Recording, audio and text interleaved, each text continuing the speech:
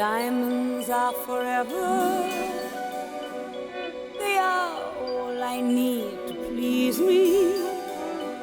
They can stimulate and tease me.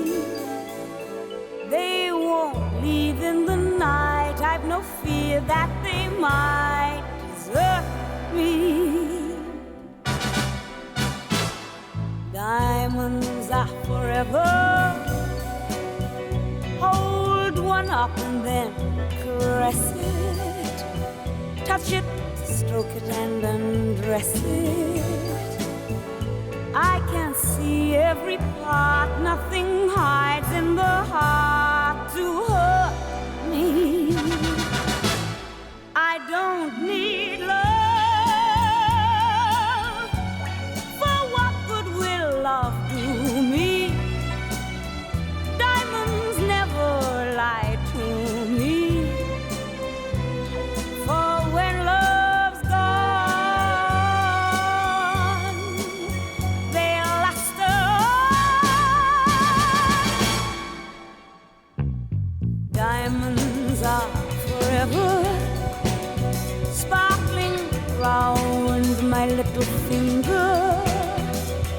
Unlike men, the diamonds linger.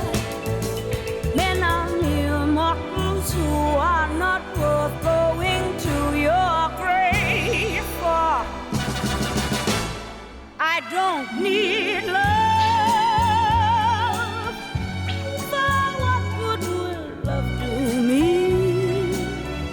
Diamonds never lie to me. For when love's gone, they last on.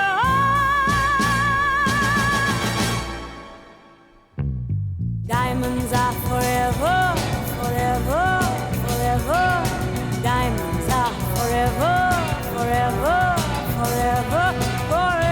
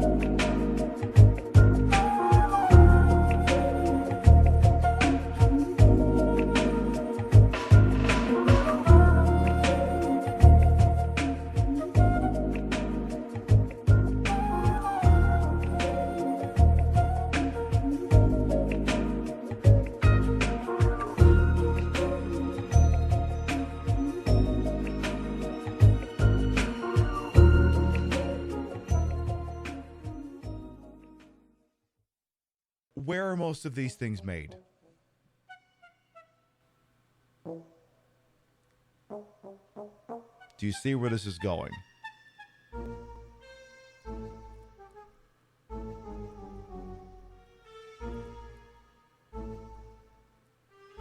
Places like this are going to be bumming in a few months. Good old USA, right? Yeah, let me Yeah, let me just check the ass end of this Excalibur thing here. Says, actually, it says right there where the hell it was made. Is this thing gonna focus? Oh, well, there you go. Yeah. Yeah, I think that $20 Excalibur paperweight's about to become a $60 Excalibur paperweight. Queen Pib, in stereo where available, and where not available, it's not in stereo. There's nothing we can do about that, so don't blame us. We have no control over it. Call your internet service provider if there's some sort of a problem, or the local Twitch server. But if they're not giving you stereo and you want stereo, that's your problem, not ours. Don't bug us. Complain to your congressman or Newt Gingrich, like I'm sure he'd care. Ha! But we don't want to get any letters. Understand? Good.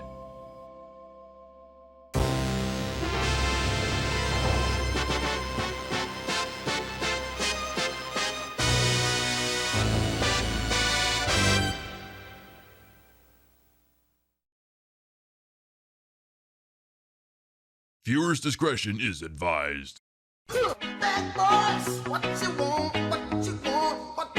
Why you gotta wear them like what, the tits?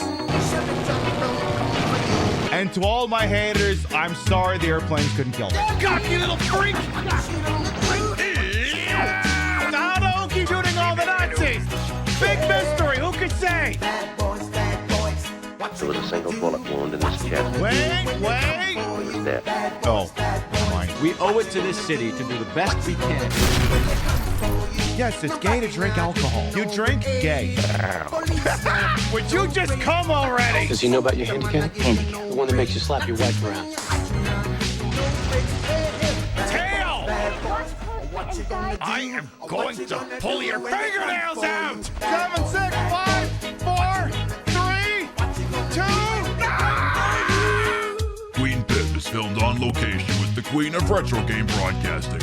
All shows are broadcast 4 nights a week in a court of Pib. Turnabout is fair play. I figured I dressed up as an MGM joint last time. I could dress up as a Caesars one tonight. Good morning, afternoon, evening, whatever time of day it is. Welcome to the show. Hope you're having a good day so far. And before you ask, no, I am not a cocktail waitress. Do not ask me for a drink.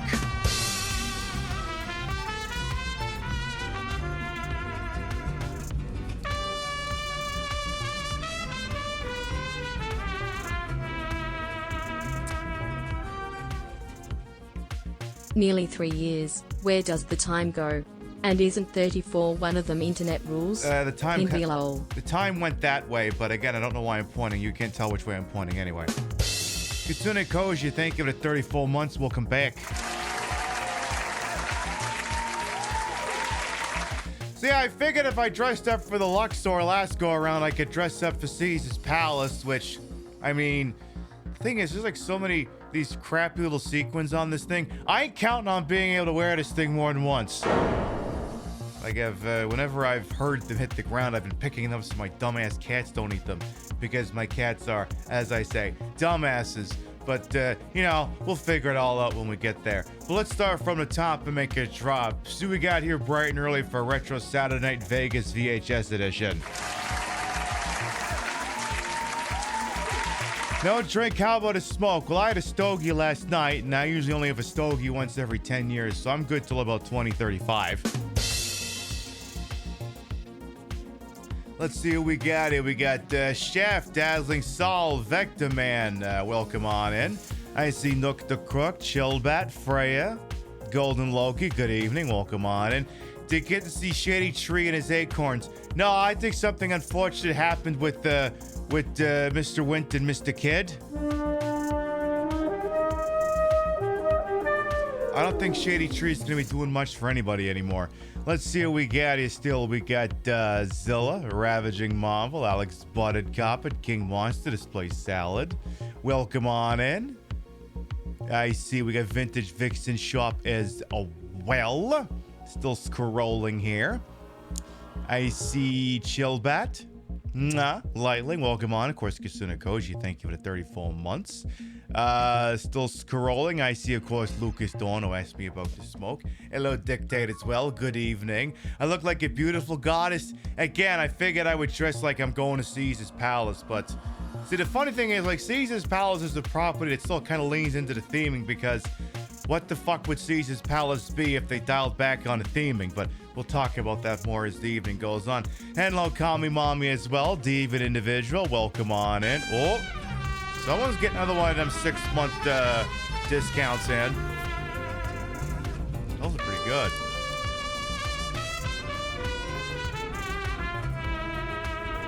It means you almost get charged the old price. There you'll drag it. Thank you for the 57-month resub. Welcome back.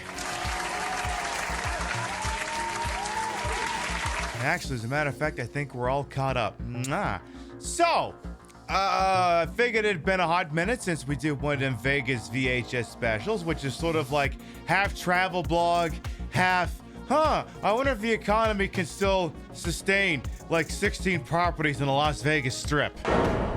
Because, you know, a couple things have changed in the world since we did that last one, but, you know what we say around here, the more things change, the more that goddamn stay the same. So we got a couple other tapes we'll get to this evening here as well. You know, it's lighter fare. It's not like watching Dragnet and fucking dead kids turn up everywhere. I mean, unless they drown in the giant water pool in front of Treasure Island, but that's a whole separate discussion. I'm sure that doesn't happen too much. Yeah, we got some other tapes over here. We got at least 3. I think we're gonna get to at least 3 or 4 of them tonight. We've got, and 2 of them aren't even on YouTube, so technically this will be like a world premiere, like it's a stupid Jeff fucking Keighley experience or something. We've got a promotional video for Harrah's Las Vegas. We've got the making of the MGM Grand, which, believe it or not, is not actually on YouTube, not anywhere that I could find it anyway. And then we got a couple sort of generic catch-all videos for Las Vegas and the surrounding area, and we'll be sure to get to all of those.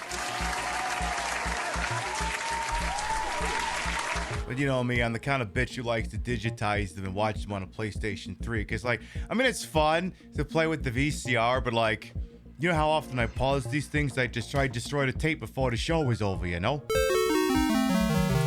And we couldn't exactly have that now, could we? So, like I said, you know, a couple things have changed in Vegas. And not just in Vegas, but I guess everywhere the last couple of months. You know, the tariffs are going in. Tourism on the Las Vegas Strip is down 6.5% year over year for first half of the year, which has resulted in some job losses on the Las Vegas Strip. I mean, y'all like Vegas this, Vegas that. Why don't you marry Vegas? First of all, I would that I could. Las Vegas is as good a leading economic indicator of a economic boom or an economic bust as ever, because, you know, it's the kind of place that you generally only go to if you got a bunch of money and you're looking forward to losing it. So, like I said, there'll be some things we'll talk about as the evening goes on. Spoiler alert, from a tax perspective, gamblers are kind of screwed next year. And from a tourism perspective, Vegas is kind of screwed next year. But, you know, we'll get there in due time. What else can I prattle on about before we get going here? I like the outfit. I like the fit. Like I said, there's so many sequins on these damn silly arm flappy flap thingies that if I wear this thing more than once, I'll be shocked. White's, I mean, white, I mean, every color's my color, but white's my color. It's like, no fucking shit, Pib, you're white. Rim shot. Of course, white's your color. I suppose it'd be weirder if it wasn't your color, but anyway. You sure being able to gamble on sports on your phone has really cut into the business? I mean, yes. Yes, as a matter of fact, because the house edge on the online casinos is not as bad as the ones in physical person, because go figure, the online casinos have a lot lower overhead, especially people that have never been seen or heard from again in Las Vegas. From what I understand, they don't do that nearly as much anymore. I mean, do people still end up dead there? Who the hell could say? Oh.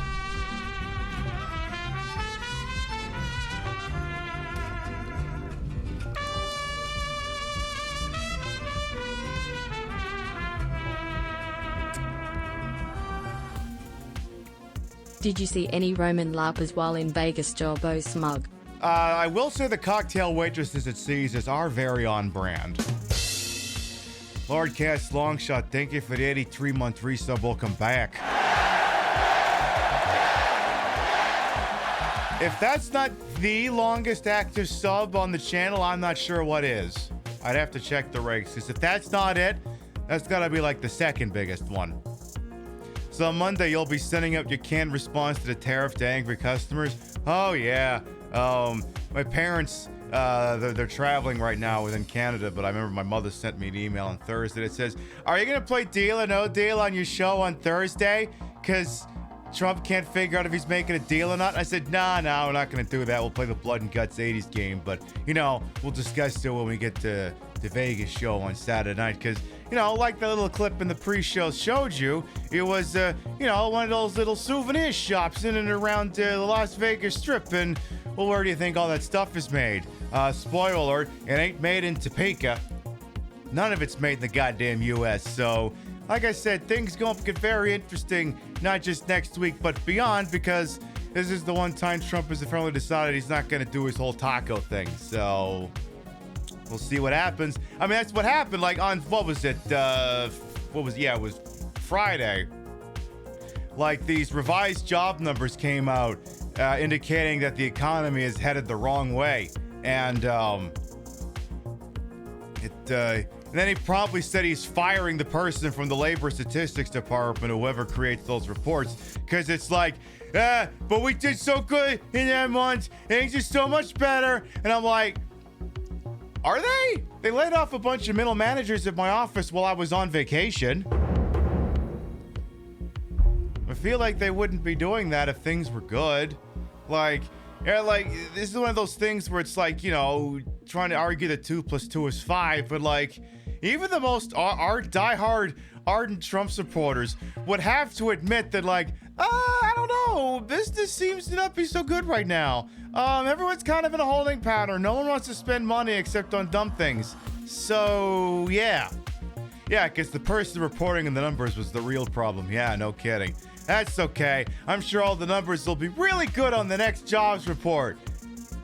And will they be accurate? Oh, Jesus Christ, no. Absolutely not.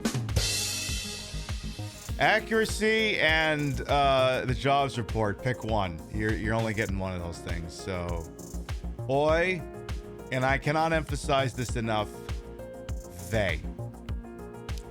All right, is anything else? I suppose I could pour myself tonight's drinky poo, because I do have tonight's drinky poo. I'm putting myself on a 1-drink limit because I'd like to get up in the morning tomorrow. I feel like I don't have to explain it more than that. Like I used to be like a 2-drink early in an evening, and I'm kind of just turning into a 1-drink early. Like, I don't know, I'm getting older. So I don't know. Yeah, I can't drink like the champion I used to be. I have also been losing weight year over year, so that's probably also related. I mean, when your queen here was 240 pounds of bullshit, oh my god, I could tank it with the best of them. But I'm down to a lovely, svelte, fat-tittied 180, and turns out I can't pack the liquor away the way I used to. It is what it is. But I did go ahead and figure that if I was doing the Vegas thing, I could bust out the good stuff. I figured I'd bust out the Jack Daniel's Sinatra Select. This is a $200 bottle of bullshit, and I will not be replacing it when it's empty. I'll just buy something nice that's considerably cheaper and just pour the thing back to full. It probably won't even be Jack Daniel's, because Jack Daniel's is kind of, like all these brands, like, what if we dialed back our DEI stuff? And I'm like, what if I told you to eat my ass? And I don't mean that in a pleasant way. I mean, it's a damn good drink. I'll drink it. I'll finish the bottle. It's just not going to get replaced anytime soon. I don't know. I'll probably just buy a nice bottle of Canadian whiskey and then just fill it up with that. And then just pretend the Canadian whiskey is Sinatra Select. Maybe I'll get like a bottle of Crown Royal Reserve and then just dump it into that. It is damn good stuff, though. All right. Tell you what, we're going to take a short itty-bitty commercial break. And then when we come back, we'll introduce ourselves and then we'll explain just what the hell we're doing this evening. We'll be right back. Yeah, I can tell just by looking at you, you could use some fun, right? Big fun. Las Vegas, Atlantic City, the Caribbean, cruise ships. But you got to take this along, the Players Club card. It's going to save you a lot of money. Well, that particular weekend, we saved $120 on the room. Fabulous rooms in first-class resort hotels. Use the card and take 25% off every day, any day. And you like to eat, right? Well, take your Players Club card. And they just automatically take 25% off of the meal. And no hassle, saving even more money. Airfare, or up to half off on shows and entertainment. So why are they so good to you? There's something about Players Club members that just stands out. They come to places like the Las Vegas Hilton and to the Flamingo Hiltons to have a good time. And that spreads to people around them. Call Players Club now. You're too smart to pay full price. New members get 2 free nights in Las Vegas or Atlantic City when the club books their flights. Call now, 1-800-421-2000.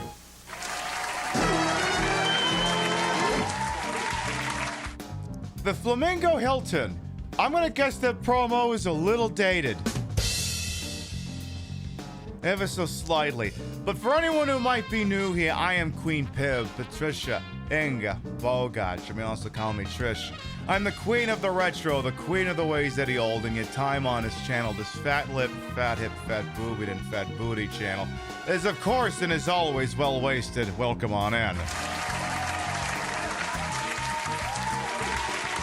I put the broad in broadcast to the whole and wholesome H-word for my own hubris, and though these breasticles may be fake, the retro is real.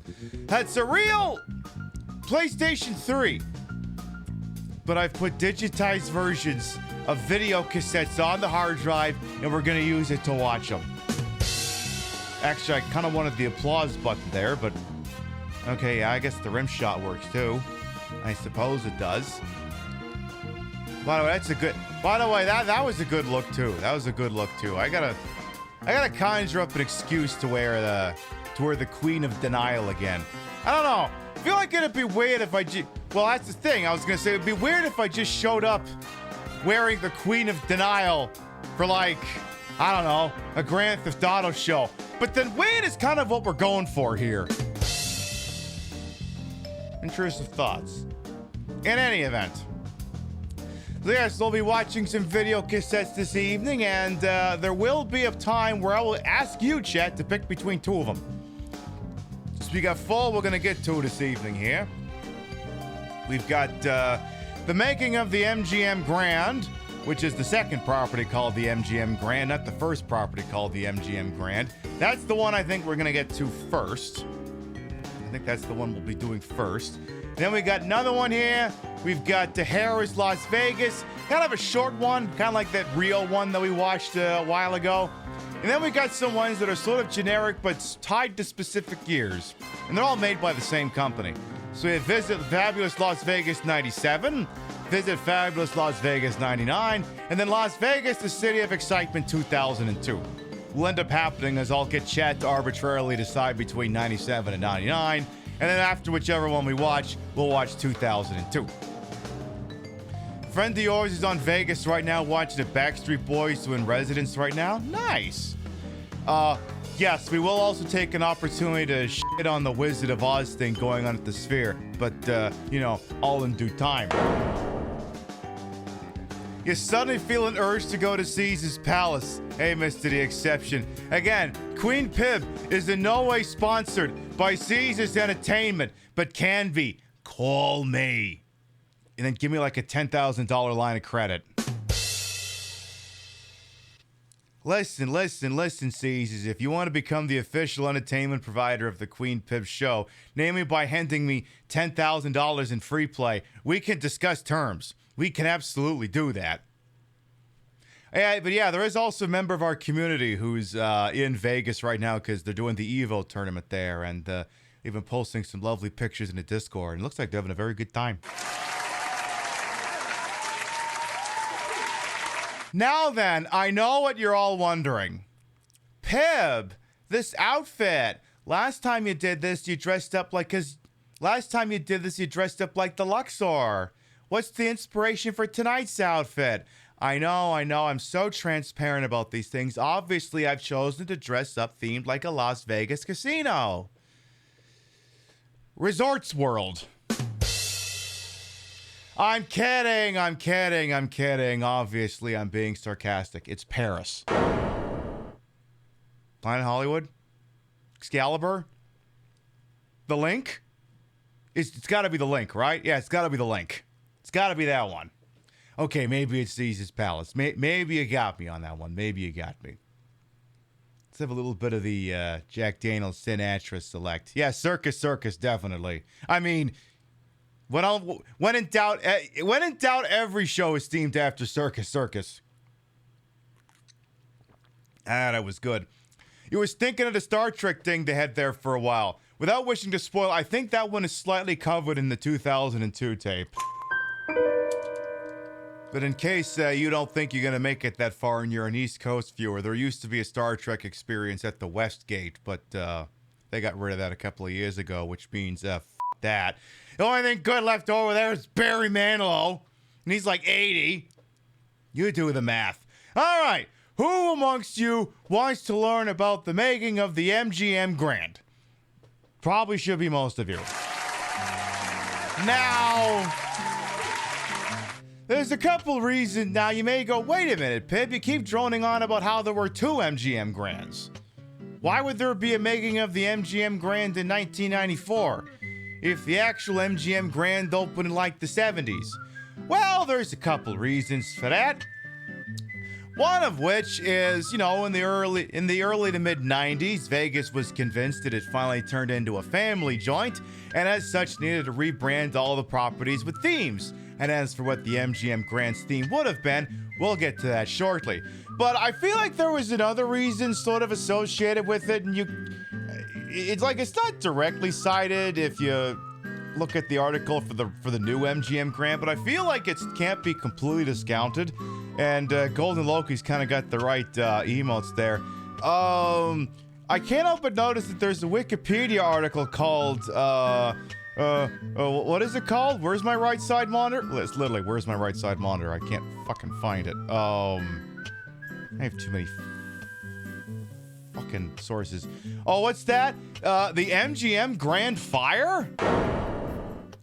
The MGM Grand Fire occurred on Friday, November 21st, 1980 at the MGM Grand Hotel and Casino, located on the Las Vegas Strip in Paradise, Nevada. The fire killed 85 people, most through smoke inhalation. The fire began from a refrigerated pastry display case in one of the restaurants located on the first floor. Fire engulfed the resort's casino and smoke traveled into the hotel tower. The tragedy remains the deadliest disaster in Nevada history and the third deadliest hotel fire in modern U.S. history, after the 46 Winecoff Hotel fire in Atlanta that killed 119 and the 86 DuPont Plaza Hotel fire in Puerto Rico that killed 97. Yeah, I wonder if a stigma like that would be bad for business. Also, it's like a fucking eyelash or something stuck in my lip. God damn it. What's the problem with these satin lips? Things get stuck to them really fucking quick. Of course, I don't have a fucking compact here, so I'm just assuming I got it. So yeah, there was a big fire. Killed a bunch of people. 1, 2, 3, 1, 2, 3. Oh, no. Can't do that anymore. I think I got something. Hang on. What the Rachel! I miss you so. Who wants a rapid tone shift? Let's go back to hell. Hey, you, young one! Thank you. I'll never forget your kindness.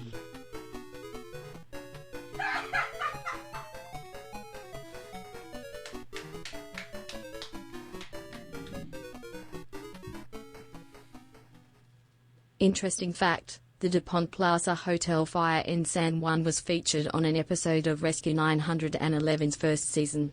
My favorite program, Rescue 911. Decade thinking of 500 biddies. You're not sure, but you've never seen the Want to Go to Vegas because, man, your luck is trash. One thing I do want to do on the Queen Pib show sometime, maybe in Q4. I want to bring table games to the show, rig up like webcams, I pretend to be a dealer and y'all can play, but it's not a real casino because it's not real money, obviously. So like chatters could have individual hands on a blackjack table and you'd have like silly little chips next to your next to your names, and it's not a real casino, so then you can card count all you want. I got like 6 decks of those Bellaccio cards that they're selling on Fan Game and to put in a shoe. But I need to get like a contemporary Pib Grand desk mat to make the whole thing work. So it's something I'm looking to do down the line. I'm going to play advanced games like PiGal. First of all, I've still barely figured out PiGal.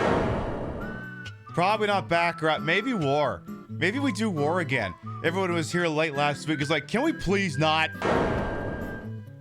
What, you don't want to be desperately running around asking, where's my elephant? Where's my elephant? So yeah, the original MGM Grand suffered a major calamity that killed 85 people. And I don't know about you, but usually when I'm opening up a luxury casino resort, I don't usually want it to kill people. I just want it to fleece them of their money, not their lives. Note to self, if I forgot to put a stream marker on the I'm wearing Resorts World, go back and clip it. Alright. Pib Grand, where the bar selection is as large as the tits. No fucking kidding. Alright. So yeah, again, in the mid-90s, Las Vegas was going through something of a resurgence because it had convinced itself that it was turning into a family town. And that lasted all of about 5 minutes before they went, nah, let's keep leading into the gambling, the sex, and the booze. Okay, not so much the sex, but, you know, the gaudiness of it all. And they redid the MGM Grand. They sold the original property to Bally's, which then became Bally's, which then became the Horseshoe. Kind of a nondescript property. So then they opened up the new MGM Grand. It's basically the centerpiece of MGM Resorts Las Vegas. It's a very big property, very nice property. I like the chips they have there. Very expensive fancy pants place. I did really good at their unique Cherries Jubilee machine. Rio did not, but me doing good at that machine offset her not doing good at the machine. And her pups as well will come on. And so, who wants to learn about the new, all new for 1990, technically 1993, MGM Grand? Should be most of you. So why don't we start to do that? And, you know, we'll pause as the thing goes on.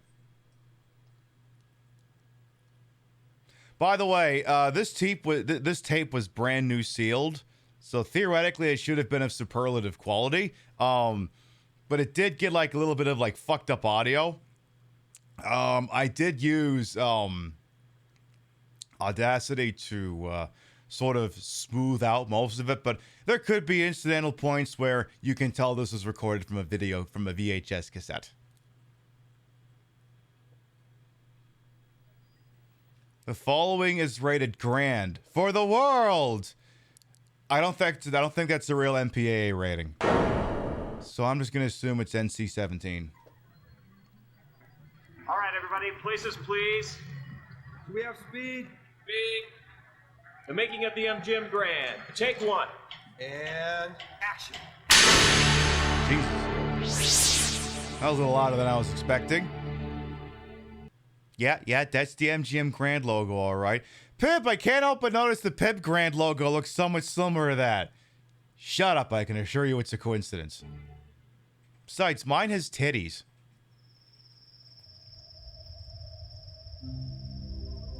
That being said, if a furry wants to do a version of the MGM Grand logo that has both a lion and titties, knock yourself out.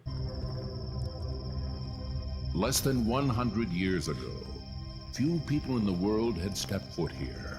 Oh my god, that's where the Death Claws live. No one would have dreamed then that someday this would become the entertainment capital of the world. Like I said, you're gonna be able to tell occasionally that it's a VHS cassette. They called it Las Vegas, a railroad town founded in 1905. Okay, I think we can start the making of the MGM Grand a little earlier than 1905. I think we understand the history of Vegas. It was nothing. Bugsy Siegel shows up, and then it becomes something. And then Bugsy gets whacked. It's kind of weird. We need context. Oh, okay, fine. The Grand, yeah, it's the place Goro Majima used to run. Yeah, that place. Yeah, the one down in Sotenborg. The MGM one is a spinoff. A quarter century later, Give you the analog magnetic medium? I sure am, Phoebe. How you doing? early pioneers took the first gamble that it could be something more. And today, the dream continues to unfold as enterprising visionaries build mega resorts. So wait, hang on. Let's go back. So let's see. We've got pictures of the Pioneers Mirage. took the first gamble that it could be something more. The beginning looked like they would say, war. War never changes. When the atomic bombs fell. And today, the dream continues to. So there we've got the Mirage, which has been shuttered and is in the process of becoming the Hard Rock Casino. Unfold as enterprise. Treasure Island, which still exists but has been pared back. As visionaries build mega and Excalibur, which is still there and has laid off a considerable amount of staff. resorts. The next, more Luxor, we watched a video about that place. magnificent than the one before it. And today, this one is giant steps ahead. The new MGM Grand, by a lion's share, is the largest entertainment resort in Las Vegas and the world. Why is the MGM Grand Lion running amok in downtown Las Vegas? What is it doing down there? Is it trying to kill Adam West? The $1 billion MGM Grand Hotel, with 4.2 million square feet, features 5,005 rooms, a casino area the size of 4 football fields, a 33-acre theme park, an on-site medical center, and an indoor sports arena seating over 15,000. And that's just the end of the story. Also, apparently it has furries. I have not pre-watched this tape. I'm experiencing this for the first time alongside y'all. Yeah, in case you have a heart attack at the craps table when you bet the company payroll and it comes up sevens. Can confirm the MGM Lion terrorizes every day and every night. It's true. It really, really does. You don't get how the Excalibur survives. It's because drunks like me wander in there and spend a lot of money. That's how. So, I don't know what Goldilocks and the Three Bears are doing over here, but, well, they're doing something. By the way, Doc as well. Welcome on in.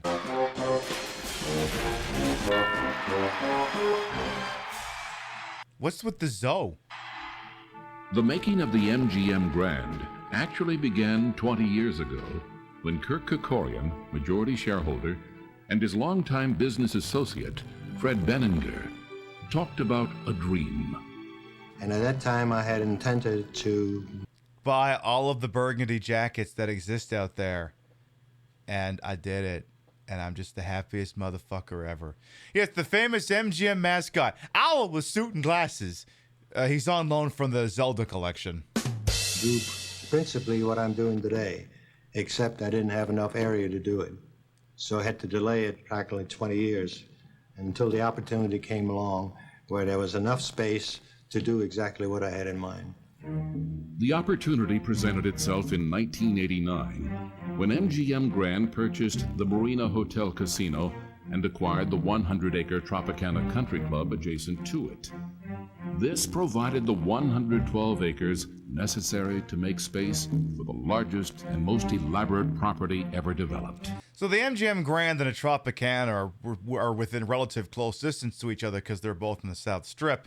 And they did reach a point where, like, the casino, the Las Vegas Strip was just so saturated that if a new property was going up, it was at the expense of an existing one, and then in that case, the Tropicana Country Club had to go.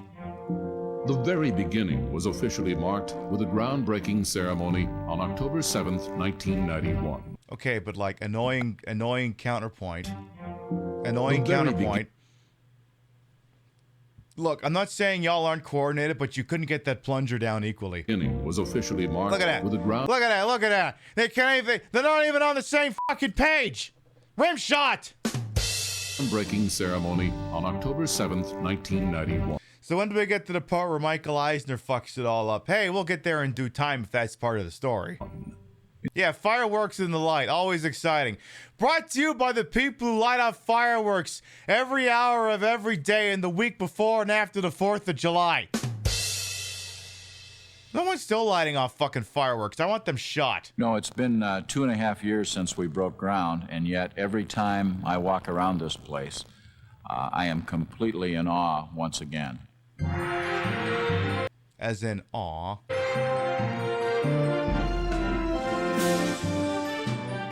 I get it, it's a hotel.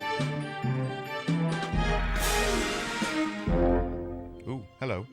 A well-known proverb says that even the longest journey begins with a single step.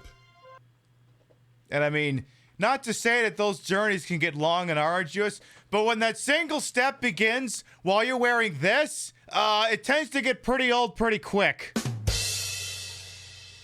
Look, every once in a while I gotta throw some candy to defeat degenerates. It's something I just gotta do. Look, sometimes those people are the one paying the bills. Pib, the show doesn't pay the bills. Yeah, I know. This story... Your neighbor always fires off fireworks like multiple times a month at this point. He also played Nazi German marching music one day and yells at his wife for the whole neighborhood to hear. Is that just Christoph Waltz's character from Inglourious Bastards? Heidi, you bitch! Do something about the foundation and my swastika gouged into the forehead or something! Is no exception. Individual workers came together as a team to build the biggest hotel on... Gonna say that sounds like a pretty bad neighbor. Yeah, I don't know that that doesn't sound like that doesn't sound like good music to be listening to when you're outside. Earth in record time. A team effort that became contagious among the more than 1,500 workers who put in 12,000 hours a day. 250,000 hours a month. Wait a minute, but there are only 24 hours in a day. How did they put in 15,000 hours in a day? You've already screwed up the math. To complete the $1 billion project in a little over 26 months. It was scary in some sense. But on the other hand, if you don't look at the entire overall project, you take bits and pieces one at a time, and it works out. The bits and... It just works. You know, I mean, wasn't that the BioWare mantra for a while? Hey, we'll just figure it out. Yeah, we wonder why it burnt down. Technically, this isn't the one that burnt down. This is the one that is replacing the one that burned at one point. Technically. Pieces could easily... And to the best of my knowledge, it's still there. Make a chapter in a world record book. There are 96 elevators in the hotel complex. Over 17 million square feet of sheetrock have gone into the construction, enough for nearly 11,500 homes. Okay, but you're throwing all these stats at me. When are you going to tell me how many homeless people live in close proximity to the joint because Las Vegas, like everywhere else, is struggling with a housing problem, in that there is housing and they won't give it to people? Current flows through 12 million feet, or 2,300 miles of electrical wire installed in the property. There are 18,000 doors, enough to fit 1,600 three-bedroom homes. That's a lot of doors. God, playing Resident Evil there must be rough. Open up door, hallway. Open up door, room. Open up door, bathroom. Open up door, shower. More than 80 miles of crown molding used in the construction would add attractive detail to 2,000 homes. When a person... And instead of doing that, instead of building 2,000 homes, we built this. Thinks about a project of this magnitude, whether it's the CEO of the company, a department head, a cast member, it seems a bit... You can't imagine how much houses cost there. There is a couple of Las Vegas influencers that we do watch, who are probably going to be bumming for reasons I'll explain later. But one of them also doubles as a real estate agent. And apparently, the median house value, and I only learned this because I watched his monthly recap video. Median house value in the Las Vegas Valley is $485,000. Not cheap, but then where is it cheap? In flyover country. Yeah, but how long is that going to last? Bit overwhelming. It took meticulous planning to build this mega complex, not just with input from architects, engineers, and builders, but also the people who would be running the MGM Grand. The furries! Oh, wait, no. It's probably the most thought out, detailed planning process of any hotel. Okay, I joke and I say furries weren't running the place, and then this guy's name is Larry Wolf.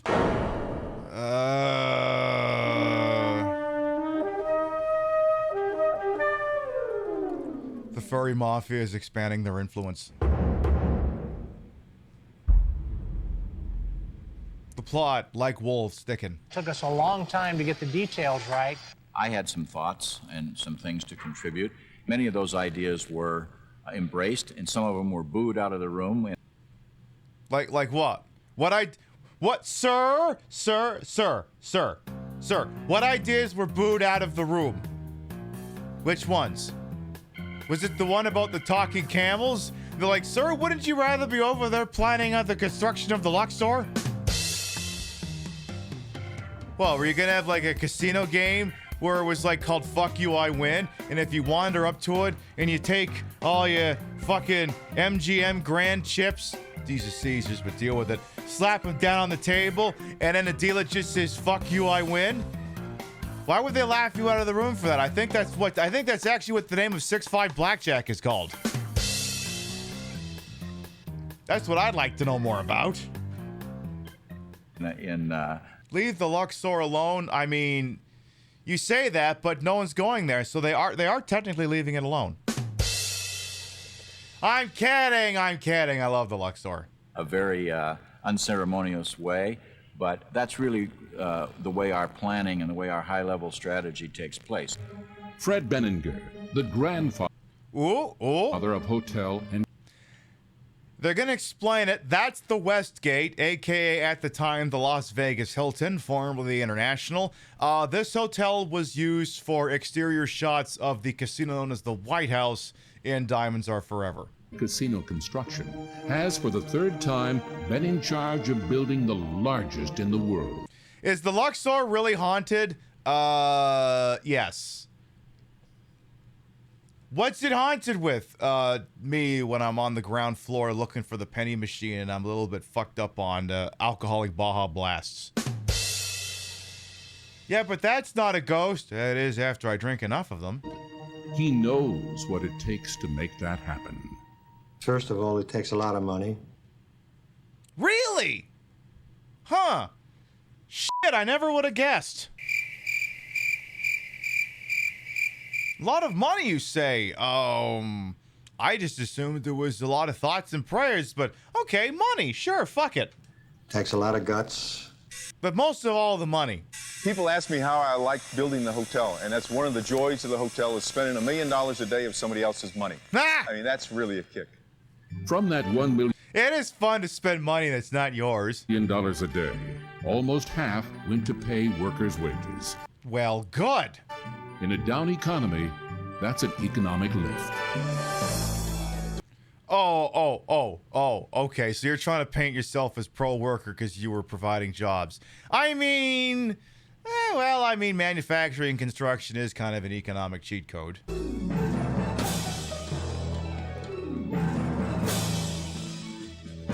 Building a structure, large or small, requires a solid base. And when that foundation has to support 4.2 million square feet of hotel and... I'm sorry, are we just gushing about the concrete now? I mean, come on, the Luxor one didn't spend this much time dealing with the construction of the building. Which is weird, because that one's a fucking pyramid. Casino, 280 feet tall. It necessarily becomes a major project. The foundation required 1,500 cement truckloads of concrete poured non-stop around the clock until completed. And I mean, hey, you know what? There's another reason why this is an economic boon to the place. Because if anyone from the Chicago outfit needs to bury anyone that won state's evidence in the 90s, they can come to terms quite easily. You kidding me? That place never gets destroyed. You go ahead and you fracture the fucking foundation, you probably find like 20 bodies in there. It used every concrete plant here in town and every concrete truck here in Las Vegas to pour the concrete for the foundations.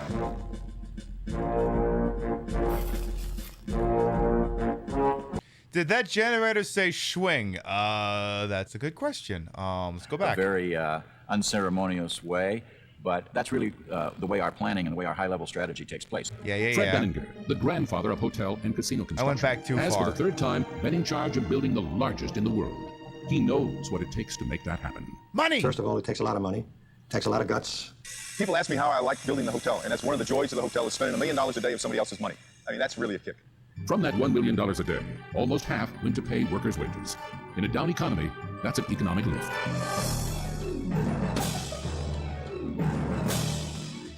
Building a structure, large or small, requires a solid base. Yes. And when that foundation has to support 4.2 million square feet of hotel and casino, 280 feet tall, it necessarily becomes a major project. I went way the fuck too The far back. foundation required...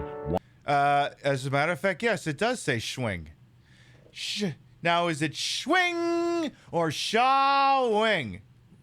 I don't remember. I'm going to have to watch Wayne's World sometime.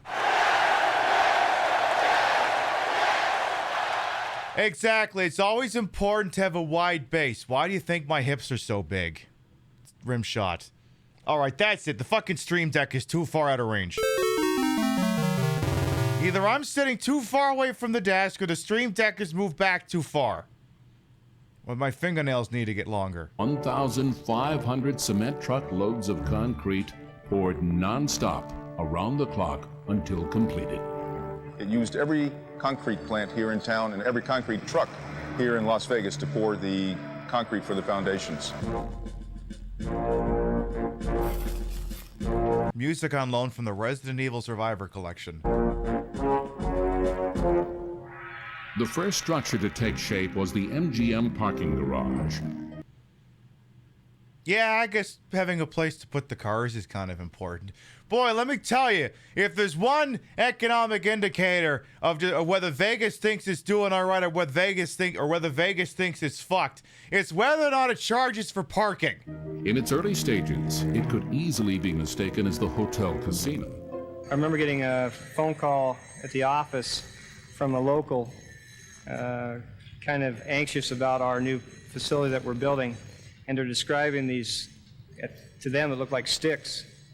Well, yeah, that's what a building looks like when it's being built. It's not like you play SimCity 2000 and you just put the police station one thing and hitting a button and just poof, there's a police station there. There's kind of a process. Coming out of the ground, and I said, no, man, that's not the hotel tower, that's a parking garage.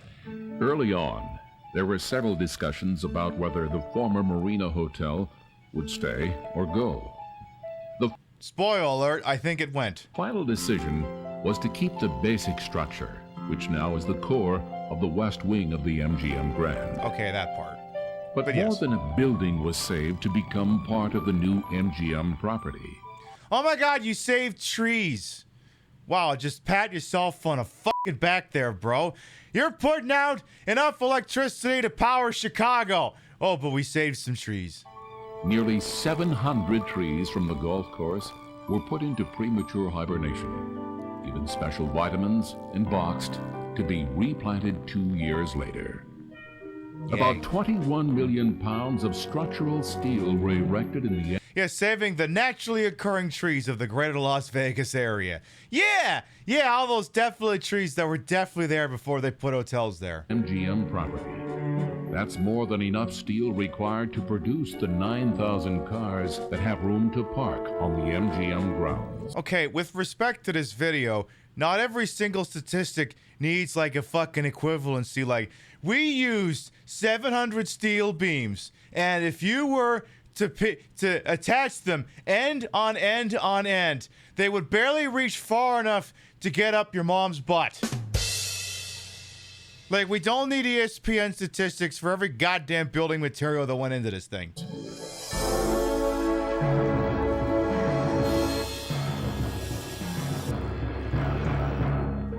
Setting world records goes one step further.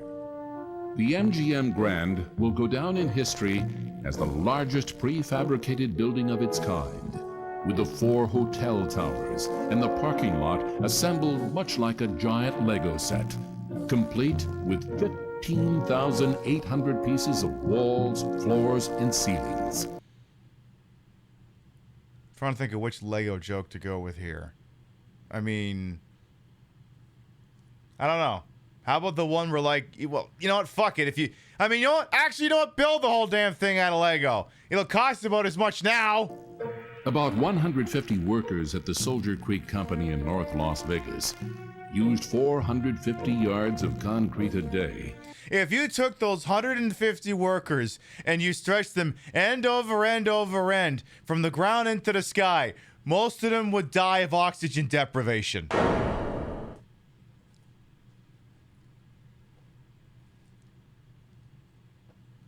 Again, this is just turning into ESPN Statline, the fucking video. For 11 months to make the precast walls and floors for the MGM. The exterior pieces were pre-finished with a high-gloss automotive-type paint. Walls were pre-wired for electrical, ductwork and plumbing were installed, and interior walls were drywalled and ready for wall covering. It took... Okay, but when do you create the killer 3D interactive experience like the one across the street at the Luxor? 3,000 truckloads, 30 trucks a day to bring these precast pieces to the MGM property. Then, one at a time, the pieces were hoisted into place by huge cranes rigged with giant suction cups. Oh my god, I can't wait till they start telling us about all the carpeting they put in there. Oh my god! The sections neatly fit into place. Oh god! Oh, I can't wait till they tell me about the plumbing fixtures! Oh my god, when they tell me about the fucking faucets, I'm gonna nut. I may be being slightly sarcastic, just a little bit. Going together like a giant toy kit with all the pieces included. Oh god! Oh, they're putting in the fucking... Oh my god! It's the light switches. Oh yes, I'm gonna end this bit before it gets too far down the rabbit hole.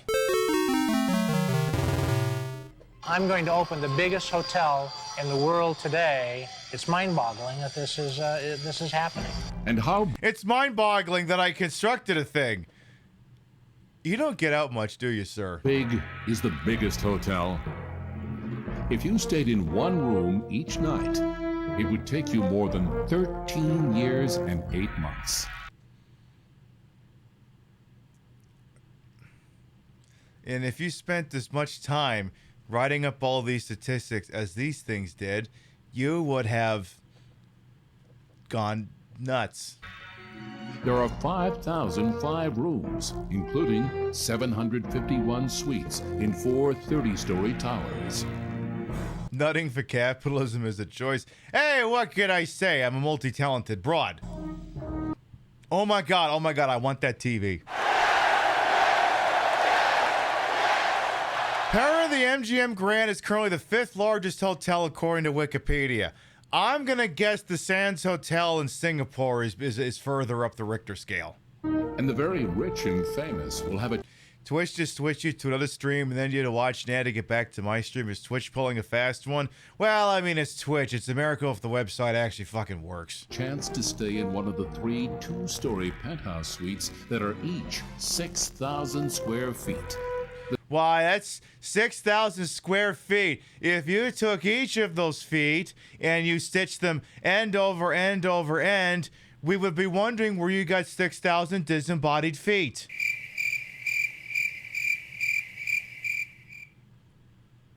The size of 4 average houses combined. Each suite has a private elevator and 27 telephones. Like, I swear to God, if they weren't going in with all the sizing metaphors, this video would be 5 minutes long. Visitors are greeted in dramatic style by the symbol of MGM, an 88-foot tall lion surrounding the entryway on Las Vegas Boulevard. It doesn't look like that anymore.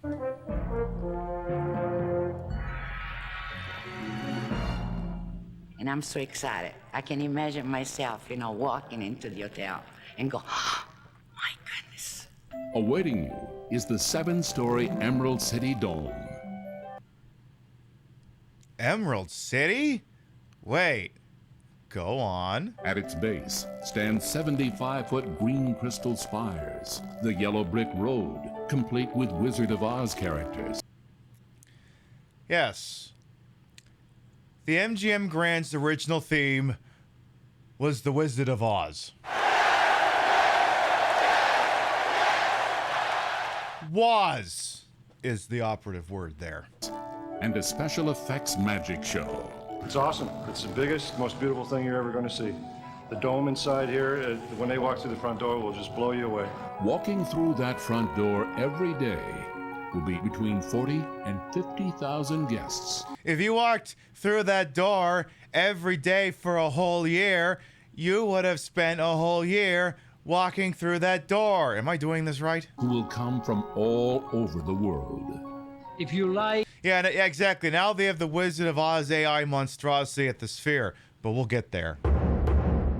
To deal with people, and if you like an environment of creativity and innovation and hard work and dedication, this is definitely the mother of all the project to be involved with. I've been in town for almost 34 years.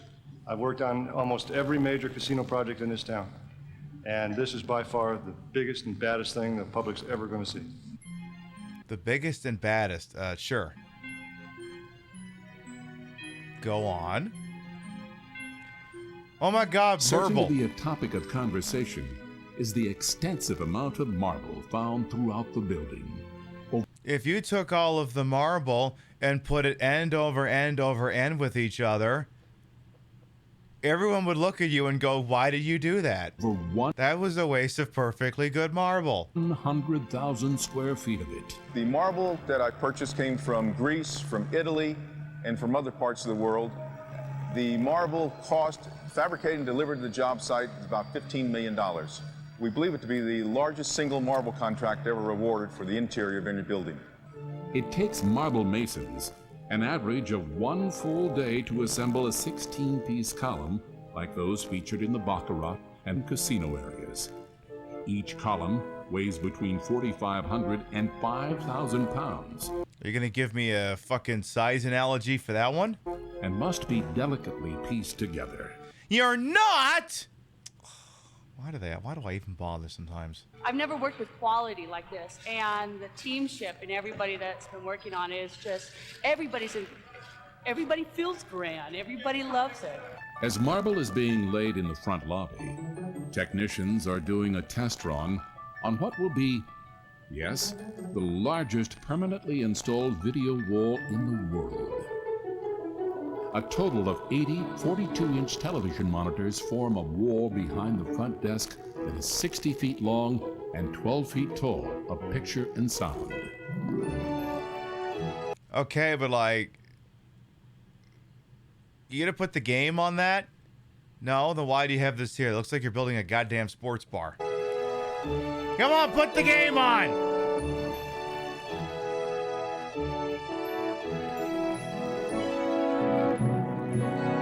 Stop putting the Windows XP wallpaper up there like it's the goddamn Wizard of Oz at the Sphere. MGM has always been synonymous with entertainment. As a matter of fact, our marketing positioning statement was that we were going to be the biggest and the grandest entertainment complex in the world. So, you're probably wondering, is MGM Resorts and MGM Movies the same thing? For a time, yes. Which is, again, why they would be leaning into the Wizard of Oz theming, because that was one of MGM's successful films way to fuck back when. Now they're two completely separate entities. And everything that we did had to be big and grand. And the MGM Grand is home to 3 Grand Class stages. The Hollywood Theater is the most intimate, with seating for 630. The stately Grand Theater, seating 1,700, will be home to MGM's spectacular $53 million production show. The 3rd stage, the Grand Garden, has the capacity to seat 15,200 for a variety of events. Like people beating the shit out of each other. The 275,000 square foot arena is one of the most versatile in the world. Is it just me or this video sounding like it quieter? 2 separate events can go on in the same day because within hours, the floor can be converted to accommodate concerts, conventions, or sporting events. And if you lay those 14,000 people end over end over end and ran them over with a steamroller, you would be accused of being a murderer. First and foremost, we'll do boxing. Okay, but hang on. Wait, hang on. Sporting events. Okay, first of all, that's the guy who would be driving the steamroller. I mean, come on, it's the evil curly mustache. That's literally the guy who ties you up and lays you on the railroad tracks. So obviously he's driving the steamroller in this example. Foremost, we'll do boxing. And we'll do boxing in a grand way. We're going to be a force to be reckoned with in the future in special events. Spoiler alert, they don't do nearly as many of those anymore. Oh my god, it's the furries!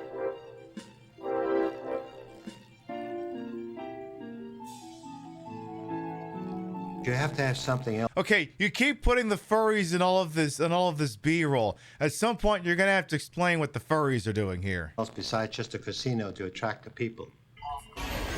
Oh. So I realized at that time you need something else. You need a better mousetrap. You need something new. That time was 20 years ago. That something new became MGM Grand Adventures, a theme park linked to the main building spread out across its own 33 acres. Oh yeah, I forgot about that. Construction crews began work on the theme park in the shadow of the towering hotel and casino. I forgot they had a goddamn theme park. I'm pretty sure that's not there anymore. It was the last part of the project to get underway. Your onboard computer. You there, Oscar? All right, they heard my complaints about not doing some super duper 3D future thingy like the Vluxor did. It said, all right, we got you. Technology used in some of the rides is so new, even government agencies weren't prepared for what MGM brought to them for approval. Yeah, they were so completely, the U.S. government was just completely caught so completely off guard. Like, literally, they'd be like, okay, listen, excuse me, I'm here from the FBI. We need to talk about the giant radioactive fishmen you've got in the pond out back there. We're pretty sure there's at least 17 federal regulations you're violating by having that thing there. That thing should be in the Potomac where it belongs.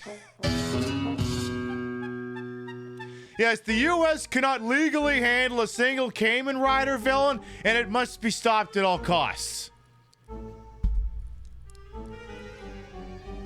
Look, it was either that or reach for the Department of the Treasury badge, and I frankly didn't think that one was going to be relevant. Yeah, the creature of the Black Lagoon is definitely what the kids say has got the Riz.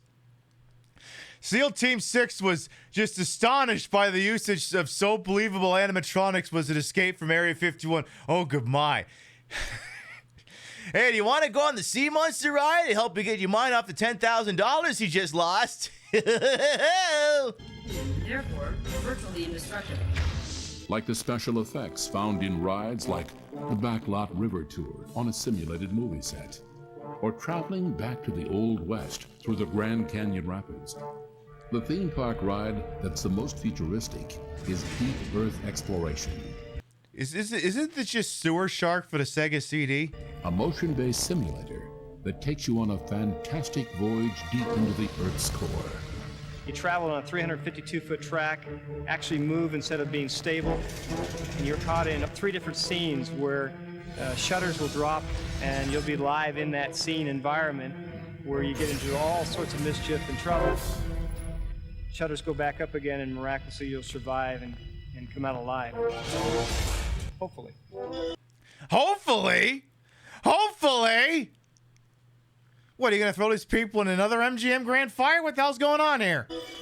Yeah, hey, buddy, I know you're now in crippling economic debt right now, but hey, I got 2 log flume tickets with your name all over it. Yeah. And if you go up to guest services, we can make sure your life insurance policy is presently paid up in full.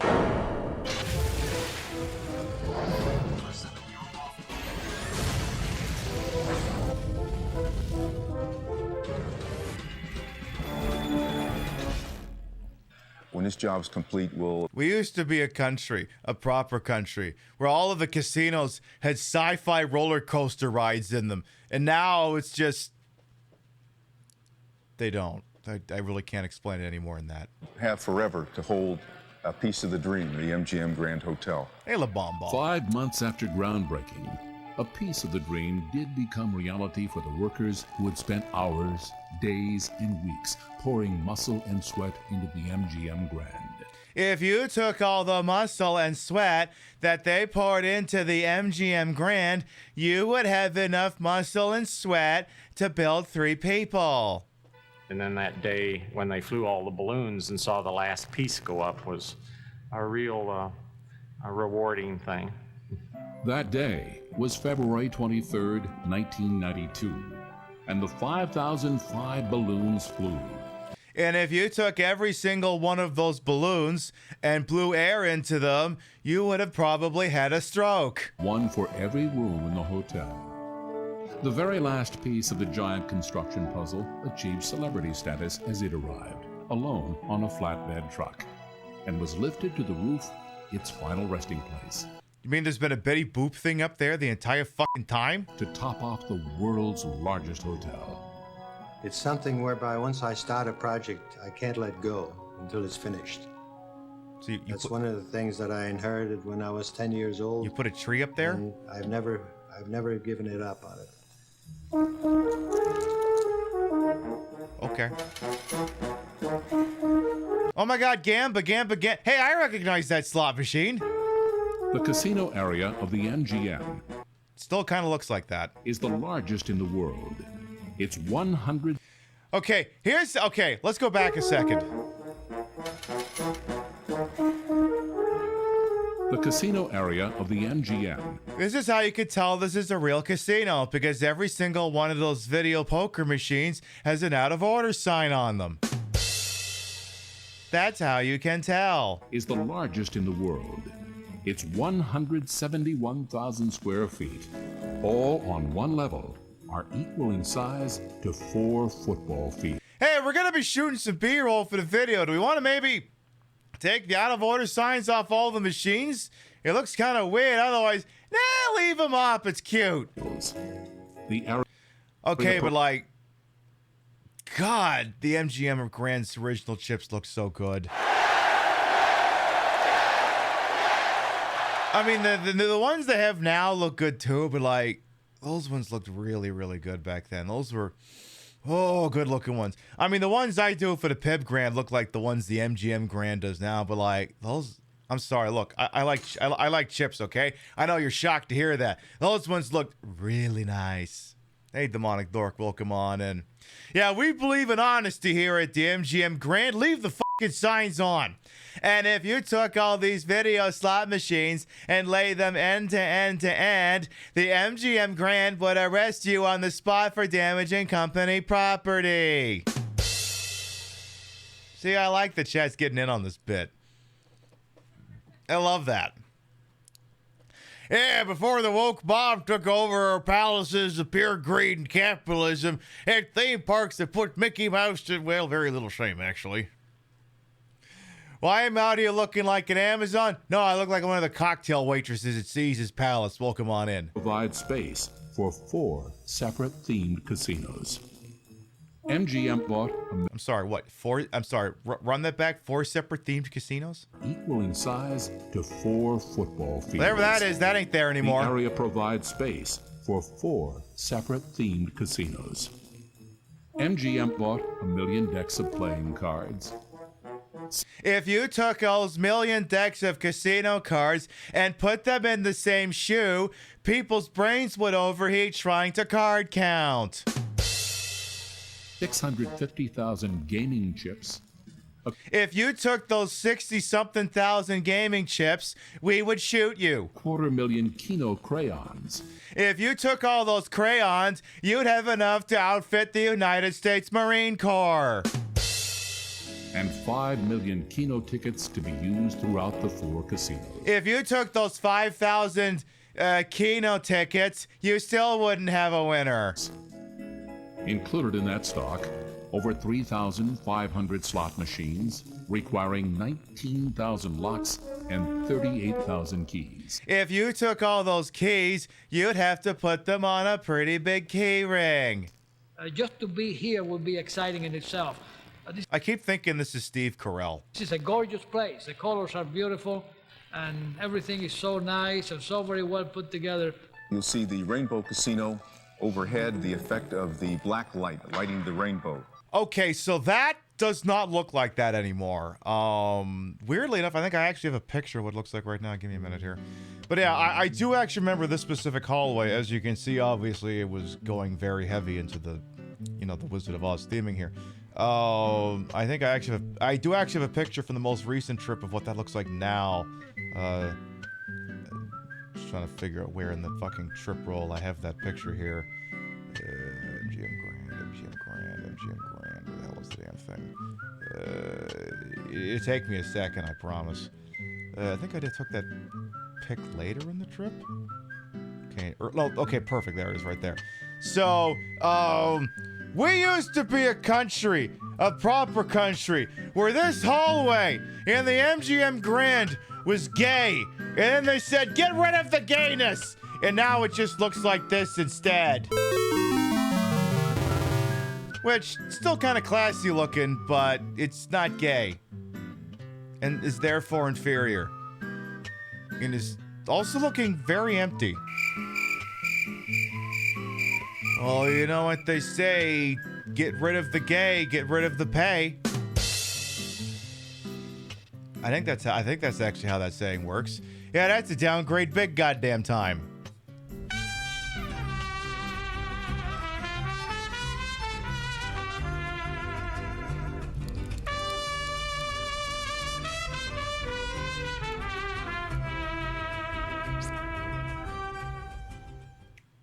To gay my Vegas, how dare they? How dare they de-gay my Vegas? I will take my gay dollars over to the Luxor where they belong.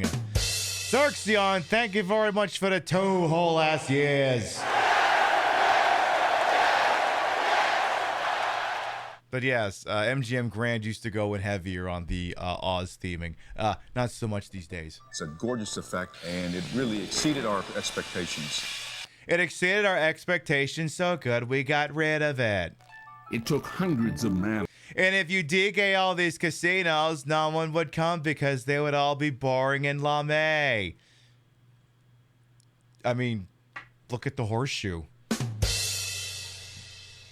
It has nothing. It used to have the World Series of Poker and Dita Von Teese, and now it's got neither of those things. Hours to place the tens of thousands of light bulbs which light up the MGM Grand. If you took all of the light bulbs, we would shoot you.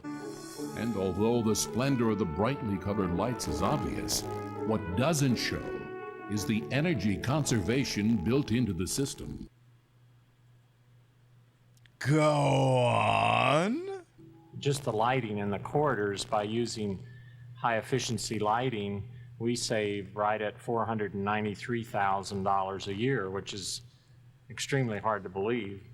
Nevada Power helped us with those types of things. We're very concerned about energy usage here in the valley, and we wanted to work with them as partners together to design the most efficient and the most reliable electric service that we could. We have to conserve power in the Vegas Valley because every time we use too much of it, Caesar attacks the Hoover Dam.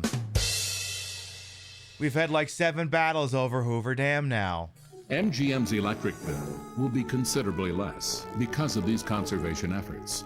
But the hotel, casino, and theme park will still generate electric bills of about $1 million a month. If you took that $1 million and laid it out end on end on end, we'd arrest you for larceny. Up to 20 tractor trailers packed full of goods pull into the MGM loading docks every day. Is it just me or have they gotten away from those analogies? Now I just sound like a fucking idiot.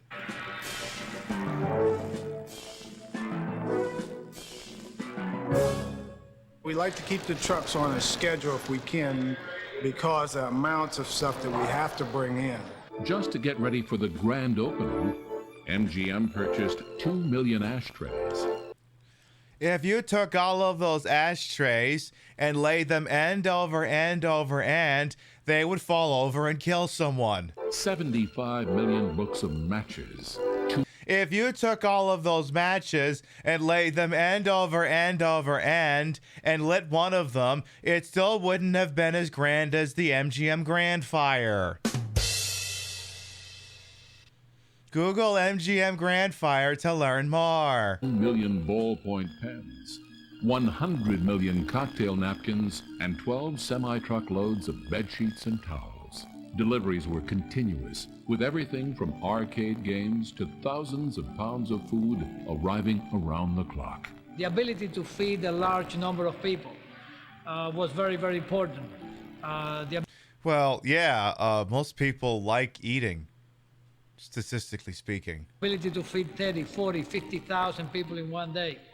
Starting with breakfast, that translates into 30,000 fresh eggs and 1 ton of coffee every single day of the week. We used to be a country, a proper country, where you could get eggs. I mean, I guess you can get them now, but Jesus, it got scary at one point. The number. If you took all of the coffee in the MGM Grand and laid it end over end over end, it would blow away in a gust of wind. Are staggering, and they have to be, to ensure the world's largest hotel casino. Listen, to Phoebe the Coffee Witch's point, listen, don't fucking come talk to me after I've had my metric ton of coffee. Until I've consumed a metric ton of coffee in the morning, I don't want you to fucking talk to me. Casino and theme park is able to operate in the grand style that its staff and management have planned for. One of the biggest responsibilities we have, however, is to utilize this world's largest facility of its type without letting one single customer feel as though they're just a number or that we are insensitive to their individual needs. Okay, counterpoint. We went into the MGM Grand, and that was like the one property I think we lost money on. So I definitely did not feel like a unique individual, and I want all my money back. That's a big challenge, and we've paid a lot of attention to it. I'll certainly have a part in bringing about the excitement that the customers are going to see. And the pool area and all that, we're going to make sure the pool's right, temperature-wise. They're gonna love it. And with the pool area 3 football fields large. Oh my God, if you took all of the people that could fit in the MGM Grand Day Club pool and laid them end over end over end, everyone below like the first 10 people in the pile would die of asphyxiation because of the weight. That's a big promise. I hope that we can contribute to their memories, and I hope that they can go back home and say to themselves and their friends, we had a great time. We want to do it again. We want to come back. At the same time the property was beginning to take shape, MGM was also hard at work creating a worldwide name for itself in other ways. For the past 2.5 years, we've been developing about 15,000 items that range in price from a 25-cent postcard to a $100,000 Crystal Emerald City. Merchandising! It's actually not where the money from the casino was made. The money is made in the casino. Okay, but like, come on. We used to be a country, a proper country, where you could buy a scale model of the Emerald City at the fucking MGM Grand. And now you can't. It's fucked up. Something for everybody. With construction. Also, I want not to be the sort of person who criticizes a fit check, but like, okay, sir, you're recording footage for the making of the MGM Grand. You want to maybe fix that collar, tighten the tie back up, and then button up your double-breasted jacket? You look like Shelley the Machine Levine, desperate to sell those goddamn shit-ass tracts of land to Bruce and Harriet Nyborg. The check is no good? You mean the check is no good? for everybody. With construction well underway, it was now time for the second part of the challenge that comes with building the largest resort in the world. MGM management had to begin the awesome task of constructing a world-class team of 7,500 employees. So we developed some things that center around respect, loyalty, customer courtesy, and I think as much as the bricks and mortar is impressive, Okay, left out the word hustle, so he didn't bring in John Cena. but the staff and management have to be just as impressive. We knew that we would have one chance to create this philosophy and culture. We knew we had to do it right. And here's how we fucked it up. Efforts paid off.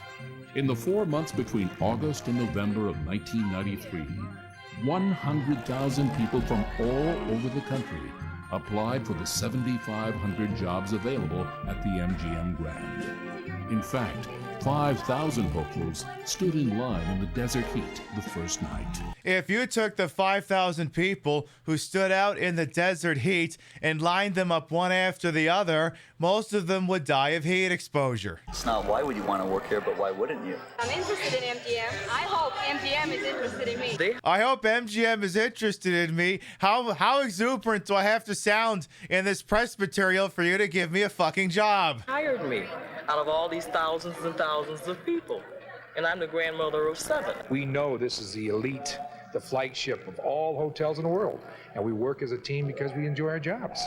We have a very enthusiastic management team that's committed to grand class service Okay, but like her fit, immaculate. 10 out of 10, I have no fucking notes. and to providing the best benefits anywhere. If you took all the crumbs that she left behind and placed them end over end over end, I would say, where is the diorama? Because there were no crumbs to work with. And to treating people in a whole new and different way and creating a really fun work environment. Fun was the bottom line at the casting center, where job seekers were routinely entertained by classic MGM characters both day and night. Oh my god, and this still looks better than Wizard of Oz at the at the Sphere. So many of you are doubtlessly aware of the Sphere, which is this big stupid tourist trap on the Las Vegas Strip. True story, one time we were in Vegas, we stayed at the Flamingo, and we didn't get a strip view, we got the not strip view, which is not facing the strip. But it faces the Sphere. So, I guess what I'm saying is the Sphere got to see me naked. And you could tell every time that happened because it was like, oh. It did kind of like that, ooh, face. Oh. I avert my eyes. But,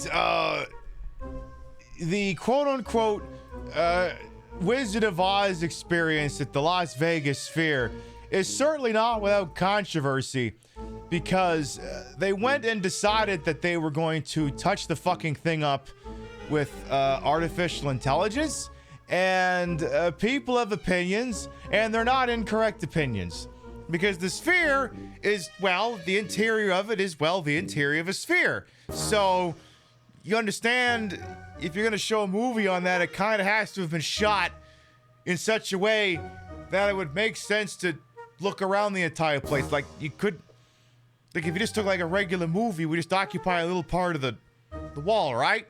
Like, imagine the inside of a globe or a Dyson sphere or something. Anyway, pictures have been coming out of the interior of it, which was largely done with AI, because of course it fucking was.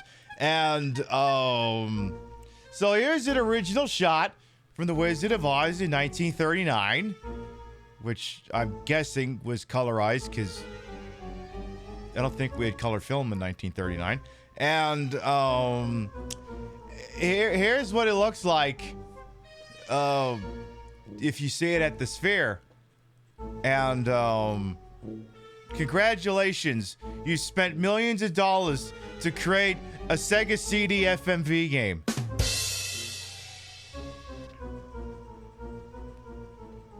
I'm sorry, am I getting well actually'd? It was in color, it was a big deal, it was part black and white. All right, fine. I feel like that's not the most important part right now. I feel like the most important part is them using AI to destroy the entire concept of cinematography.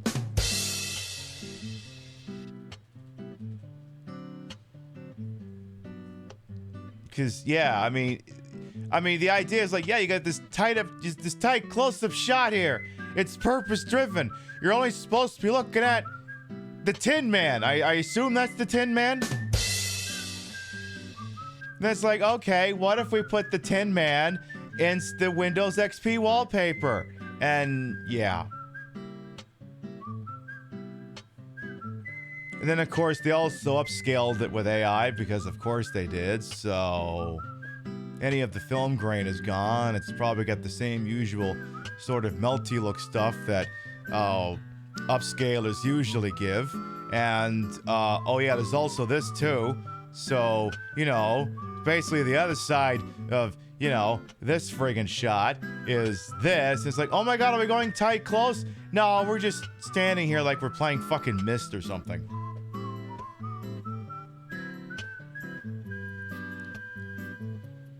So anyway, you could probably spend hundreds of dollars to watch that and go, why did I spend hundreds of dollars to watch that? As usual, AI, or the AI as we have come to know in this day and age, continues to be a solution looking for a problem. So, yeah, there's no shortage of people taking the piss. In fact, I think I seen this one skeet. Give me a second here. I heard that they're gonna be bringing that's exactly what I heard. I heard they're gonna be doing what was it? I think it was The Good, the Bad, and the Ugly. Yeah, they're gonna be doing The Good, the Bad, and the Ugly next. Yeah, they're doing The Good, the Bad, and the Ugly. Cause so that's what it looks like in the original movie, and that's what it looks like at the bottom when they do it at the Sphere.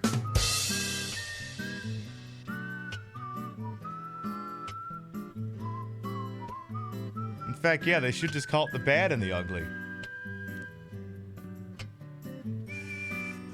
That's just what it will look like. Love the Windows XP wallpaper back there.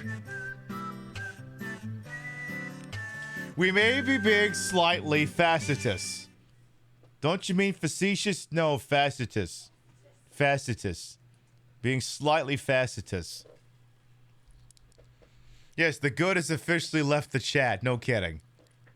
The first step... Like this crappy ass fucking green screening looks a hell of a lot better than whatever the hell is going on over at the Sphere. Let's go back like 10, 15 really seconds. Fun work environment. Fun was the bottom line at the casting center, where job seekers were routinely entertained by classic MGM characters both day and night. The first step of the application process was a video presentation emphasizing important standards applicants had to meet to become MGM cast members. So what I'm hearing is they don't piss test.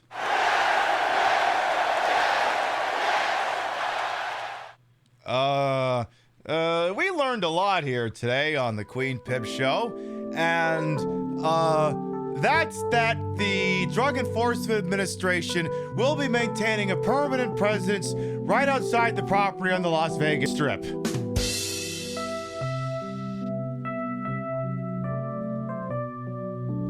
There's no supporting argument, it's just that's what's gonna end up happening. You'll never get to Emerald City if you follow her advice. Oh. Okay, instead of saying yes to drugs, just say to drugs. That's right. That's right. Talk to the kilo of smack. See if it talks back. Once hired, new cast members were allowed backstage. In a style of grand entertainment called Casting Celebration, each employee completed paperwork and learned about a variety of topics that would serve them well in their new jobs. I'm sorry, are you explaining the concept of new hire orientation to us? At the last stop before going to work, employees committed their signatures to history, officially becoming members of the original Grand Cast. They are so elated to be part of the team at this point. We have a level of enthusiasm that's unprecedented. After we have hired the best people we can hire, we need to give them the best training that we can give them. We are so enthused. I am so enthused. I sound like I'm doing a William H. Macy impression. And that's why we've gone back and we've created the University of Oz. We teach everything from... I'm sorry, come again. The University of Oz. Direct on-the-job skills to parenting, to English as a second language. Also, chat's more distracted by, what's the extremely muscle-bound lion doing back there?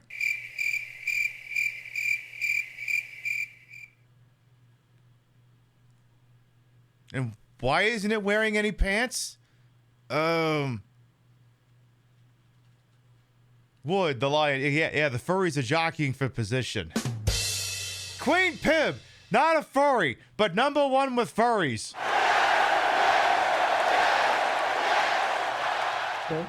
And cross-training for people who'd like to be promoted into other career opportunities here at MGM. And a prerequisite to the Oz training is learning your way around. This is how you put on your fursuit. Special walking tours were set up to familiarize new employees with the property. We needed to teach people how to walk. You put the left foot in front of the right foot, and then the right foot in front of the left foot. There will be a test on this. Which in itself is a lot to learn, and a few miles of hiking to get there. Well, I know that we never ask for autographs or follow the guests through the property. At MGM, all of our guests are stars and deserve to be treated in grand class style. Is that just John Travolta walking off the set of Battlefield Earth? Because it sounds like the same line delivery. The tradition of superior service was the foundation for the company's mission and vision statement. Okay, what's with the Ottawa Senators jersey? It was formally put into action with the reservation staff who went to work months before the property. Shouldn't they have had to blur that? It was opened. Good afternoon. Thank you for calling the MGM Grand Hotel. This is Terry. How may I assist you? Through one-stop reservations, guests can talk to a single MGM employee who will arrange for hotel rooms, car rentals, entertainment shows, theme park tickets, and more. And with the current economic downturn, these people have probably all been laid off. You're very welcome. And here you see the new prospective employees as they see the lion suit of shame, which will be put on the worst performing employee of the month. The slowest blackjack dealer will be forced to wear that while they're working. Have a grand evening. Goodbye. MGM employees worked around the clock to make sure everything was perfect for opening night. That meant attention to detail, the kind you'll find in all of the MGM costumes and uniforms employees wear. Items that were over a year in the making. We had to examine every single area and make sure that it was practical, it was feasible, it was colorful, it was dignified, it was fun. There's a million different... We had to examine every single area, especially this one. Not so much this one. We didn't care as much. We needed to examine this one. The adjectives I can use. Good.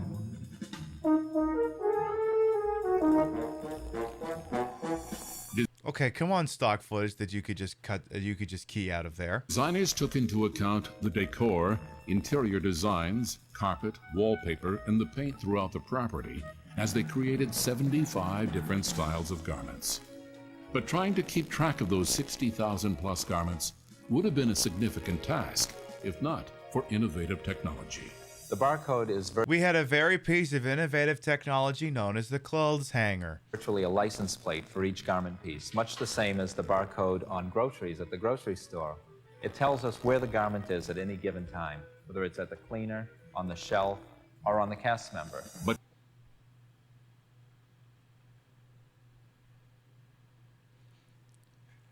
I need an immediate location on suit and tie number 8675309.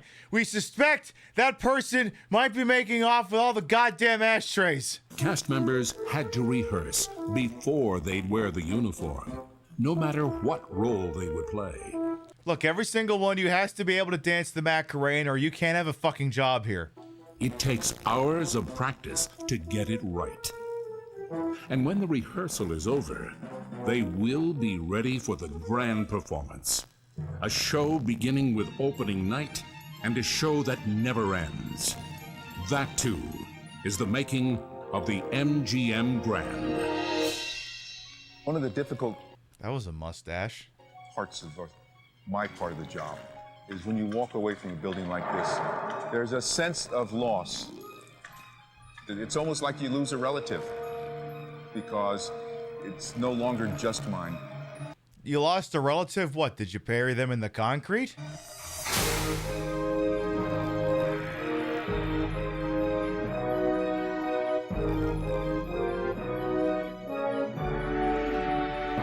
Welcome to the MGM Grand. It doesn't... I mean, the outside still looks like that, but this theming is dead because the theming was too awesome. Wait, that's it? Also, why is this soundtrack continues to be on loan from the fucking Resident Evil Survivor soundtrack?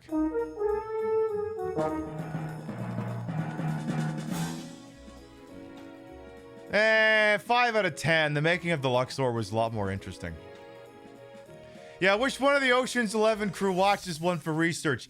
Yeah, look, we're hitting up all of Terry Benedict's casinos. We're hitting the Mirage, the Bellagio, and the MGM Grand.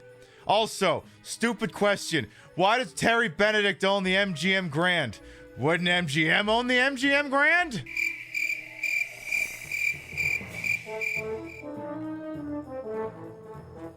Am I the only person who watched Ocean's 11 and thought, why does he own the MGM property? I would have thought MGM would have owned the MGM property. There's a funny story about that. We watched all that training and teasing of a performance and we got nothing. Are you telling me the MGM Grand was not very grand? I know, I'm as disappointed as the rest of you. I'm as disappointed as the rest of you. So, funny story about the entire concept of casino ownership on the Las Vegas Strip. In the mid 10s, whatever you want to call them, 2014, somewhere thereabouts. Continuous delayed reactions, from the 2008 financial collapse. Not to be confused with the... When is this one starting? 2024, 2025, 2026? One of those financial collapses? Yeah, PS3 background is Chef's Kiss. I figured it would be Amalgamate. By the way, Vidor and V4, welcome on it as well. I love when the two of you were in there at the same time because both your names in tandem work pretty goddamn well together. So it used to be that, the casinos in the Las Vegas Strip, some of them could have been owned by the same company, but, they're all basically competing companies. Competing with each other. Competition. The spirit and the harmony of the free market. Is that still going on now? No. What do you mean? Well, when in 2014, basically, Caesars Entertainment went tits up, and I think MGM Resorts wasn't too far behind. Basically, at this point now, every property south of the Mirage is owned by a company that was spun off from Caesars when Caesars declared bankruptcy in 2014. The company is called Vici Properties, V-I-C-I. Now you may go, what the hell kind of a name for a company is Vici? Well, the thing is, it was spun off from Caesars. And if you know anything about the alleged Latin idiom that is attributed to Julius Caesar, it is Veni, Vidi, Vici. I came, I saw that I came. Wait, no, not that. I came, I saw, I conquered with my cum. So Vici Properties would be conquered properties, basically. Or I conquered properties. So all of the properties basically on the Vegas Strip south of the Mirage are owned by one company, and then they're leased back out to Caesars Entertainment and MGM Resorts. So the companies that run the casinos don't even actually own the properties anymore. Now, on one hand, that means they got to keep coming up with the bill every month. The other problem, though, is that there's no choice like no choice. So if half the properties are all owned by one company, they have no incentive to directly compete with each other, and then they can lower their standards accordingly. I know you're all shocked to hear that something like that, collusion of that scale, could be happening in a place like Las Vegas, a place widely known for being above board in everything it has ever done. Something about a property holder called I Conquered Properties is very on-the-nose capitalism. Yeah, no kidding. All right, let's see. We got 10 minutes before the BRB. How fortuitous. Yeah, we happen to have a little video. It's not very long. It's kind of like, remember last time we did this? We watched a video about the Rio. Well, this one's not the Rio. This is about Harrah's Las Vegas. A for your consideration video.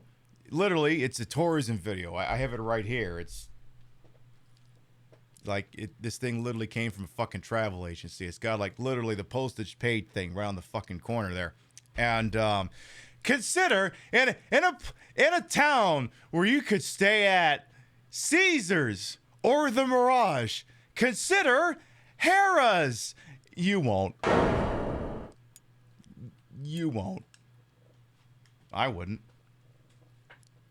In fact, if you look very carefully on the screen, you see in the lower left-hand corner where the PIB logo is, and that little sort of globe thing that's flashing, that's where Harrah's is, actually.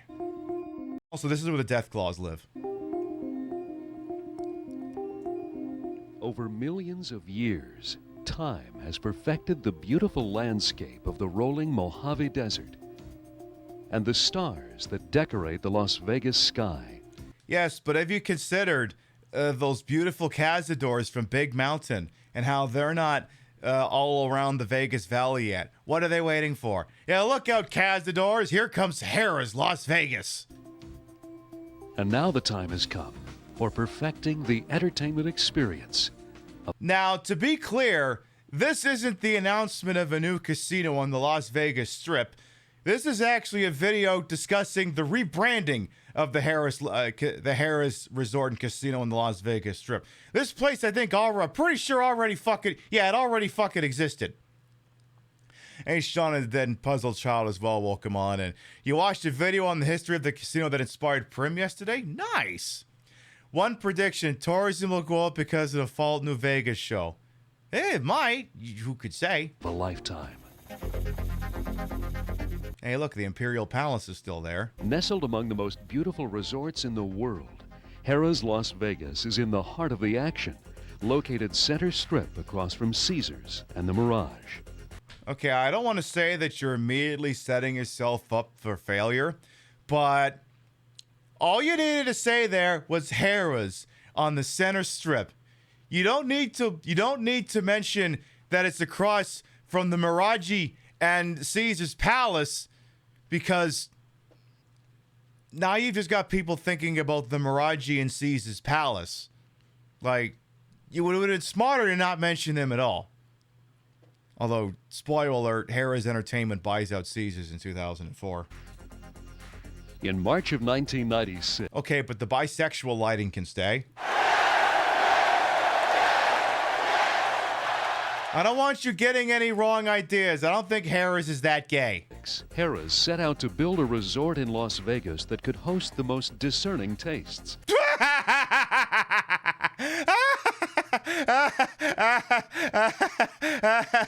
No.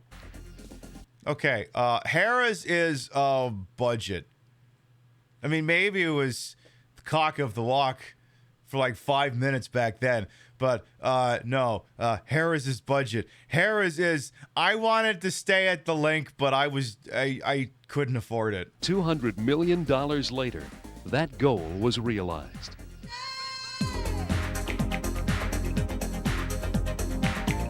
But it's okay, they've got Donny Osmond.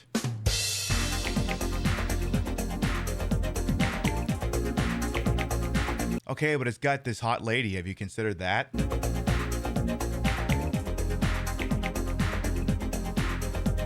I think their dealers do. Oh, but this. Okay, never mind. Harrah's is so back.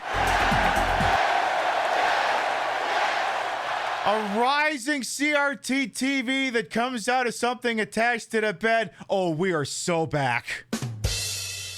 Consider Harrah's today. Listen to some people who've already experienced the new Harrah's Las Vegas. Yeah, this is the new hotspot again. That's fantastic.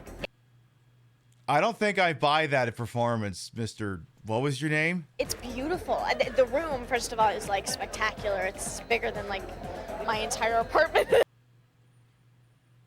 Okay, I don't believe for 1 minute, Jennifer Love Hewitt, that a room at Harrah's was larger than your apartment. Classy. It's really classy now. I was kind of going, wow, very impressed. Okay, well, if Shooter McGavin is impressed, maybe it is cause for celebration. Come to Harrah's. Expect to see celebrities. No, you won't. Expect to be treated like one. 2,700 of the most well-appointed rooms on the Las Vegas Strip. Okay, that's just giving fancy La Quinta. More than 100 world-class... They all just keep glancing just off to the side. What caliber of the revolver they were so clearly holding? Yeah, the pit boss is pointing a loaded .357. Suites.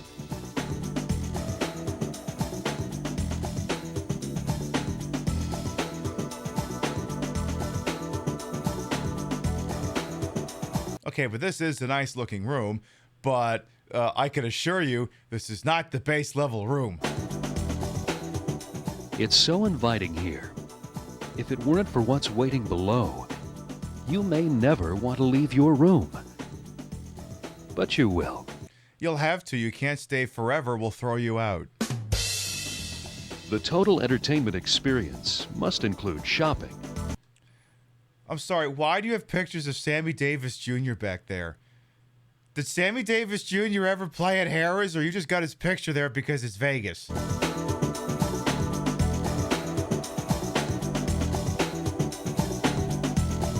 Oh my God, we can buy shit. Is this really an innovation?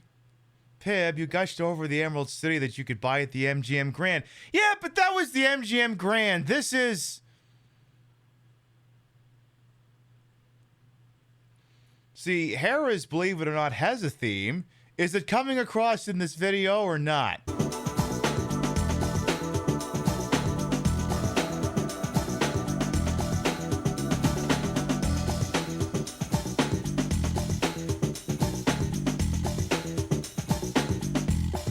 And pampering. Oh my God, side boob. Harrah's bought out the company behind the Players Club cards that deserve your scorn. You're damn right. How dare they put my boy Telly Savalas out of a job? Yeah, I could tell just by looking at you, you could use some fun, right? Big fun. Las Vegas, Atlantic City, the Caribbean, cruise ships. But you gotta take this along, the Players Club card. It's gonna save you a lot of money. Well, that particular weekend, we saved $120 on the room. Fabulous rooms in first-class resort hotels. Use the card and take 25% off every day, any day. And you like to eat, right? Well, take your Players Club card. And they just automatically take 25% off of the meal. And no hassle, saving even more money. Airfare, or up to half off on shows and entertainment. So why are they so good to you? There's something about Players Club members that just stands out. They come to places like the Las Vegas Hilton and to the Flamingo Hiltons to have a good time. And that spreads to people around them. Call Players Club now. You're too smart to pay full price. New members get 2 free nights in Las Vegas or Atlantic City when the club books their flights. Call now, 1-800-421-2000. We used to be a country, a proper country, where Telly Savalas told you to fucking go gamble or die.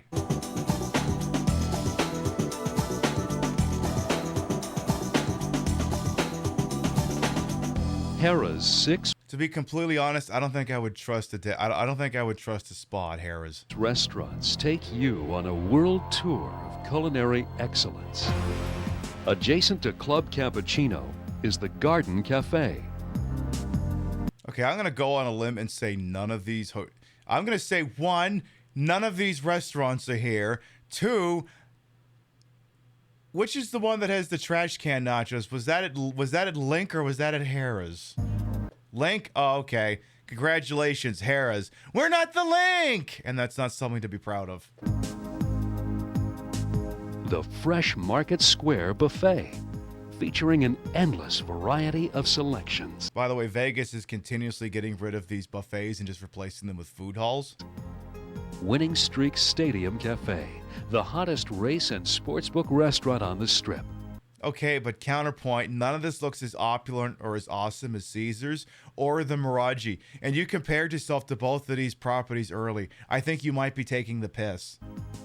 Cafe Andreotti, offering fresh Italian fare and fine wines to an outdoor bistro setting. Because you know what I want to have after I've been day drinking and exposed to the hot summer heat? A fucking plate of Paschetti. Asia captures the taste of the Orient with an innovative mix of Thai, Indian, Japanese, and Chinese cuisines. I'd prefer if they didn't use the O word, but whatever. And the Range Steakhouse, one of the most desirable dining spots in the city. Yeah, but is it better than the steakhouse at the Rio? Because I bet it's not better than the All-American Steakhouse and Grill at the Rio. Offering exquisite cuisine and a spectacular view of the Las Vegas Strip. Offering a spectacular view of the properties you didn't stay at, which you should have. In each of our restaurants, we gambled on no detail. We left that to you. We left gambling on details to you.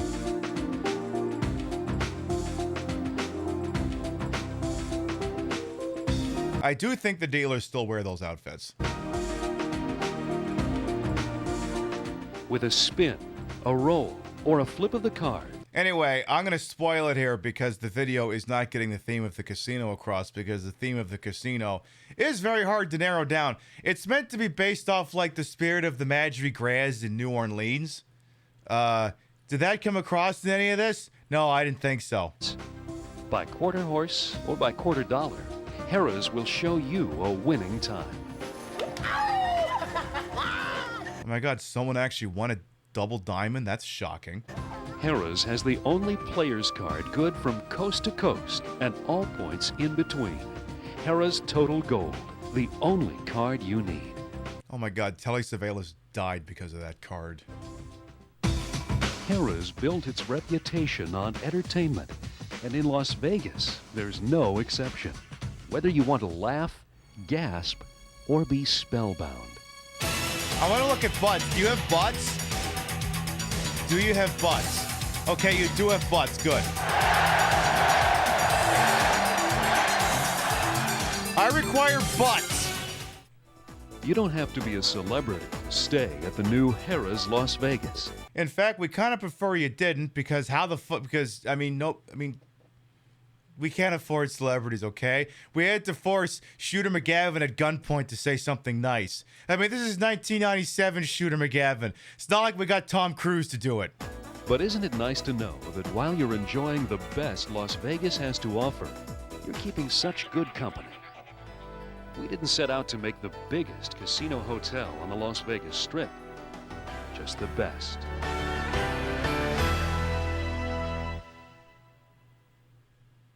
How many of you had heard of Harrah's before this?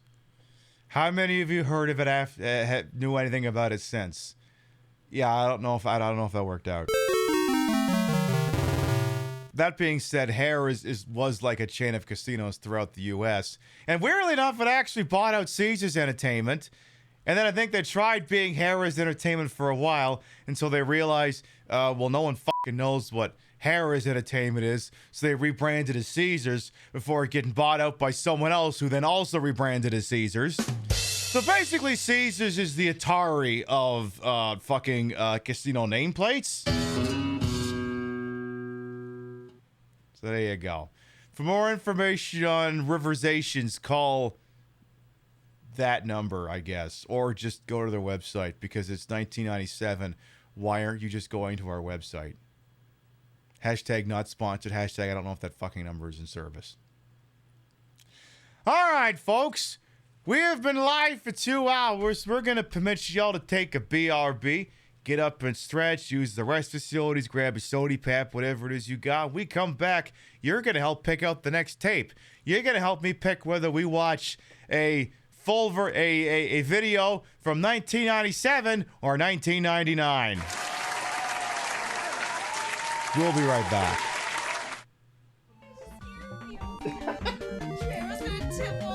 The chair is not going to tip over. I got this. Last night, however, Last night, though, that was a real threat. There was a real chance to that one. Yeah, yes. And then, can I slide down?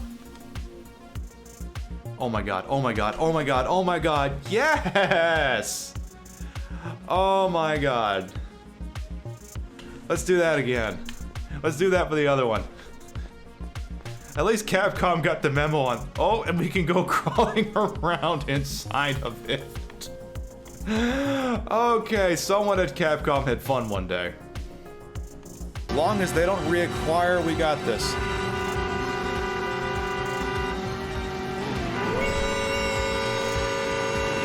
Son of a bitch! What? No, stop!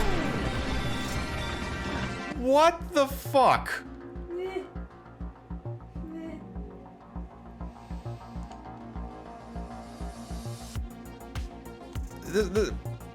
This was going too well, apparently. Guys.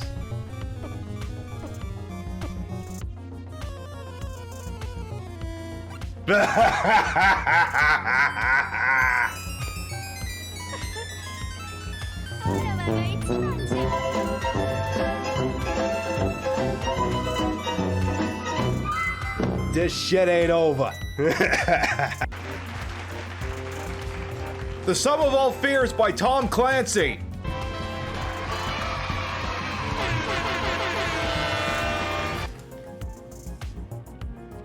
Can I pull your tail? I'm gonna pull your tail. I'm gonna pull your tail, bitch. I'm gonna pull your tail. I'm gonna poke your tail. I'm gonna knife your tail. I'm gonna knife your tail. Oh shit!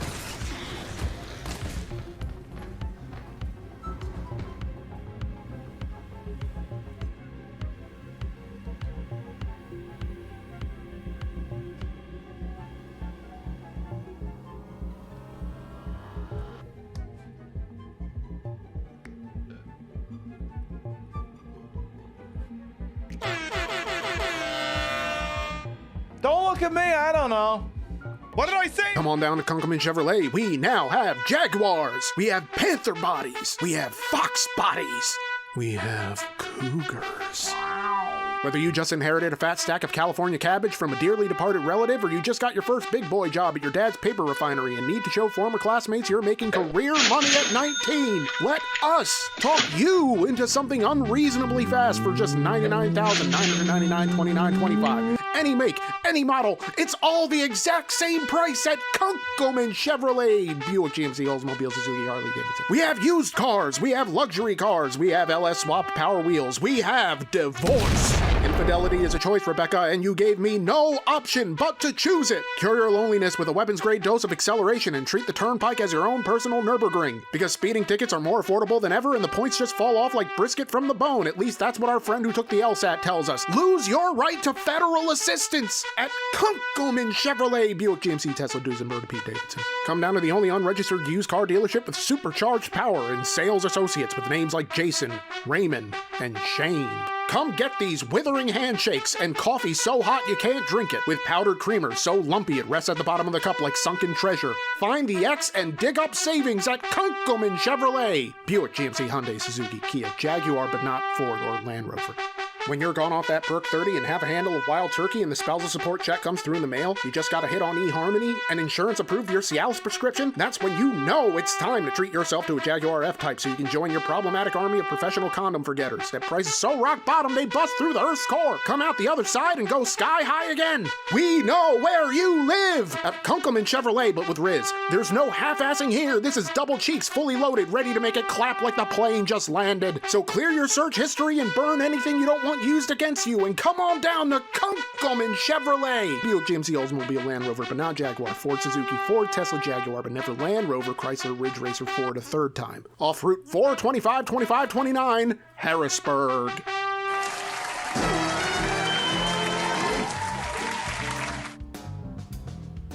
I trust you all had a lovely little break. For anyone who might be new here, I am Queen Pill, Patricia Enga Bogart. You may also call me Trish.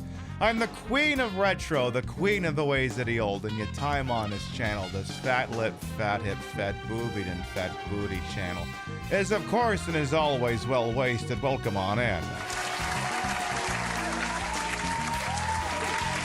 I put the broad-in broadcast to the whole and wholesome amazement for my own hubris until these breasticles may be fake, the retro is real. That's the real PlayStation 3. Okay, but we're using it to watch digitized VHS cassettes. That's like old-timey, right?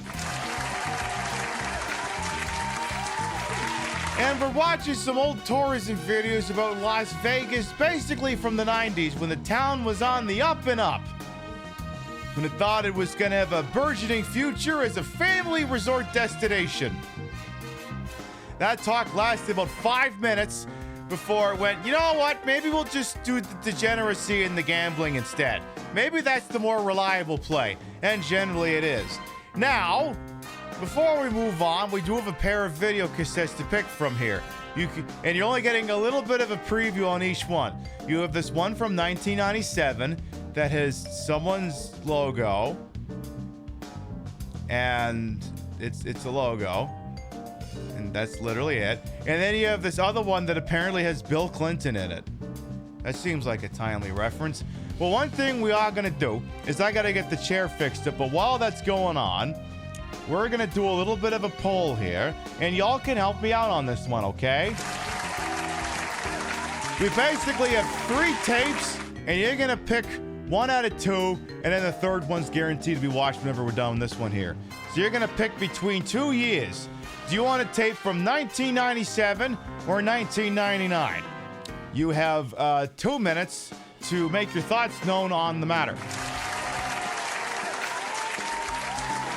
And if you tie, I will just flip for it. Now, while you're all arguing with that, I'm going to go ahead and take care of the other professionalism-related thing I got to do on this broadcast. Because every time we get to the half show mark, I got to make sure that your ability to enjoy the show is not compromised by extraneous furniture or what have you sticking out. I mean, God forbid, if this blanket goes up any further, you're going to think there's a giant chair sitting in front of Caesar's palace. So I'm going to have to go ahead and take a moment to make sure that the green screen chair is properly affixed to this chair. And it is getting really askew here. Like, this is the edge of the blanket right here. I really need to pull the damn thing back. This is going to take me a second to fix. It'll only take me a moment. I just gotta get this thing fixed. Again, it's so dangerously close to being visible that I'm just going to have to do this. I have to. I know what I'm saying about it. The blanket is just so woefully out of place. Alright, that's good. Now, how about with the rest of this? What's going on with the back? Where do you go back to there?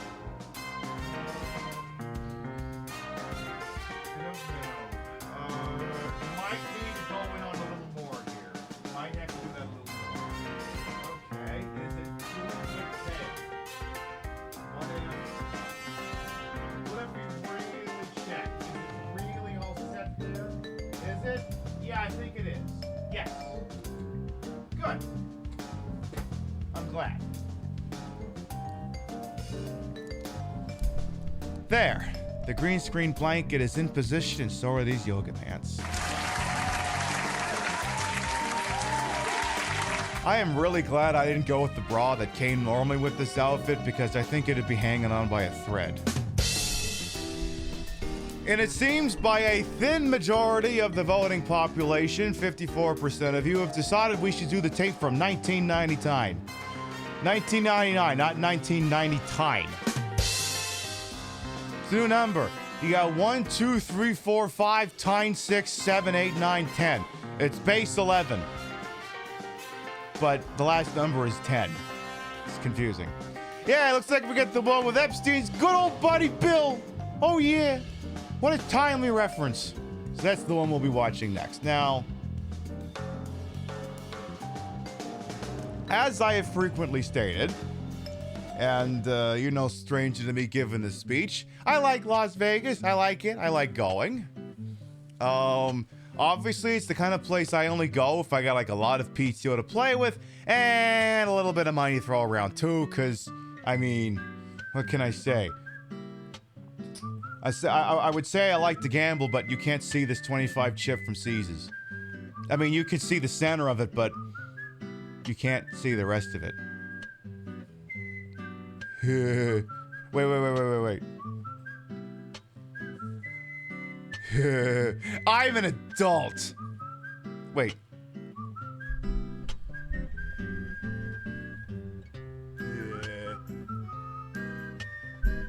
Look, you're all thinking it. I had to do it. And because Las Vegas is the kind of place you usually only go to if things are booming and you got money to throw around, when the economy is in a very healthy place, so is Las Vegas. Room occupancy is high, they can charge more money for those room rates, but we find ourselves in more interesting times. Year over year, attendance to Las Vegas is down. The Las Vegas Strip is down 6.5% year over year. Now, that doesn't sound like much, but it is. I mean, that's like 20. That's like 20% PIP. No, that's not 20%. 6.5% is not 20%. It's 6.5%. I think what you're looking for is it's more like 1 in 20. Yeah, that makes more sense. 1 in 20 of the people who used to go ain't going there so much nearly more. It would be 1 in 20. Yeah, pretty much. Something like that. Are we getting Steiner math here? Yes, that may be what's happening. You may be getting some genuine, bona fide, electrified Steiner math here. So yeah, people are going less, and that's for no shortage of reasons. One, many of the international travelers are staying away because, well, I don't know if you heard, but the only growth sector in the U.S. economy right now is going to work for ICE, aka the Gestapo. So, and you know, who wants to have to budget the first 96 hours of their vacation to possibly sitting in a detention facility? So the international travelers are not coming nearly as much as they used to. And then the stateside travelers, well, I mean, I went in February, but would I go right now? Probably not. Not the least of which is because it's stinking hot right now. But like, I mean, that's the thing. Less people are going because the rooms are getting more and more expensive. Because that's the thing. When the economy starts slowing down and things go to shit, they're obviously like a place like Las Vegas. Like, they lose money, obviously, if the rooms aren't full. You don't want occupancy rates to drop. And now there's two ways you could go about that. You could try lowering the room rates, but then you're guaranteeing that you're probably not going to make as much money as you do before.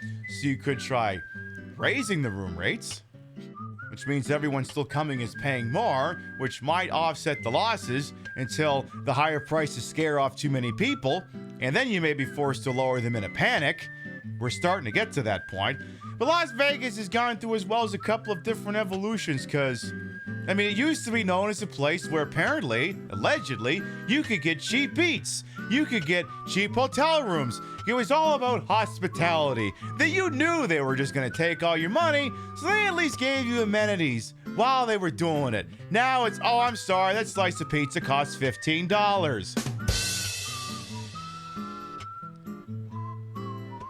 Like, one of the last vestiges of cheap, reliable eats on the Las Vegas Strip was this place on the I think it was in the Miracle Mile next to Planet Hollywood. And I'm not gonna lie, I forget what the place was called. But you could get like 3 drinks for $15. There was like a fixed cap on like how high the entrees would cost. And then they had to jack up prices. And then the whole place went under because they couldn't afford the raised rent. So, like, the places, you know, that a regular schmuck could go over there and feel like they were getting value are slowly getting swallowed up. And again, less and less people going means less and less people are there. Less and less people are spending money. There have been layoffs in Las Vegas. There have been layoffs. My understanding is that MGM Resorts, I think most of the concierges, most of them, I think, except for their marquee properties, have been laid off. A lot of the custodial or room service staff, I guess, at Excalibur and Luxor have been laid off. There's been staffing cutbacks at the MGM Grand. Not the MGM Grand, the property we just finished watching that video about, the same. It's like, you know, Vegas is in a little bit of a tailspin right now.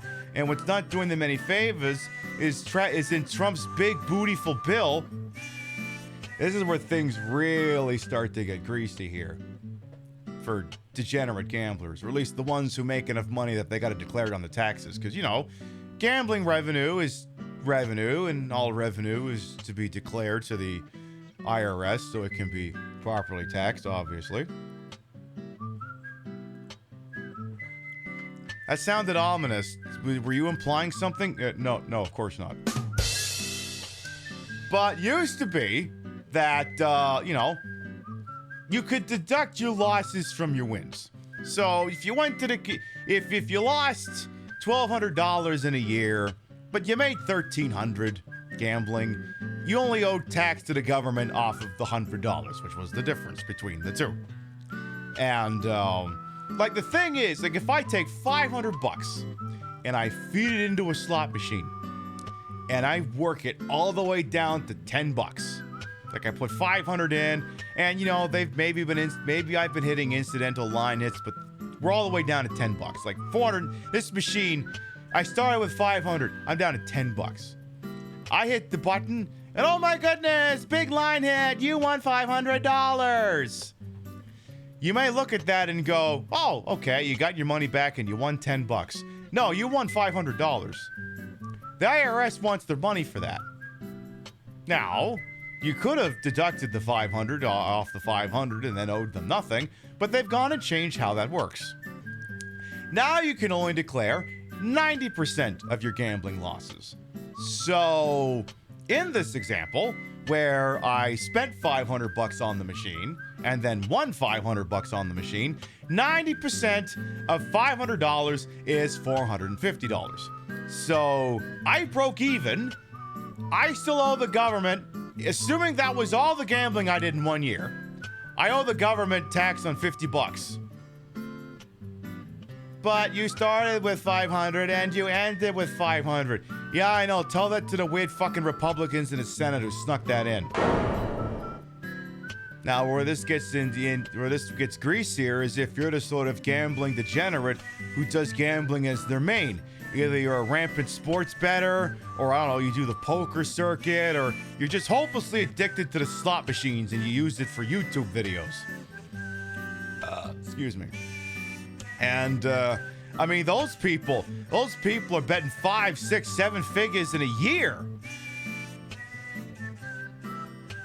And now, unless, like, the only way that it would work out is if you lost so much, like, you lost more than you won, and you lost a lot more than you won. Like, 90% of your losses would have to be bigger than how much you won in order to not owe any gambling tax. It's because you know what I like doing when I'm tipsy wandering through a casino, trying to keep a win-loss record. So a bunch of numbers dorks are convinced that across 8 years it'll raise like, I don't know, like $1.5 billion in tax revenue. And I think what they're assuming is that, you know, gambling degenerates, famously known for being people who never ever engaged in subterfuge or any kind of sleight of hand, and have clearly only ever been gambling in above board capacity in things that are declared to the U.S. government and use proper currencies and stuff. Thankfully, famously, these people are never ever known for gambling using dubious currencies or for going offshore when push comes to shove. Pib, I can't help but notice you're putting out a poker face that would put a lot of the ones in LA Noire to shame. Is there any reason for that? No, of course not. Anyway, you voted by a thin majority to watch a video about visiting fabulous Las Vegas from 1999. Let's go. Yeah, why spend $15 on a pizza in Vegas when you can do that at home? Well, that's the other thing, Tiny Gay Party Hats. The argument is also, why would I go to Vegas to lose all my money when I can just lose my money on my phone? Or on my computer, at home, in my underwear. So over 8 years, the U.S. will get $8 billion. Doesn't the U.S. spend trillions now? I'm sorry, are you expecting the United States federal budget to make sense? If it didn't make sense before, it definitely doesn't make sense now. Hey, how you doing? Oh my God, it's my friend Jerry Epstein in the back. Oh my God, I love you, Jerry. Mr. President, no, that's Jeffrey. Oh, okay, I forgot that's what his name was. I got a little bit too fucked up with him last night.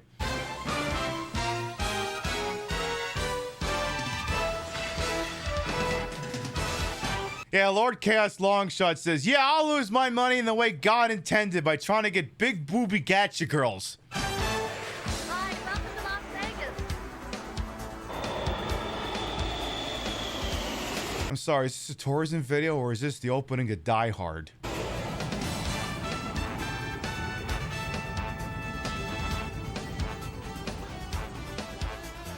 Oh my God, they had airplanes in 1999? That's wild. McCarran International Airport, Las Vegas, Nevada. Wait, McCarran? You mean the place from New Vegas?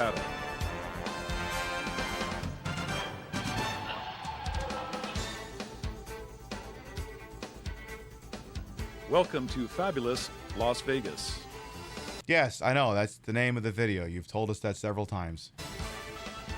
Yeah, did the doors stay on the aircraft as well? Yeah, they used to build them a lot better back then. Las Vegas is the entertainment capital of the world. There's magic, music, dancing, comedy, and gaming. On any given evening, there's some form of entertainment for everyone. Except Nazis. The Imperial Palace guy doesn't own the Imperial Palace anymore, so there's no more entertainment specifically for Nazis. Las Vegas is the brightest city in the world and features 14 of the world's largest hotels. And also Harrah's. And it's growing, bringing 30 million tourists annually. It's no wonder Las Vegas is the fastest growing city in America, with 5,000... Well, yeah, because it's in the middle of a fucking desert. There's literally room to put anything anywhere. People moving here every month. Oh my God, it's the Monte Carlo, which looks in no way like the Park MGM. Oh my God, it's the CN Tower. In the next minute and 20 seconds, see how many casinos you recognize. Okay. Okay, that's the Westgate. That's the SAHARA, Shara. Oh, okay. I'm gonna warn you. Yeah, literally the next minute and a half is gonna be these weird zooming cuts. Palace Station, I'm pretty sure that's still there. Circus sadly is still there.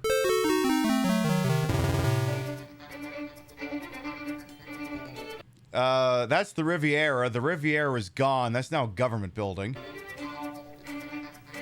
Stardust. That place actually moved to that place moved to the Camarocho. Actually, that's Resorts World now.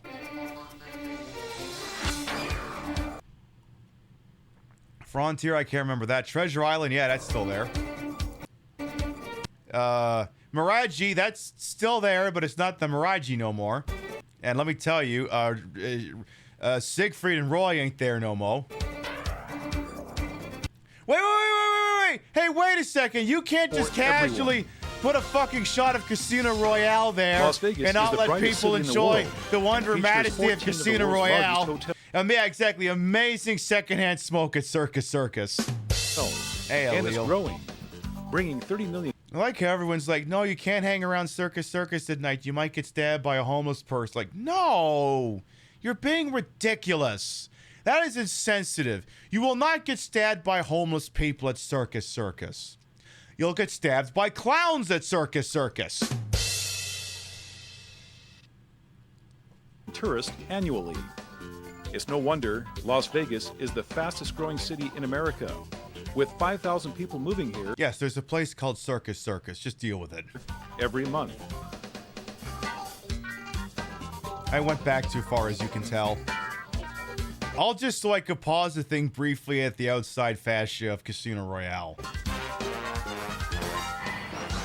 In the next minute and 20 seconds, see how many casinos you recognize. The Westgate, yeah, that's still there. The Shera, that's still there. I can't remember if Texas is still there. I'm pretty sure it's not. Palace Station, that's still there. Circus Circus, sadly, still there. Riviera's gone. Stardust is gone. That's Resorts World. No, no. I just want to see Casino Royale. No. Not the Miraji. Come on. Yes! Yes! You need to look at that, damn it! That's Casino Royale. You can get a $4 foot-long hot dog there. And if you go inside, you can also get a hot dog. I like how they also zoomed in close on the Denny's. That was Harrah's. Harrah's didn't look like that in 1999, so that's weird. Remember, we watched that whole video showing the outside of Harrah's doesn't look like that anymore, and that thing was dated 1997. Okay, yeah, Planet Hollywood's there. Except I think that's a different Planet Hollywood, not that Planet Hollywood. Caesars, yeah, that place is still there, huh?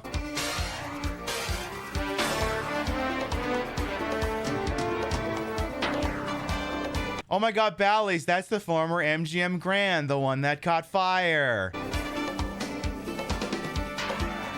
The Sands, that's not there anymore, that's the Venetian.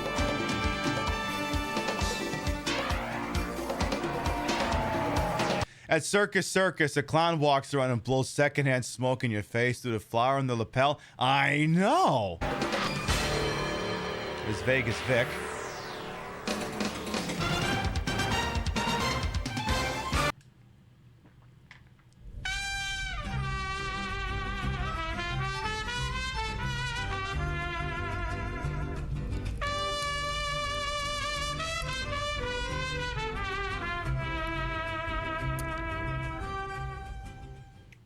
Viva Las Pib. Damn right, Regal Roadkill. Thank you for the whole ass year. Thank you. By the way, Outcast Joe as well. Welcome on in.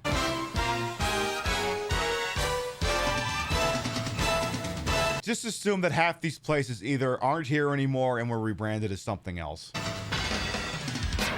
Like, I think Fitzgerald's is now the D. The Four Queens is still there. Although if you look at the sign in proper, it looks like the Four Queefs. That's a completely different place. For those not aware, a queef is when you... It's very descriptive.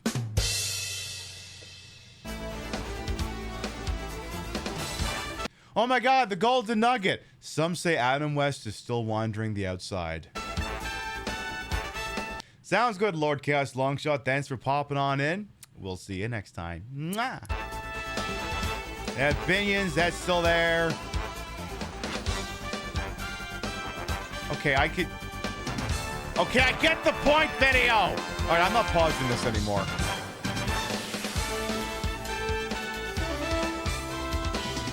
El Cortez is still there. I think Showboat, I can't remember. Boulder Station's still there. Sam's, yeah.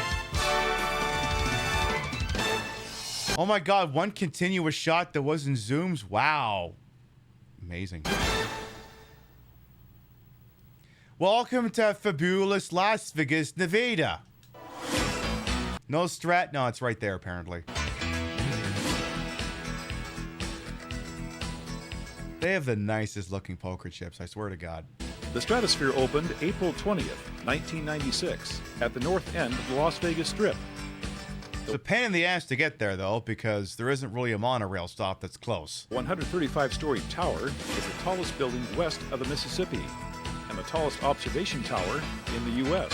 See, they say it's the tallest building west of the Mississippi because the Mississippi is like 2,000 feet above sea level. Very strange. It's like someone took the reticulating splines thing in SimCity 2000 and just dragged it all the way up to the sky.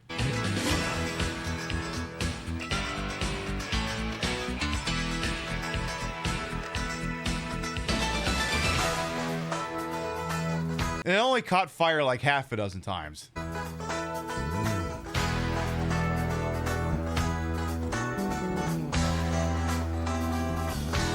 So, for those of you who have played Fallout New Vegas, the Lucky 38 is sort of half based off the Strat and half based off the Landmark, which was another sort of casino tower that shared certain stylistic cues with the Lucky 38.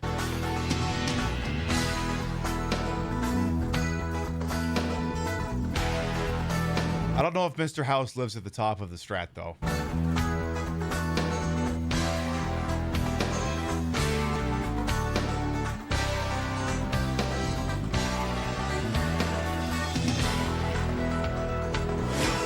The Stratosphere Complex offers a large casino and shopping mall, along with one of the best views of Las Vegas. My understanding is that the Strat was kind of a dead place within the last couple of years, but they started to bring it back. I guess they've been doing some renovations on it, and they actually brought back, I think, they either brought back $5 blackjack or 3-2 blackjack at decent table minimum. So they're trying to mount a comeback. At the top of the tower sits a revolving restaurant, cocktail lounge, and 3 wedding chapels. I don't know if you want to go all the way up there and have a drink. I think you just look out the window and go, oh my God, I'm going to die. Exciting rides are featured. The High Roller, roller coaster, and the Big Shot. That roller coaster is gone. We used to be a country, a proper country, where you had to go 10,000 feet in the air just to use a fucking roller coaster. Here you see television celebrity Jenny Garth of the hit show Beverly Hills 90210. This is the last footage known of her before she died on the high roller. Blasting off. Not to say... See, here's my problem, right? Here's my problem. I've watched enough of It's Always Sunny in Philadelphia, and the one where they go down to the boardwalk is always one of my favorite episodes. But the problem is when, Dee gets the hair put up in braids and then goes on their version of what is basically the high roller. And, well, if you see the episode, you know where that goes. And I'm like, now I'm just worried that that's going to happen anytime someone uses one of these goddamn things. Something's going to get stuck, and before you know that, their scalp's gotten torn out, and then they're going to meet with this one lady who's going to help them rob a liquor store, and then they're going to get shot at. So I guess what I'm saying is don't ever ride this ride. Or else you may get shot at by crystal meth junkies who just held up a liquor store and somebody got shot.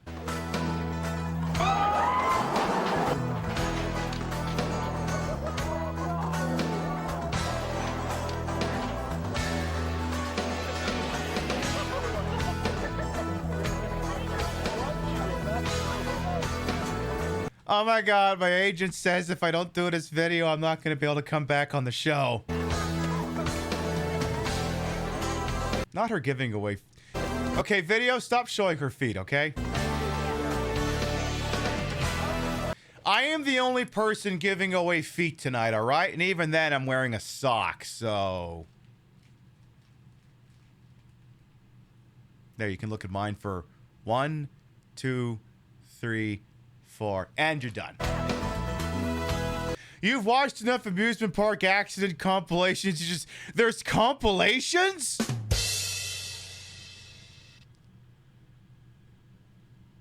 I kind of want to watch. I think I know what I'm doing tomorrow. I mean, I'm sure we all saw that one out of... What was it? Was in Dubai or something? One of those ones that swings, whee! Whee! And then it's split in half and like 3 people were critically injured. And if Dubai can't figure out how to make that fucking ride work, what are the odds for the rest of us? Now, you might think a topic like that is morbid. I go, oh yeah? Well, how about all those death trap roller coasters you set up at Roller Coaster Tycoon? Those had real world consequences for the people who are riding those things too.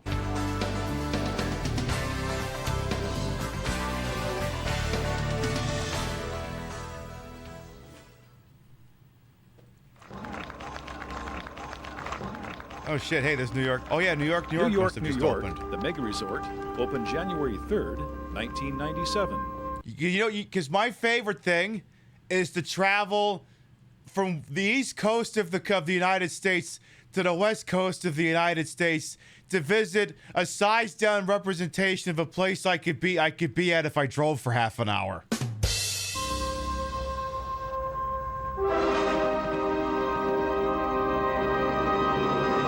Great property, though.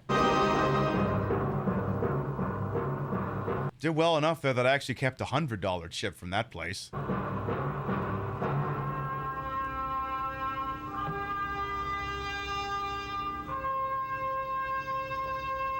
You know, I'm sure you could have played like that really catchy New York song. You know, the one that just really, really encapsulates that can-do spirit of New York City.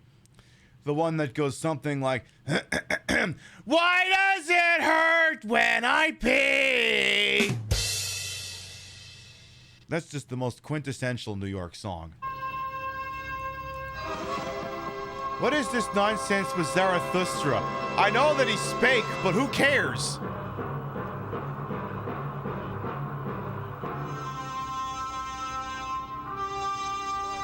Okay, look, I've been to New York, okay? It's a nice property, but it's not that fucking exciting.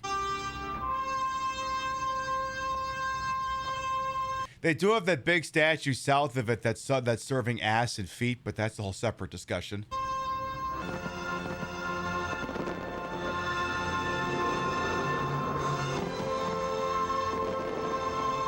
Big deal. They use 3 times as many fireworks on 4th of July. I look forward to this whole section getting muted on Twitch. Meanwhile, the Excalibur is off the row over the left going, would you keep it down? All of the families in there trying to sleep.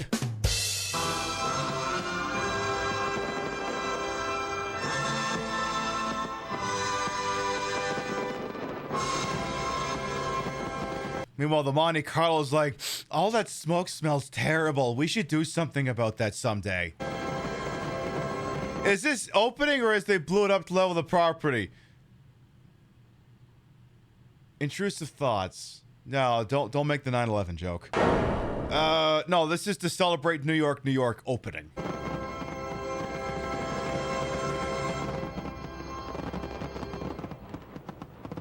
When you consider the history of how Las Vegas started, even before I got here. Hey, it's that bum from Vegas Vacation. And that's his wife. It's kind of come full circle because New York people are the ones that kind of built Las Vegas, at least had the vision to imagine what it might be. Wayne's just like, hey, remember all those New York Jewish mobs that helped set up Las Vegas? It's fitting that way. What's that? This resort was actually set up by a mega conglomerate corporation? Oh, yeah, I'm sure Myers Lansky really appreciates that. But I think even they, if they were around today, would be pretty surprised at what's turned out. Yeah, I think they would go, holy shit, I didn't realize, holy shit, I'm still alive. I didn't get whacked in my house. That's amazing. Happy New Year, Merry Christmas. New York, you're the best. That's a mullet. Now that's the mullet you could set your watch to. Hundreds of celebrities gathered at New York for the grand opening celebration. Hundreds of celebrities like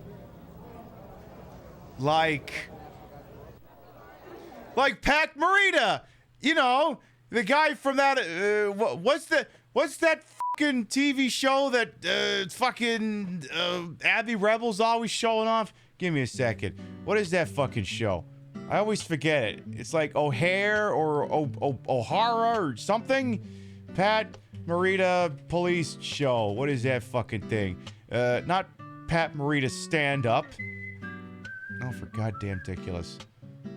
Okay, I'll just Google Pat Morita police. O'Hara, that's it. Yeah, give me an intro for O'Hara. O'Hara intro. Pat Morita. I wrote it as Pat Moira, but it seems to have figured out. Pat Moira, slightly different person. Hey, we don't need the test pattern noise, fucking idiot. Just start the fucking intro, you fucking dingus.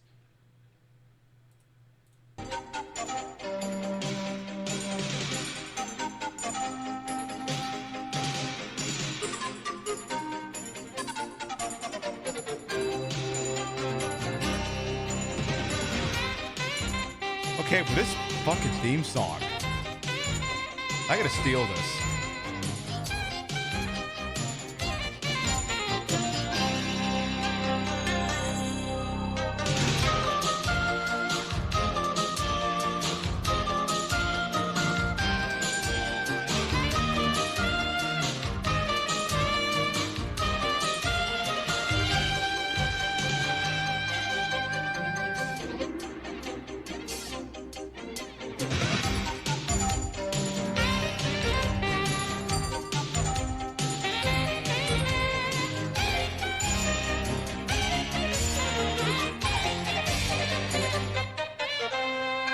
Yes, Kevin Conroy and Catherine Keener are in this. Yes, this is absolutely a stacked cast. That is O'Hara. I think it ran for like 3 seasons, if I remember correctly. Beats the heck out of sushi. Hey, you heard it first from Pat and Marita. New York, New York. It beats the heck out of sushi. Welcome to New York. Any other the hotel celebrities? features an Art Deco themed interior, modeled after the New York architecture of the 1920s and 30s. That part of the place does still look like that, yes. They have a very nice sort of like food court, which, you know, looks like New York. Floors throughout the hotel check-in area have a high polished finish, and bellmen wear 1930s style outfits that include pillbox hats. New York, New York also has a central park and brownstone facades that come with graffiti. I'm pretty sure that's not still there. David Hasselhoff, seen here, discusses his first roller coaster ride around the hotel. Wait a minute, that guy? Wait, that's not David Hasselhoff, that's James Belushi. Are you confused, video? Do you want to maybe get Jimmy Belushi over here to talk into the goddamn microphone? Oh, well, I do have fun here. Yeah. And it's only 45 Yeah, minutes film long, actor, and, parentheses. I come here often just to escape. No, are you? He's a little nervous. He's a little nervous. David Hasselhoff before the cheeseburger. No, this is fun. Now, some of you may know, chat's like, no, don't. Don't do this. Please, don't do this. Get up. Let's get up. Don't do it. Man, don't do it. No, don't do it. Think of your family. Think of your fans. Think of everybody. You got the kid in the house. Chaka, hooga, hooga, hooga, chaka, hooga, hooga, hooga, chaka, hooga, hooga, hooga, chaka, hooga, hooga. I can't stop this feeling deep inside of me. Girl, you just don't realize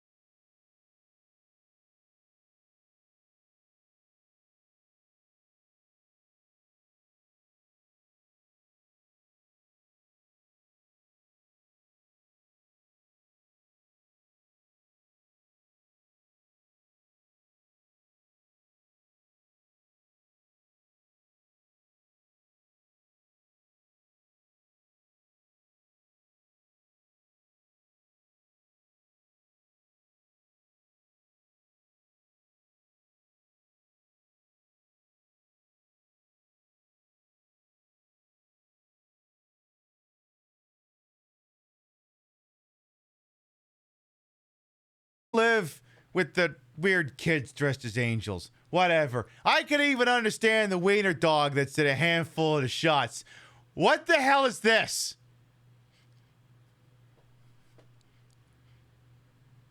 You know what this is? You know those weird eye drops that fucking what's his name Montgomery Burns has to take when he looks like an alien who goes wandering around in a fucking forest.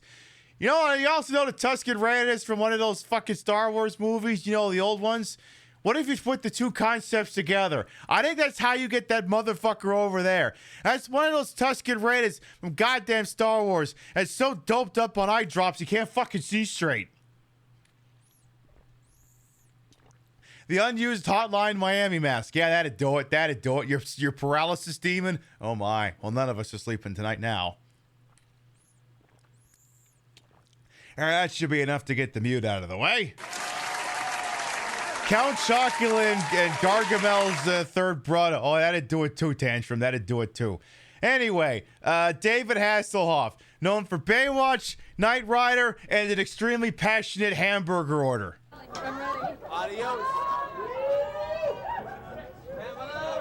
This is the last footage we have of David Hasselhoff before he tragically died. Pib, he's still alive. Is he? Yes. Okay, fine. Now the sign says you must be this tall to ride. He was too tall. You think about his burger passion now and again. I mean, if he did that now, half the audience would just say, that's a mood.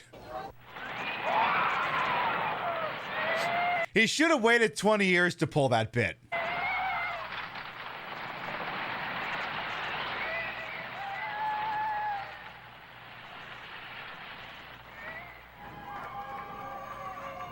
Oh my God, I did a roller coaster. It was the roller coaster of emotion. Just like the music video for fucking Hooked on a Feeling. All right, now what? Hey, Lux, by the way, welcome on in. The Flamingo Hilton, or as it's now known, the Flamingo. Flamingos and fizzing champagne glasses. That was the trademark of Bugsy Siegel's Flamingo Hotel. Yeah. Okay. Yes. Do you want to expand any further on that? No? Yeah, the front fascia for Flamingo used to go a lot harder, but didn't they fucking all?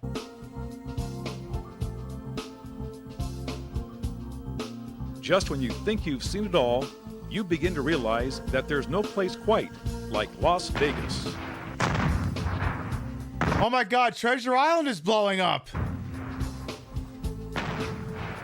No, it's not. Caesar's Palace is certainly one of Las Vegas's most popular hotels. We used to be a country, a proper country, where the exterior of Caesar's Palace was neon blue instead of fucking red. I actually kind of prefer this. Caesar's opened in August of 1966 at a cost of $25 million. It started with 680 rooms. And then they added it up to 681 rooms. Crescent-shaped 14-story tower. Oh my God, that's the rotunda that's got all the statues with the dicks in them. Because there's a rule at Caesar's Palace. All of the statues must have boobs, and the statues that do not have boobs must have dicks. It's the rule. If it does not have boobs or it does not have dicks, it has no business being anywhere near Caesar's Palace. Yeah, it's Caligula's palace, exactly. Hey, Dr. Pepper. Show us Michelangelo's David's dick!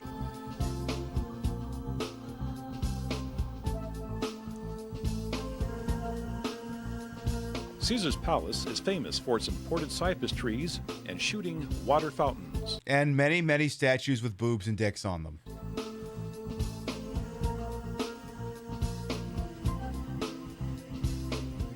Okay, but like, again, when we were at Caesar's Palace a couple of years ago, we got a phone call in the lobby that you never want to get this phone call. I mean, you don't want to get that phone call, but we had to get that phone call. And it was sad, but there were also statues of dicks with dicks nearby. It kind of helped.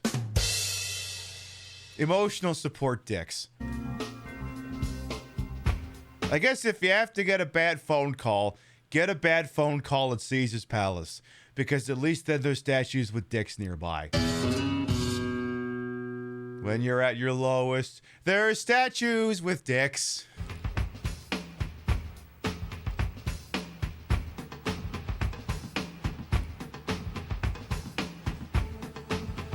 The Imperial Palace on the Strip doesn't exist anymore. It was owned by a Nazi. Well, he swears up and down he wasn't a Nazi. He just had a really, really slanted World War II artifact collection. Has over 200 antique, classic, and special interest vehicles. It was such an embarrassment. He got the single largest fine that the Nevada Gaming Control Board could ever give to an individual. On display in a plush gallery-like setting. Okay, but he totally had it. I don't see it here, but there's no shot the man did not own Adolf Hitler's Mercedes-Benz. Among them are President Eisenhower's parade car, the Tucker, and also the world's largest collection of Model J Duesenbergs. I feel like every time that the Imperial Palace is brought up, I actually do need to cite that. Because, like, you know, you understand that Twitch audience is a transient, and I can't assume that, that the same audience when I told that story the last time is the same audience that's still here. Let me see. Yeah, lawsuits and controversy back when the link was called the Imperial Palace. Yeah, lawsuits and controversy. All right, beautiful. Here we go. In 1988, agents for the Nevada Gaming Control Board inspected the Imperial Palace and discovered that owner, what's his name, Engelstad, had a war room there containing a large collection of World War II Nazi memorabilia. Among the items was a portrait of Engelstad and the likeness of Adolf Hitler. The control board also found that Engelstad had hosted Nazi-themed parties at the war room in 1986 and 1988, celebrating Hitler's birthday. If you took all of Engelstad's Nazi memorabilia and lined it end over end over end, you could burn it all to the ground in one fell swoop. Following these revelations, state officials accused Engelstad of bringing discredit to Nevada and its gaming industry. How dare, they said at the time, how dare you sully the good name of all of this rampant gambling and degeneracy by getting the Nazis involved. He apologized to the parties and stated that the collection was purely of historical interest. Engelstad faced a possible revocation of his gaming license, but eventually agreed to pay a $1.5 million fine to the state, settling issues related to the Nazi controversy and the destruction of records. It was the second largest fine in Nevada gaming history. Oh, and then a sex discrimination lawsuit, but isn't that just par for the fucking course? Okay, but why is it always Nazi shit with the World War II games? Right! How come they don't have, like, massive, huge collections of, like, I don't know, fucking V-Day stuff? How come it's always Nazi shit? Or, like, I don't know, at least, I don't know, Imperial Japan shit or something. Why is it always Nazi shit? Well, you may be a Nazi, but you did pay a lot of money. That's what the Nevada Gaming Control Board had to say on the matter. Anyway, it's not called the Imperial Palace anymore. It's now called The Link, and it's a pretty decent property. Including ones owned by James Cagney and Max Baer. The collection also features Al Capone's 1930 Cadillac and a 1915 Model T Ford. Okay, but are you going to tell me about his vast collection of Nazi memorabilia or not? I want to hear about the Nazi memorabilia.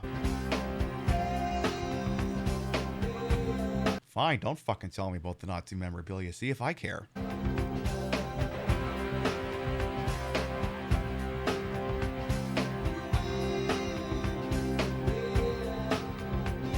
Okay, I get it. It's car show. Car show. Wait, we need to redub this entire thing with like the Roman giving commentary on these cars.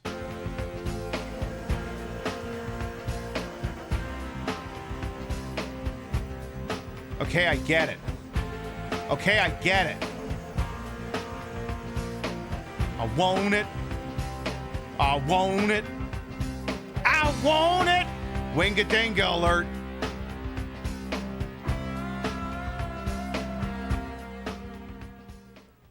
Hi, I'm Joseph. I'm your guide in Paris. Oh mon Dieu! Are we certainly going to France?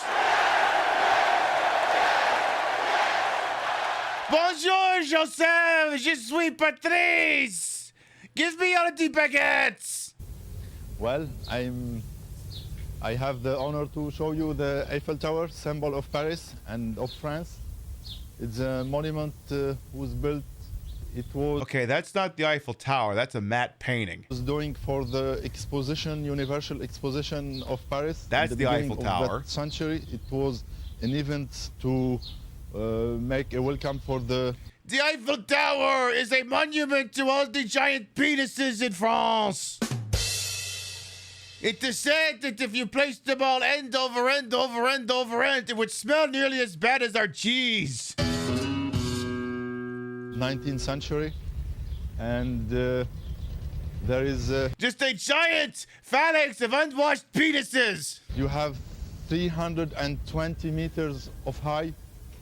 It was a summit of the technology of that beginning of this century. Yeah, big deal. You got a 25-minute video about the making of the Eiffel Tower because, opening 1999. I wonder if it is still there. And now it will be time to go to Paris, Las Vegas. The thing that's very strange, especially you can tell in this artist rendering of what Paris, Las Vegas would end up looking like, is it means the Eiffel Tower is clipped into the building. It's very strange to see in person.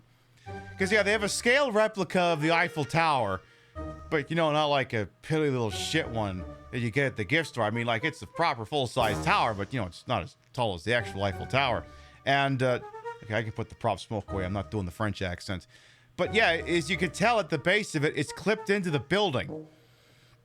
The thing that's weirder about it, and let me see if I can find a picture of it here, is you may be wondering, okay, but if you go inside Paris, Las Vegas, can you see where it's clipped into the building?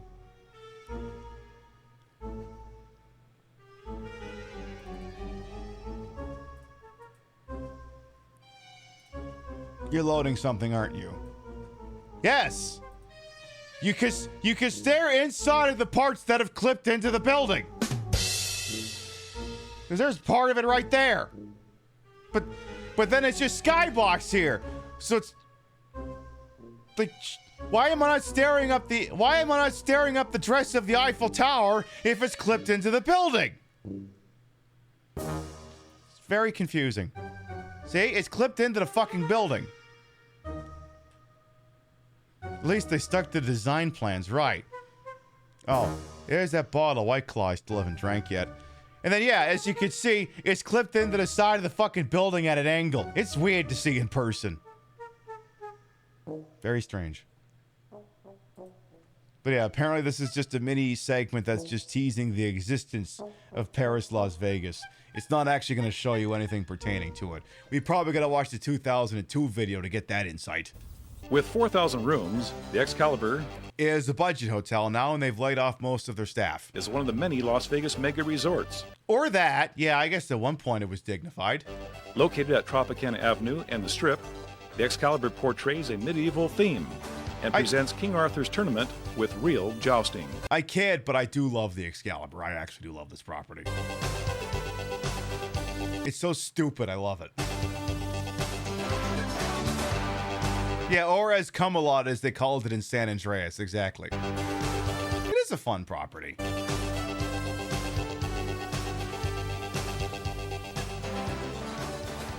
The Desert Inn had its grand opening April 24th, 1950. And then Howard Hughes went up there and never came out. The grand event featured performers Edgar Bergen with Charlie McCarthy, Vivian Blaine, and the Don Arden Dancers. On a return trip to Las Vegas on Thanksgiving Eve in 1966, Howard Hughes began a self-imposed isolation at his penthouse at the Desert Inn. His isolation would span 4 years. Yeah, if you're ever wondering why Mr. Burns gets all haggard looking in the casino episode of The Simpsons, it's because it's based off Howard Hughes, who went into the penthouse and then never came out for a while.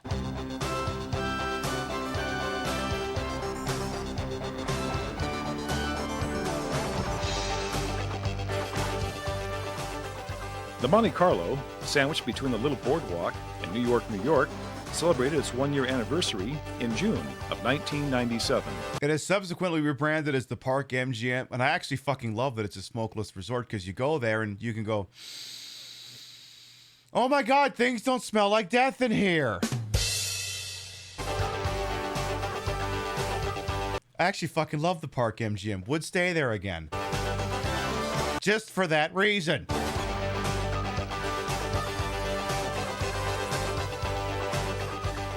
Yeah, there was this weird stretch where, like, Vegas had given up on the whole, all right, you know what, themed properties are out, but what if we did properties themed after cities and places? So that's how you get Paris, Las Vegas, the Venetian and Palazzo, Monte Carlo. And they're like, wait a minute, this is motherfucking Las Vegas. Let's just do opulent properties. The Hilton is located 1 block from the Strip. That's the Westgate. I told you about it earlier. On 80 lushly landscaped acres. Once again, that is the casino that stood in for the exterior of the White House in Diamonds Are Forever. In fact, like if you go right up to the front of the hotel, it looks exactly like it did in Diamonds Are Forever. The latest entertainment attraction is the Star Trek Experience. The what?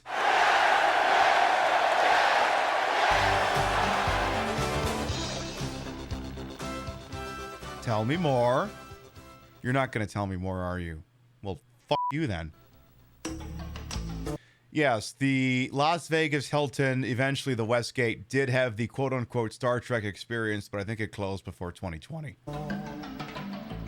It was there and got you pick on the bridge? Hell yes. I think we'll learn more about that in the 2002 video. The flame-shooting volcano is the trademark of the Mirage and sets the stage for a tropical theme. Let's take a look inside. The Mirage features a gigantic fish aquarium. Featured, past tense, it's now shut down.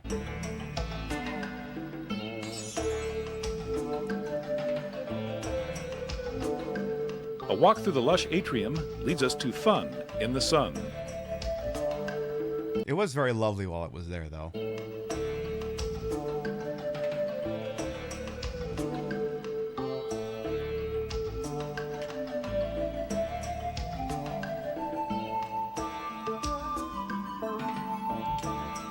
Now, you want me to ruin pools for you forever?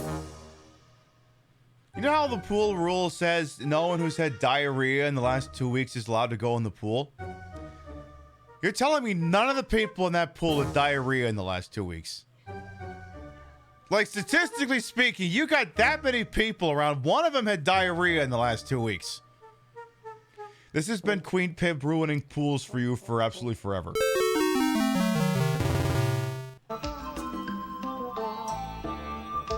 You're in Las Vegas. One of you had diarrhea. Did you eat anywhere in Las Vegas? One of you had diarrhea. Back inside, but in an open-air environment, you'll discover tigers. The tigers can also be seen when they perform with Siegfried and Roy. Don't worry, someday the tigers will have their pound of flesh, literally. These royal white tigers originate from the Himalayas.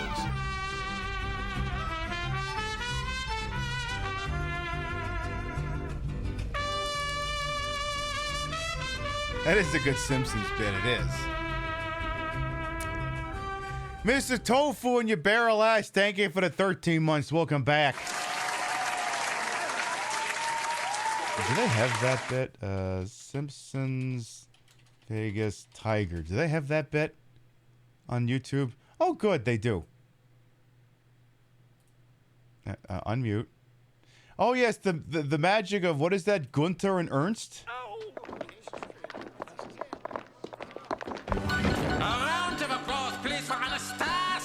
She loves show business. So much nicer than the savagery of the jungle, yeah?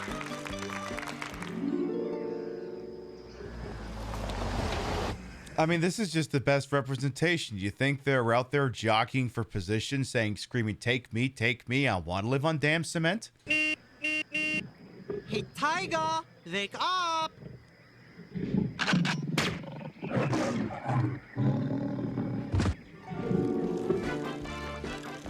Get him!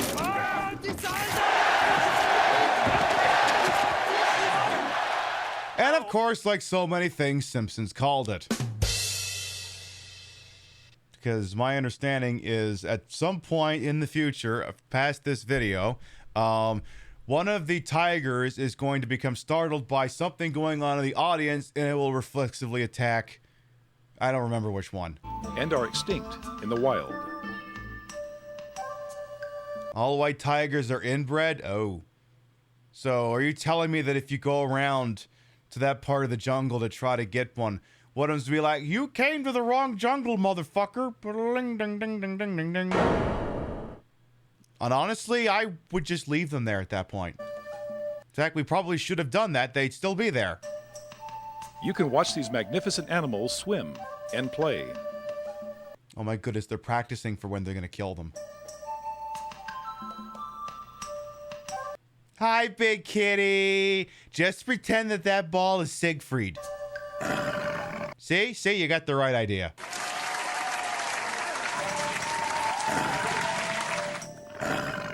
Look, I know we all love zoos and all, but like keeping animals caged is kind of fucked up, and this is a prime example of fucked up. Yeah, Roy gets mauled, so on the long enough timeline, the Tigers win. Also, just to reiterate the point I made earlier, the rule is, if you've had diarrhea within the last 2 weeks, you're not allowed to go in the pool. You're telling me none of these tigers had diarrhea in the last 2 weeks.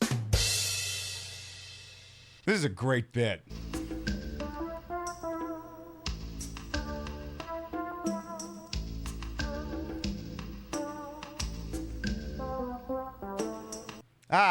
Roy before the mauling. You know, I'm starting to think that guy in that carefully choreographed jumpsuit might be a little gay. I don't know. There could be something going on there.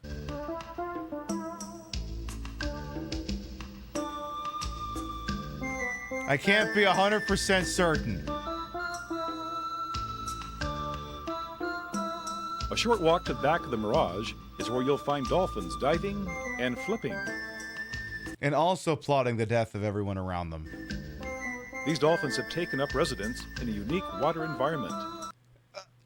The dolphins have taken up residence. Oh, so they signed a lease agreement. They were sitting over in the Pacific and said, you know, the Pacific Ocean is nice and all, but like, what if we went inland? And then they got an agent and they scoped out places and they signed to, oh, what's that? Oh, they were just taken. Oh, okay, never mind. Consisting of over 1 million gallons of man-made seawater, 2 artificial coral reefs, and state-of-the-art environmental controls. I mean, yeah, it's cool as all hell to see, but like, we have nature documentaries now. The Dolphins are renting that pool for the summer. Exactly. They were going to put in a day club, but the Dolphins came in with a better offer. The dolphin habitat is an educational... Echo the Dolphins like, I saved the entire goddamn human race from aliens and they'll never know about it, and here I am stuck in this shithole. Experience for the whole family, and it's open 7 days a week.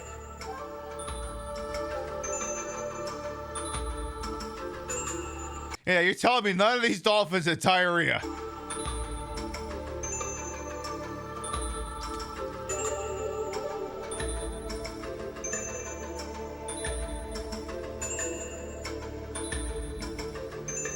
And again, the Mirage is now closed. It was bought out by the Seminole tribe of Florida and is now being rebranded as a Hard Rock Cafe casino.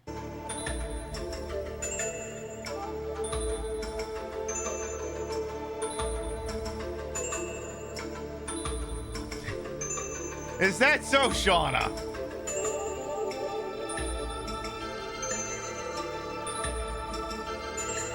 Okay, you could okay, but the Mirage has been there for like 10 years, okay? You don't have to spend the entire fucking video gassing that place up. Yeah, no kidding, Dripta. The Aladdin Hotel Casino opened New Year's Day, 1966. Oh my god, are you going to tell us about the wonder and majesty of the Aladdin? which is like, you know how hard you cringed when white people were putting on Egyptian outfits at the Luxor? Now imagine they're doing Arabian Nights. Now, 30 years later, the whole thing is coming down with a big implosion. Oh, never mind. They're destroying it. It's probably for the best. Elvis and Priscilla were married here in a suite in 1967. Elvis and Priscilla who? And for a short stint, it was owned by Wayne Newton. It's all happening tonight at the Aladdin Hotel Casino. And like everything else owned by Wayne Newton, he had to sell it all because he's got no financial acumen. The big implosion.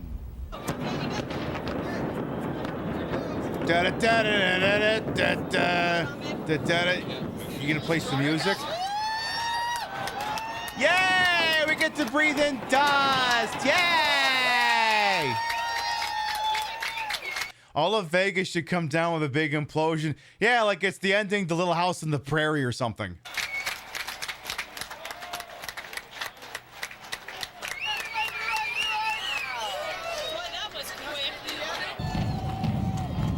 Oh, so we're getting multiple views of the Aladdin going down.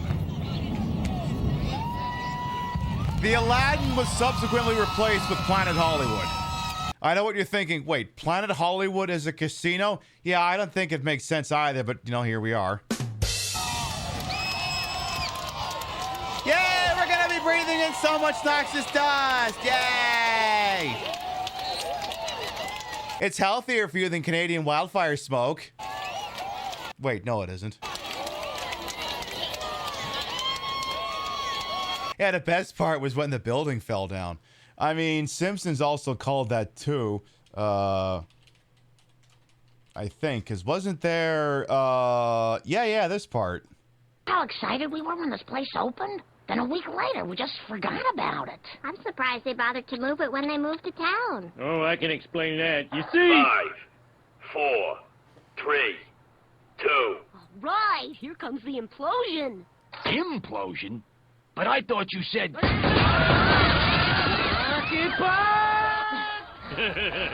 Don Rickles dinged you, Marge.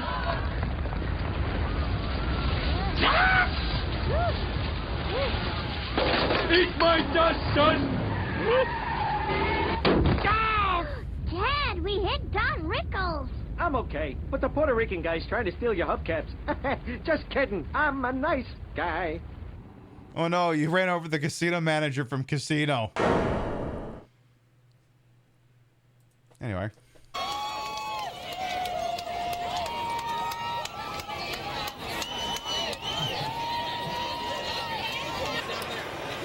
Look at these people about to get swamped. Look.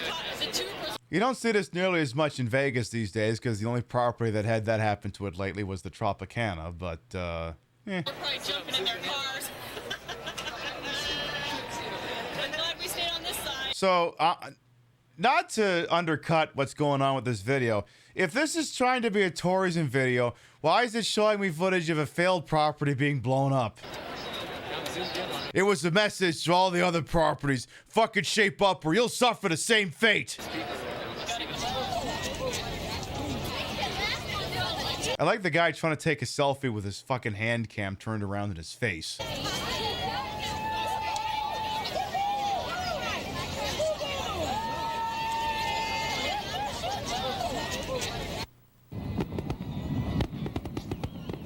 Yay! We sucked so bad we got blown up. Vegas compilation VHS of all the casino implosions. I have seen that for sale on eBay. It's dust. Why are you still cheering? It was a different time. 9/11 hadn't happened yet. Give it about 2 years. They'll learn. Literally 2 years.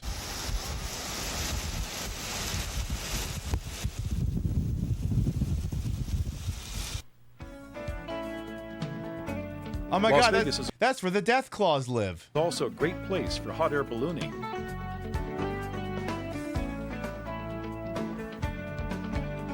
Yeah, we got someone. We got someone from the community who's in Vegas right now, and they actually took a helicopter tour out to Grand Canyon. It looked like a lot of fun. It's the world's second biggest hole in the ground.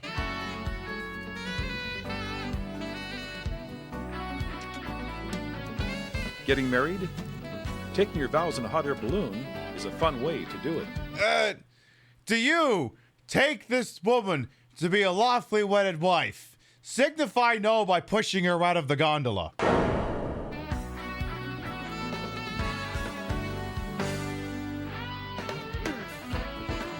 Hey baby, I love you. Do you want to get your vows renewed in a fucking hot air balloon? Because I don't. I don't know about you, but I like being on flat ground. Yeah, that's what I thought. Behind Circus Circus on the Strip is an amusing place called Grand Slam Canyon that provides a variety of thrilling rides. Yeah, but to get in there, you got to go through Circus Circus. And that requires like a week's worth of provisions and a security detail. Because of the stabby clowns I told you about earlier. One such ride is the Canyon Blaster, a double-loop corkscrew roller coaster. This is still there. Hang on, real tight. Apparently, Circus Circus is up for sale, but the owner wants like somewhere between $2 and $4 billion for it.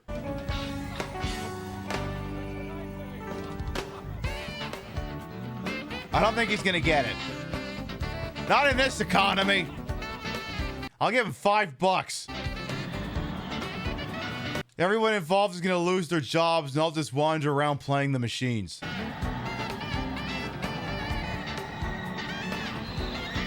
And then when the power bill doesn't get paid, I'll just say, all right, urban explorers, enjoy the place. Go film your shitty YouTube videos. Whatever happens in there is no longer my concern.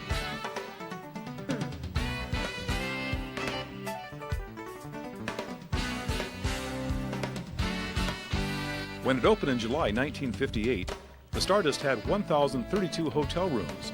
And most of them were being occupied by members of the Chicago outfit. The Stardust is one of several casinos in Las Vegas that was part of a skim operation, which is to say, what if a whole bunch of money in the count room just kind of vanished? Largest in the world.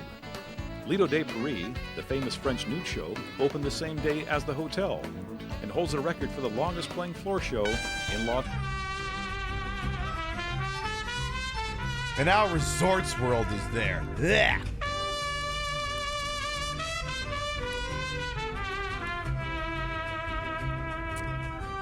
Bestie Pork, thank you for the 4 whole ass years.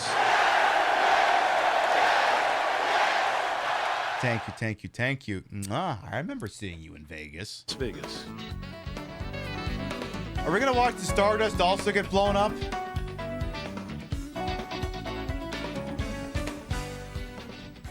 Yeah, now the Stardust has been relocated to Camarocho. Hey, that's the play. That's the former MGM Grand, the one that had the fire that killed 85 people.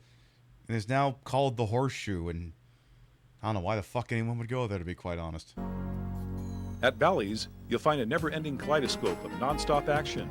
I mean, I get why you would go to Bally's. They had Jubilee, which was a great titty show. Spectacular entertainment, fashionable shopping, and world-class accommodations. And sadly, I don't think they're going to show us any footage of the titty show.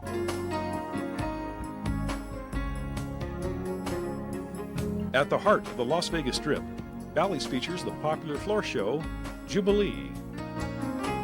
Show us the titty Fine, don't show us the titty show, you fuckers. Circus Circus is scary enough for YouTube videos today with the lights on. You can only imagine it would look like dark and abandoned. Yeah, no kidding.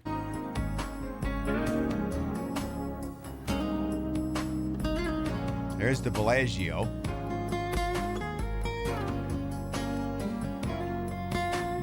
So that opened. Bellagio, located on the site of the legendary Dunes Hotel, is set to open the summer of 1998. You'll be shocked to hear that place is still there. Caesar's Palace has brought world-class shopping to Las Vegas. I feel like going from Bellagio suddenly to Caesar's Forum is kind of a lurch. You can buy the very best of everything at the Forum shops. Well, I did buy a Tag Heuer there. From ice cream. Yes, Caesar's Forum shops, as seen in Showgirls. Or Gina Carano, or wherever her fucking name says, I love doggy chow. To fine art, to an Armani suit. And it still kind of looks like that.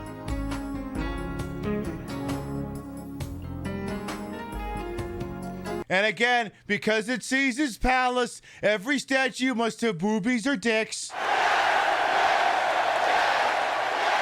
It's the boobies and dicks rule at Caesar's palace, and especially extended to the forum shops. They must all have boobies or dicks, and this one's got boobs.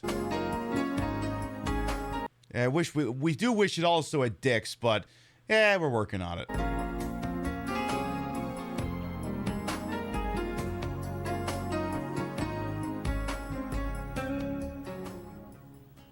We're not going to talk about that. Our destinations outside of Las Vegas begins with Hoover Dam. Oh my God, it's the place we always fight over. Constructed between 1931 and 1935, it has been subject to several fights between the new California Republic and Caesar's Legion. It is one of the wonders of the modern world. That too. Located about an hour east of Las Vegas, Hoover Dam is something everyone should experience. Here's a little bit of Hoover Dam trivia for you. If you took the Hoover Dam and stretched it end over end over end, you would just have the Hoover Dam. There's enough concrete poured in the Hoover Dam to stretch a highway from San Francisco to New York. The Hoover Dam, as seen in Transformers 2007. They were keeping Megatron in there for some reason.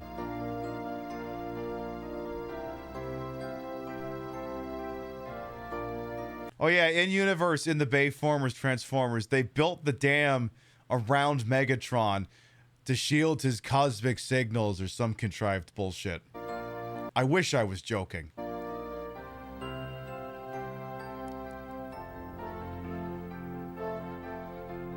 I'm not joking. Watch it. Well, don't watch it, but I'm not joking. It has a solid riff tracks. Lake Mead, formed by the Hoover Dam, and has so many artisanal mafia bodies in it, has more than 550 miles of shoreline and is 115 miles long. That's one body for every mile. The lake is a major recreational attraction of the Southwest. Didn't they have Transformers build the pyramids too? Yes. Boating, swimming, fishing, and water skiing are all possibilities. The pyramids were built to appease some super transformer that went rogue or something. On Lake Mead. Now listen, the problem with going water skiing on Lake Mead is if you do it on a low tide day, you will trip over 7 bodies while you're water skiing.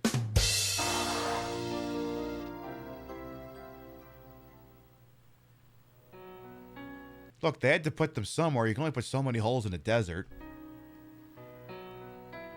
Most of the annual 3 million visitors to the Grand Canyon arrive via Las Vegas. They come to see a canyon that is 65 million years old and one of the 7 wonders of the world.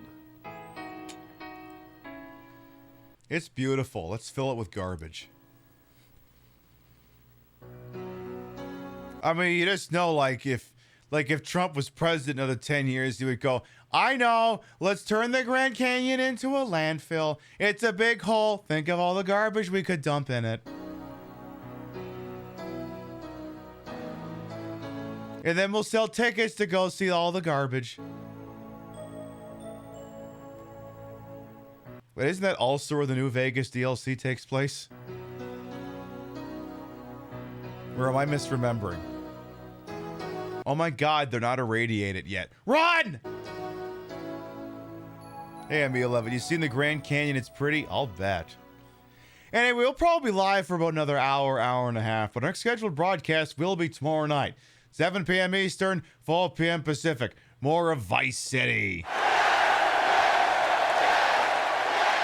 Maybe we won't spend an hour trying to park a seaplane in a garage. Rim shot. We'll find out. At the top of Lee Canyon is the Lee Canyon Ski Area, or Ski Lee as it is called. Bestie Porg, that sounds right. Operated since 1962 by the Hatfield family, the base altitude is 8,500 Hatfields mean like the guy from Metallica? feet. The ski runs go by the names of Keno, Blackjack, and Slot Alley. Lee Canyon is about an hour drive west of Las Vegas in the Toybee National Forest. Oh, I know. That's where the super mutant who's voiced by Worf lives. I think. And then the Death Claws are up there. Always be aware of Death Claws.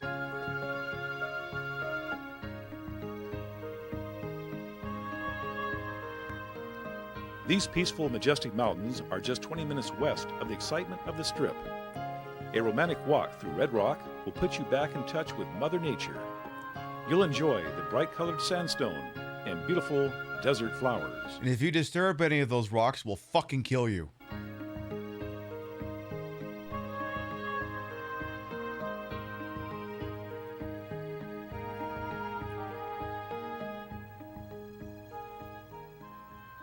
Yeah, Kyle MacLachlan probably walked through here in his power armor to get to New Vegas.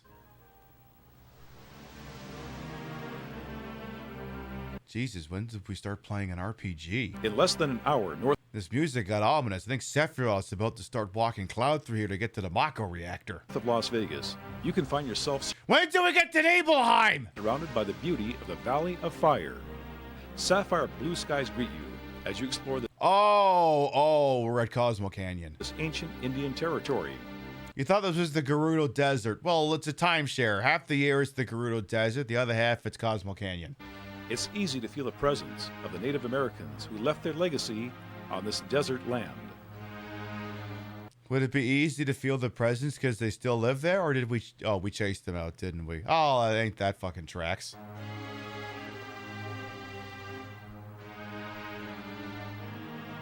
The reactor is in the most radioactive part of Vegas. The Flamingo? Yeah, that tracks. That's why it's pink everywhere.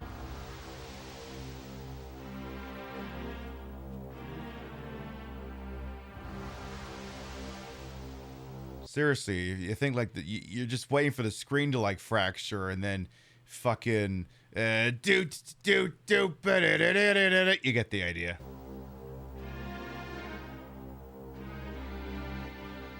The petroglyphs, or carvings in rock, were made at several locations in the valley by the Anasazi people. And again, if you deface any of that, we'll fucking kill you. The meaning of these symbols remains a mystery. Oh my god, I'll just put my Google Lens in front of it and it'll tell me what it is. And then your phone just blows up. Walker comes out and says something stupid while he hits things with a volleyball. I came to Vegas to become a guardian, yeah?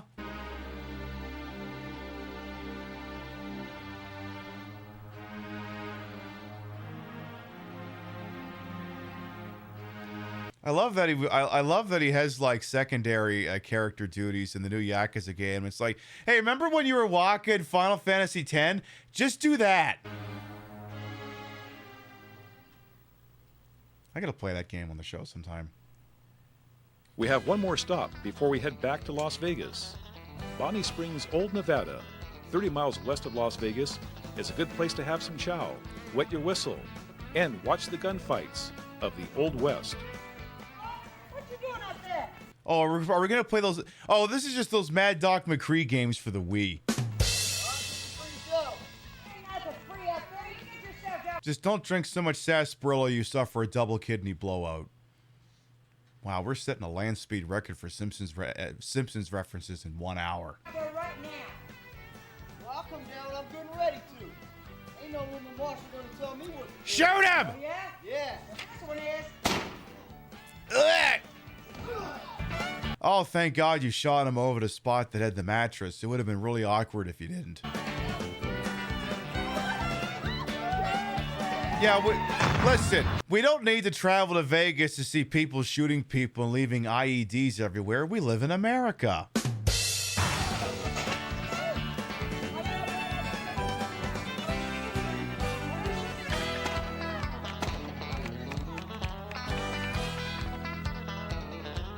Oh my God. Aminal. This was the Hacienda, New Year's Eve, 1997. Was? I think this... Yeah, I remember the Hacienda ain't there no more.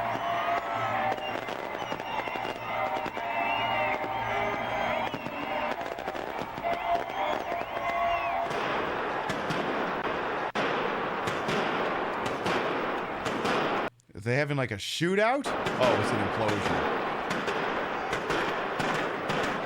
Visit fabulous Las Vegas. See all the places that aren't here anymore.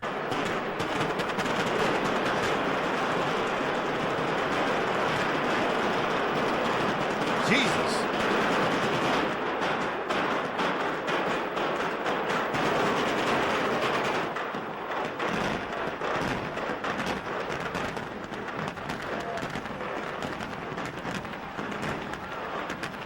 Wow, the fireworks show went really bad.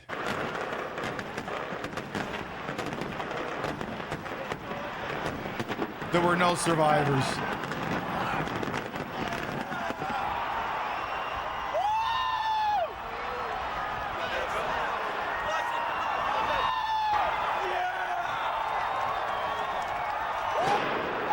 Is there an annoying screaming person in everyone else's right ear? Bro, stop getting those slushies over at the Fat Tuesdays, okay? I'm cutting you off. That was quite some New Year's Eve party. The Hacienda Hotel here in Las Vegas came down in a mere 40 seconds. Okay, but annoying question, how am I supposed to stay there if it's a pile of rubble in the fucking ground? New York City dropped the ball. Las Vegas dropped the hotel amid fireworks and fanfare. Okay. Oh, that's where the Mandalay Bay is going. The Sands Hotel was imploded November 26th, 1996, to make way for the new Venetian Mega Resort. Wait, did he say Venetian or Venetian? Like sand through an hourglass, 44 years have passed at the Sands Hotel Casino. And now on this night, it's time to say goodnight to the Sands. After 44 years of the famous Rat Pack, Joey Bishop, Frank Sinatra, Dean Martin, Jerry Lewis. Yes, it's been wonderful. We thank you all. Viva Las Vegas. Annoying question. Again, this is a Vegas tourism video, and this is what, the third hotel you're gonna show me getting blown up?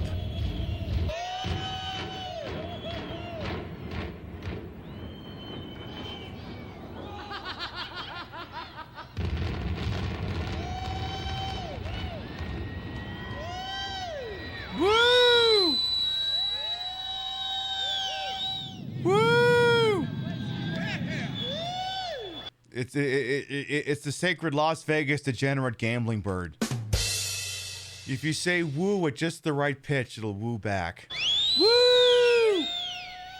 See, it works. The Dunes was the third major hotel casino to open in the spring of 1955. Oh, we're blowing up the Dunes too? Jesus Christ. In 1965, at the beginning of the Hughes era expansion boom, the Dunes added the 24-story Diamond of the Dunes, breaking the 1,000-room plateau. A new sign was... I can't even remember what the Dunes became. Wasn't that the Bellagio? Also added... No, the Bellagio was the... No, the Bellagio was... I don't think that was the Bellagio. And became the largest in the world at that time. Remember. The Dunes changed hands several times until it met its final fate, October 27, 1993. Over 200,000 people... Gotta blow up the Dunes to kill the worms, that's true. ...crowded the Strip for the big event.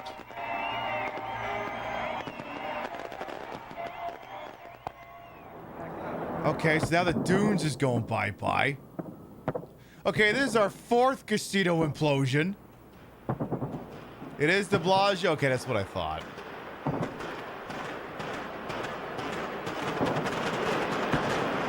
The Dunes had to die so the Ultralux could be built. You know, I was very disappointed when I went to the Ultralux, aka the Bellagio, and they didn't have the place that served the human meat. But I did go to the Mayfair Supper Club and order a steak, so maybe I did eat human meat? I'll explain the price tag. I might have eaten people. Yeah, they got the signed tooth. Jesus, thank God. Thank God they got the sign, because the people in the audience wouldn't have been able to nut otherwise. The Landmark Hotel Casino was built between 1950... We're blowing up the Landmark too? 1959 and 1963. Is this just turning into a fucking snuff film? It opened in July of 1969, right across from the Hilton Hotel. The landmark used to stand right behind me, but in November of 1995, it met the same fate as the Dunes Hotel and came tumbling. Okay, annoying question. Okay, first of all, you get to briefly see what it looked like, kind of faded against him. That's also a casino that the Lucky 30 was based off of. If it went down in 95, why is it being featured in a 1999 video? Come visit fabulous Las Vegas. We keep blowing it up. Down. What was once the tallest building in Las Vegas has been reduced to a giant parking lot. 1999 must have been a slow year for Las Vegas. We opened up the fucking New York, and well, that was it, I guess. Yeah, this is the most counterproductive tourism video ever. Hi, Luxor. We remember you. Luxor's No, not the animatronics! beam of light. It sure seems awful bright. Well, it should. It's the most powerful light beam in the world. The Luxor, 1 block south of Tropicana. No, Luxor, not Luxor. You say it right! On the Strip, features 2,500 Yes, we will blow up another hotel every month until you come visit. It's a threat. rooms. This Egyptian pyramid was named after the religious center of an ancient Nile-based civilization. Or you could just say it was named after the Egyptian city of Luxor, because that's what it was named for. And displays colorful holograms. Again, I love the original Luxor that went really hard in the paint on the theming, and now it's just, well, you could go there and see some tits and just be horrified at the interior. But on the theme of death, they do have that very cringe Titanic exhibit. I can't remember, was that the place that had the bodies exhibit as well? All of the exhibits around the Luxor are all about, hey, you're going to die someday. Come see what it looks like, exclusively at Luxor, Las Vegas. Why see all the metaphor? Why see all the literal death of the buildings out there when you could see the literal death of people inside the place? Whether it's Formula One racing or landing a fighter on an aircraft carrier, the Luxor Sega Virtual Land Arcade brings you as close as possible to the new virtual reality. And again, this isn't there anymore. You gotta say it does put gambling in perspective. Maybe it's a warning, maybe it's how they just say you gamble responsibly. Well, apparently if you gamble too responsibly, that's when they get blown up. Any Siberian bear will come on in.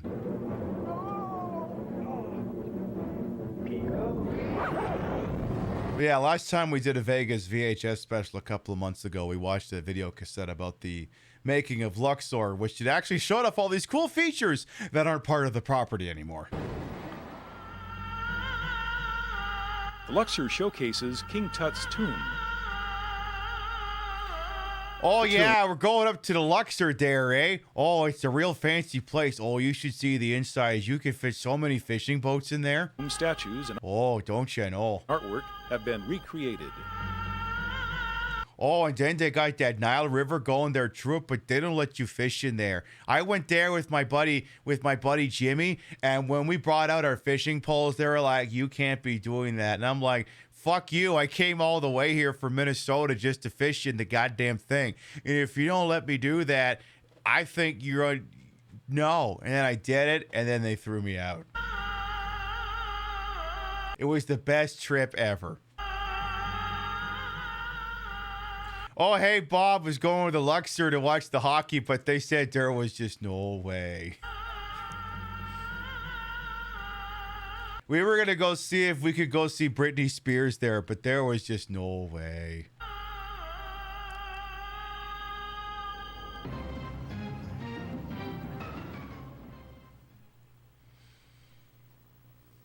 Treasure Island, other property that dialed down the theming. Aye, matey, it's time for the pirates and the British to battle at Treasure Island. Oh, that's Treasure Island there, eh? I tried fishing in there too, but they got really mad at me.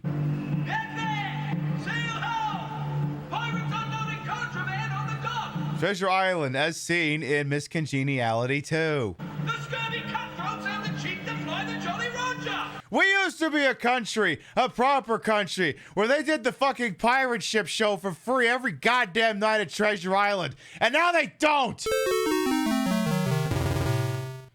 We've reached a stage of capitalism where we cannot afford to put on a pirate ship show. They could just rebrand the entire property as Assassin's Creed 4 and make bank. Captain! British man of war passing Skull Point! Mr. Smythe, run out your port battery. There's also like this weird made-for-TV movie that's glazing up the opening of Treasure Island, and I might get a copy of it for a future show, a future special down the line, where it's like this whole dramatized thing that I can't decide if it's just trying to be the actual stage show dramatized or if it's like just meant to be a build-up to the launching of the fucking property. We'll go strike your bloody colors. When I'm in Davy Jones' locker, not before! Oh my god, fucking Barry Gibb looking motherfucker is intense. As you wish, sir. Let her go. He looks so sad now. Yeah, it's like, okay, now it just says Treasure Island. Is it themed? Not really. Why the fuck is it here? Because the Trump-owning guy who owns it figured he still wants to make some money. Why is the pirate captain have a megaphone? Well, that's the only way the other boat's going to be able to hear him. I'm sorry, are you asking why an old-timey British captain would have to have a megaphone when he's engaging in old-time classic sea combat? How the fuck's the other boat supposed to hear him? Duh.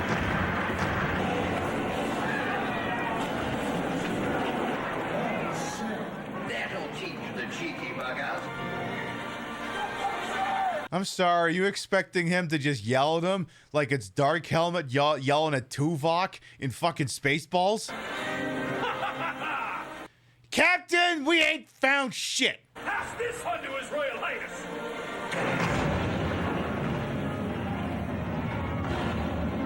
Captain! We've taken a hit on the gun deck! Man the post!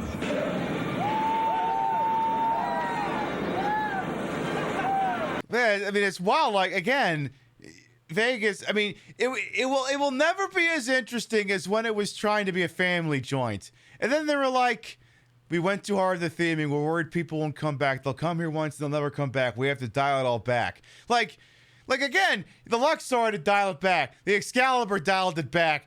Treasure Island dialed it back. The MGM Grand was supposed to be themed after the Wizard of fucking Oz. Nobody even remembers that. I've been in the MGM Grand like 3 fucking times. There's no evidence of it anywhere.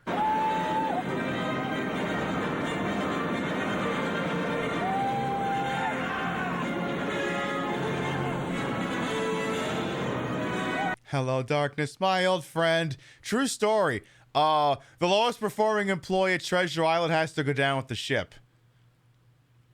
Last check is sent to next of kin.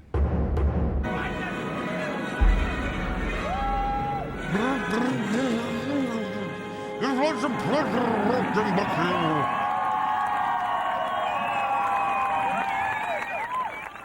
The pirates emerge victorious.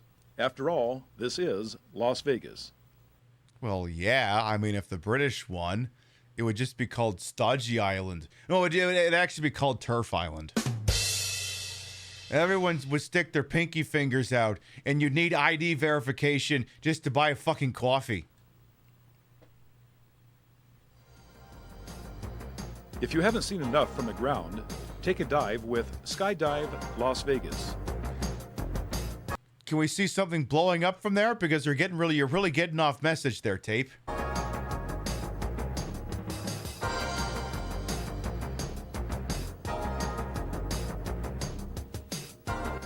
See the Las Vegas Strip, Hoover Dam, Lake Mead, the Colorado River, and 4 states from 2 miles high. Yeah, but it's broad daylight, so you're not going to be able to see anything.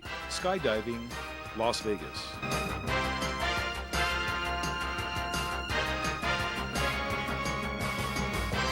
Nah, I'm good, thanks. Listen, I can do that over at the Strat, and I might still die, but at least I'll have died at the Strat instead of in the middle of fucking nowhere.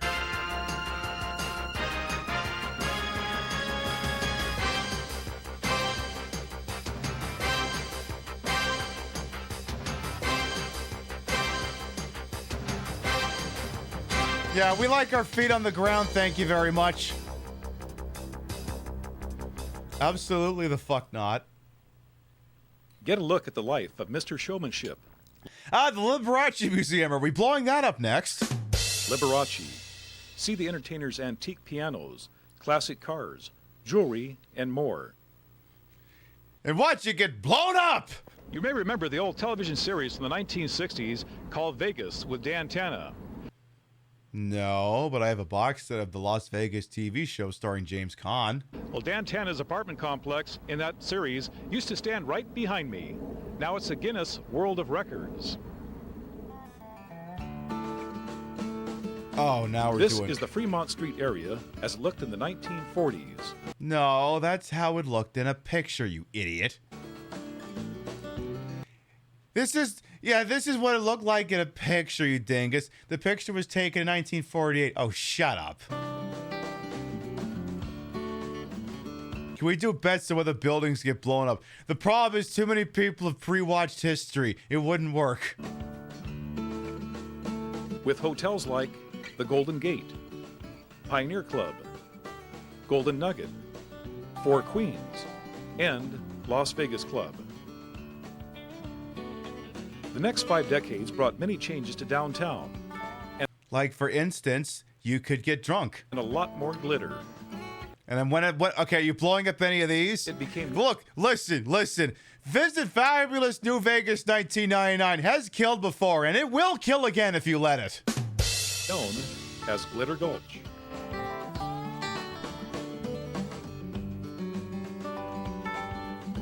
Be careful, Golden Nugget, you might be next.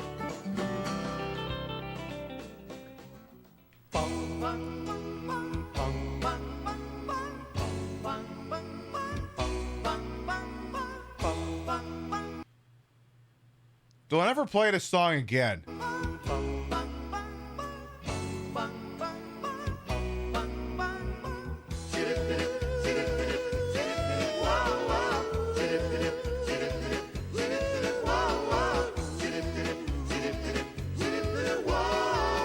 Okay, I changed my mind. Please start blowing things up again. Please, love of God, just start blowing things up again. I don't care which property you sacrifice, just stop it.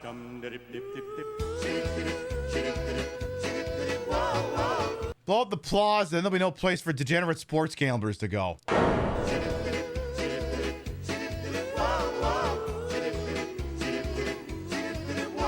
Oh, I see we're simulating what it's like to be drunk on the Fremont Strip. Or in whatever the fuck it's called. Oh my God, I'm so drunk. There's 5 of them.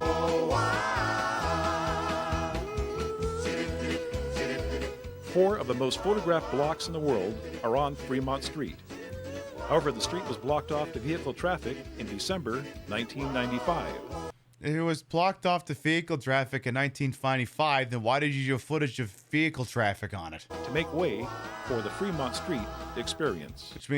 Which means if Diamonds Are Forever was held here today and they did the chase through downtown, it would result in a significantly higher body count. Now get ready for the latest downtown attraction. Is it blowing up? The Fremont Street Experience. Okay, they don't blow that up yet. On December 14th, 1995, the Fremont Street Experience debuted with a dome of nearly 2.1 million lights and 40 high-tech speakers per block. Watch, listen, experience. Downtown's a pretty good place. I have few notes. The cops down there are dicks, though, but aren't they always?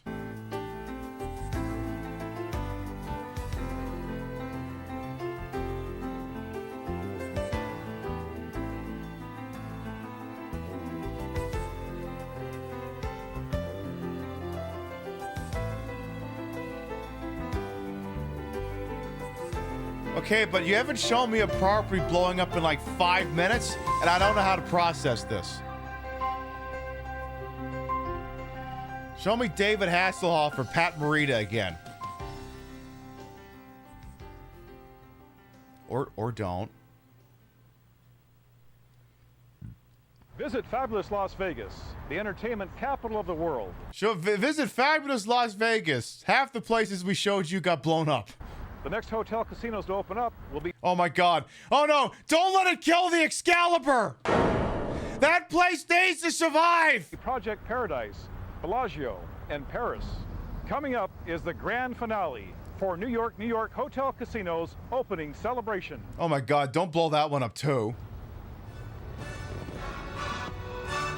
Oh, here comes a Twitch mute. Start spreading the news. Hi, Tony Bennett. I'm gonna turn that down a little bit. Okay, yeah, that's the New York theme with Tony Bennett and Frank Sinatra.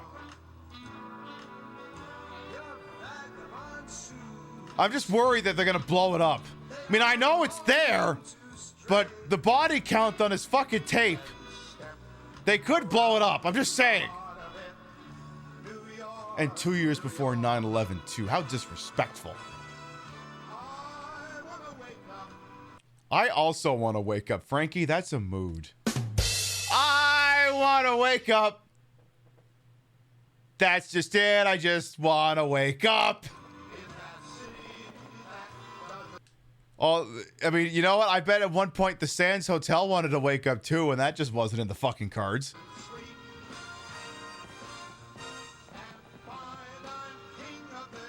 Wait, didn't this thing open with a fucking fireworks show at New York? Why are they showing us another one?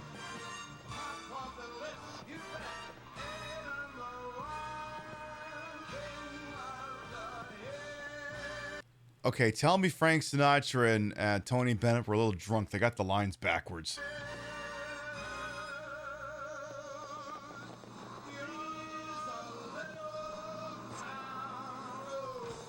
And then the place it opened. And then there were some fireworks. And then we might have blown it up a bit. Because that's how this tape works. And it's still standing there. It's gonna defy this videotape. It's still standing there. New York, the hotel.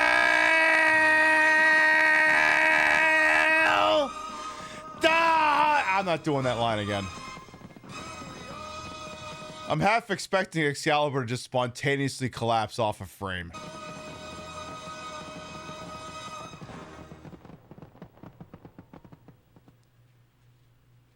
Thank you for watching Visit Fabulous Las Vegas, a Tiffany Design production. Las Vegas is constantly growing and changing. You can tell by all the explosions we showed you. So this is not the end. Wait, I'm sorry, are you threatening to kill again?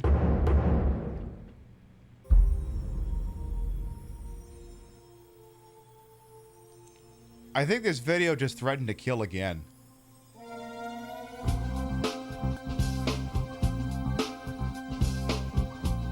Gaming expert. I don't think this video actually contained any gaming. I don't think it did. It mostly just showed fucking building snuff videos. I don't even think it I mean, what shows did it actually show? It showed the free pirate show outside Treasure Island. It showed some B-roll of Siegfried and Roy, and I think the rest was just building explosions. Special appearances by President Bill Clinton. I'll show you that special appearance. I don't think it has any business being anywhere near this credit roll. Oh my god, are they gonna do special thanks to at least all the buildings that got blown up? Oh, now it's not fucking... Is it stuck there? Special appearances, yada yada yada yada. Special thanks to... Oh, it just freezes there. Oh, they didn't. Are you not thanking any of the buildings that blew up? You're not going to thank any of the buildings that died to make this video possible? Wow. They didn't. I think that's the end of the video. They didn't even thank all the videos that all the casinos that blow up. No respect. No fucking respect to be had. Oh, anyway, if you wanted to see the Bill Clinton cameo, it's like, oh my God, Bill Clinton in Las Vegas in some residential area. I guess this could be Newport for all I'd know. That was the cameo by President Bill Clinton.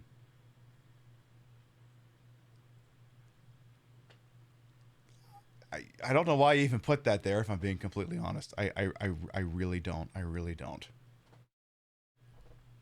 Oh, is that what it is? Oh, he got one in Blowies in Vegas. That'd do it. Hey, Zach as well. Welcome on. And all right, we have one final tape on the evening. I don't know if it has a body count. It's the same people who made the previous tape made this one. It's Las Vegas, the city of excitement from 2002. This following video has been rated A for adults only. Oh, okay. It is suitable for all audiences. Okay, sure. Yes, there was a sequel. That video did kill, and it did threaten to kill again.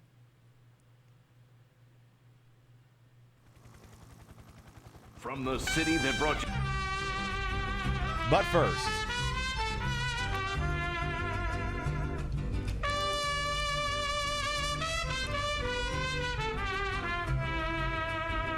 Alil, thank you for the fresh sub.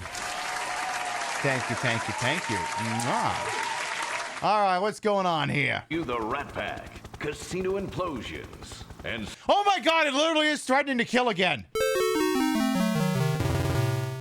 This tape said, I killed and I will kill again. Siegfried and Roy.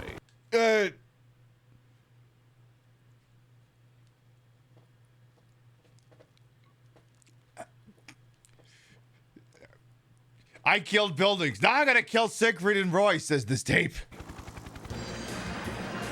Captain, we've taken a hit on the gun deck. All the action.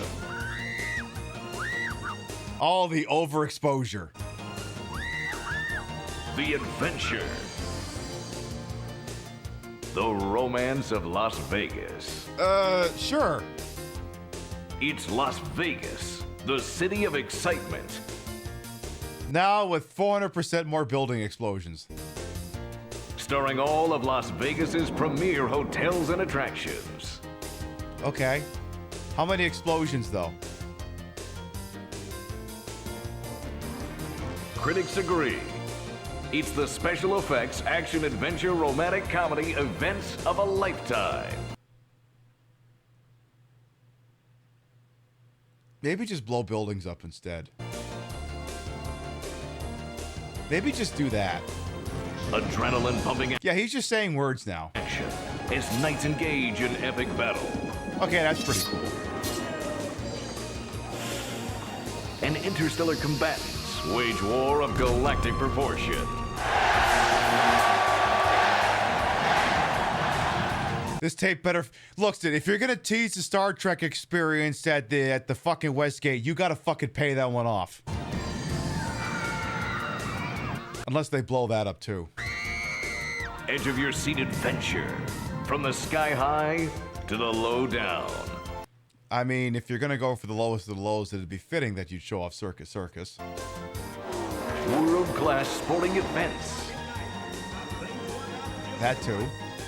Experience old world charm. The Venetian. Scale to the top of the Eiffel Tower. See the natural... Oh, so 1999 was a rebuilding year for Las Vegas. Splendor of the Grand Canyon. 2002 is like, we are so back. We are so back. Themed properties, get the fuck out of here. We're doing opulence again. Fly over magnificent Hoover Dam. Relive the Wild West. And special effects that'll blow you away. Volcanoes erupt.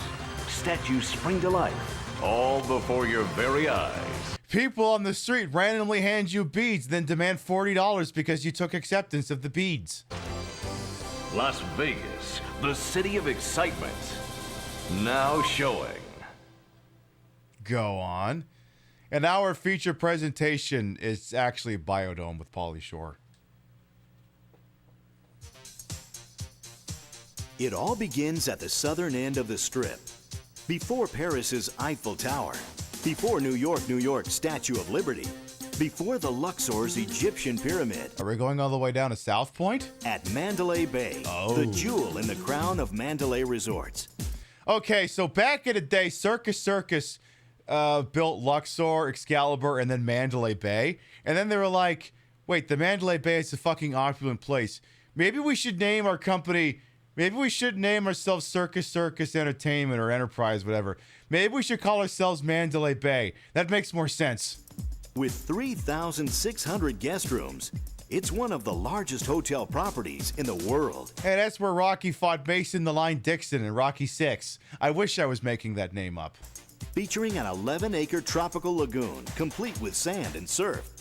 Mandalay Bay, also the premier destination for annoying real estate agents trying to have a convention. And we're not using the word surf figuratively. You can actually grab a board and hop these waves.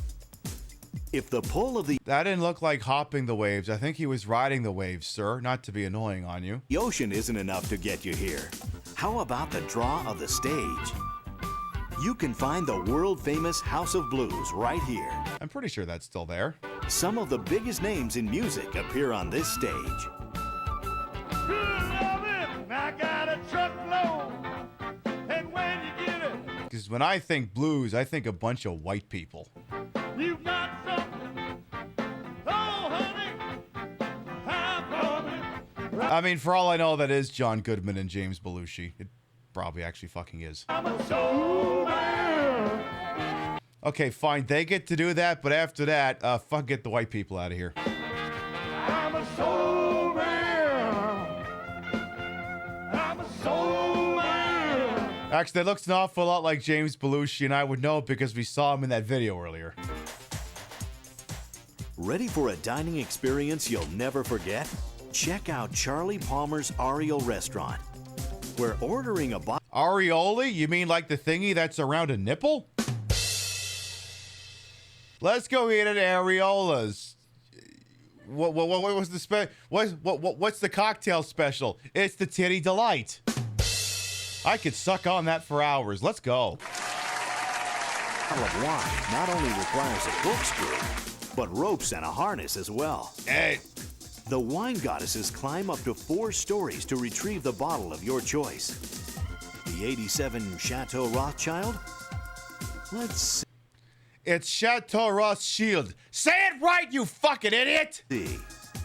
Oh, do you want the 87 Chateau Rothschild? Oh, yeah, the lady in the silly thingy over there will get that for you there, eh? It's right there. Or is it there?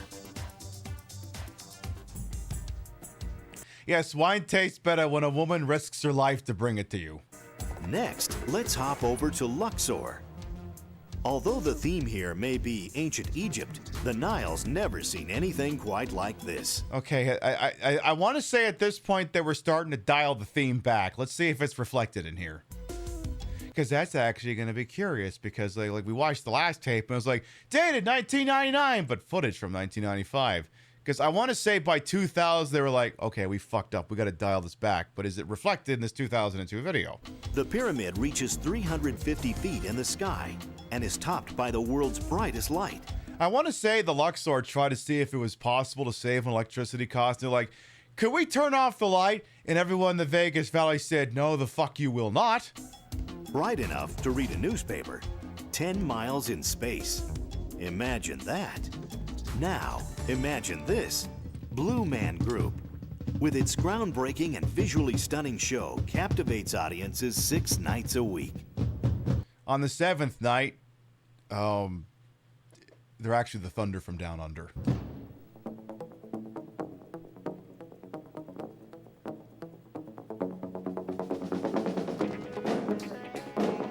Am I the only one who's thinking of Arrested Development right now?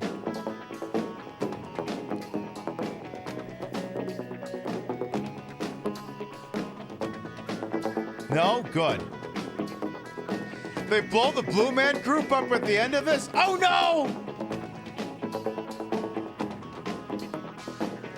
Not that! But when the show's over, the show's not over. There's still Okay, but why do these people look like they're green screened in even though they're not? much more to see and do at the Luxor. Like that shot is throwing me for a loop. You can watch a movie in their incredible IMAX theater. Or dance the night away at Raw, one of the hottest nightclubs on the Strip. Oh my God, you could run into Britney Spears there.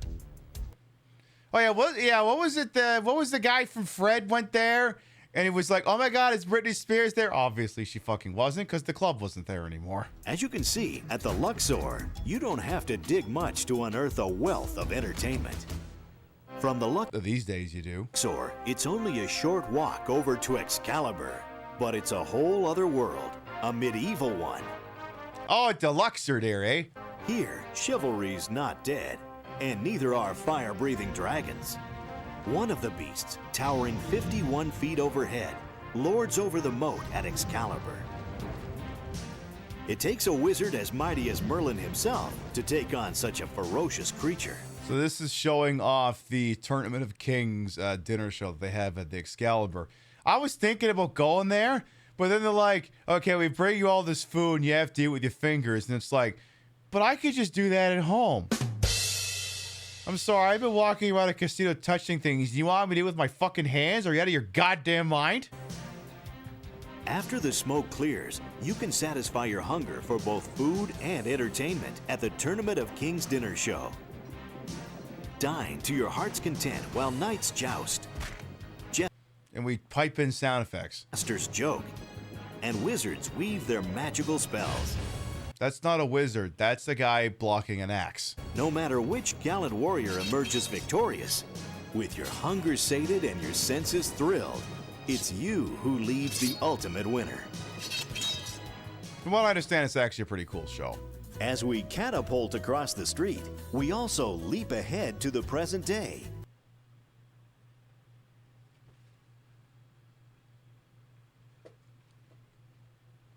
Are you gonna show me this one blowing up 2 video? I love that the Follies have 2 shows. The Family Show at 7:30 and the Topless Show at 10. And the beautiful I want to go to the 10 o'clock show. Tropicana Hotel. The Tropicana is one of the city's original properties, still in existence today. Let's not say anything we can't take back. Along with its rich gaming history. That's one way of putting it mildly. What's that? That was where the casinos evolved in a mafia skim? Okay. Tropicana's architecture can also be traced back in time.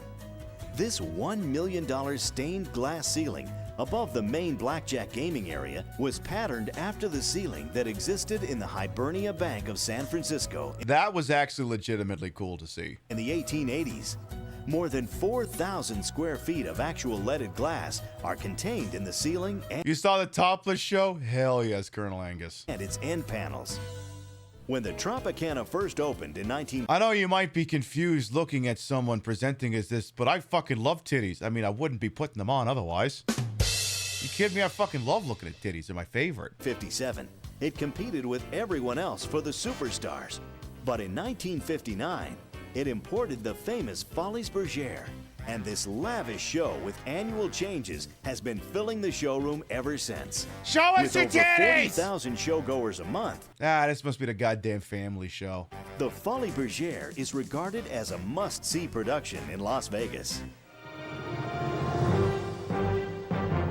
Spoiler alert, these shows don't really exist anymore. I mean, otherwise, if they still existed, the Pamela Anderson movie, The Last Showgirl, would be a little confusing. Oh my God, they got guy butts too. Alright, this video is already way better than the one with the body count.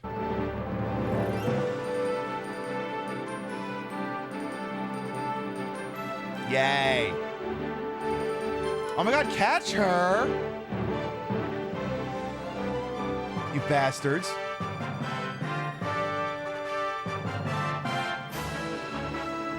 Okay, but what would happen if I sped this up? It's almost like they're going at regular speed. Almost.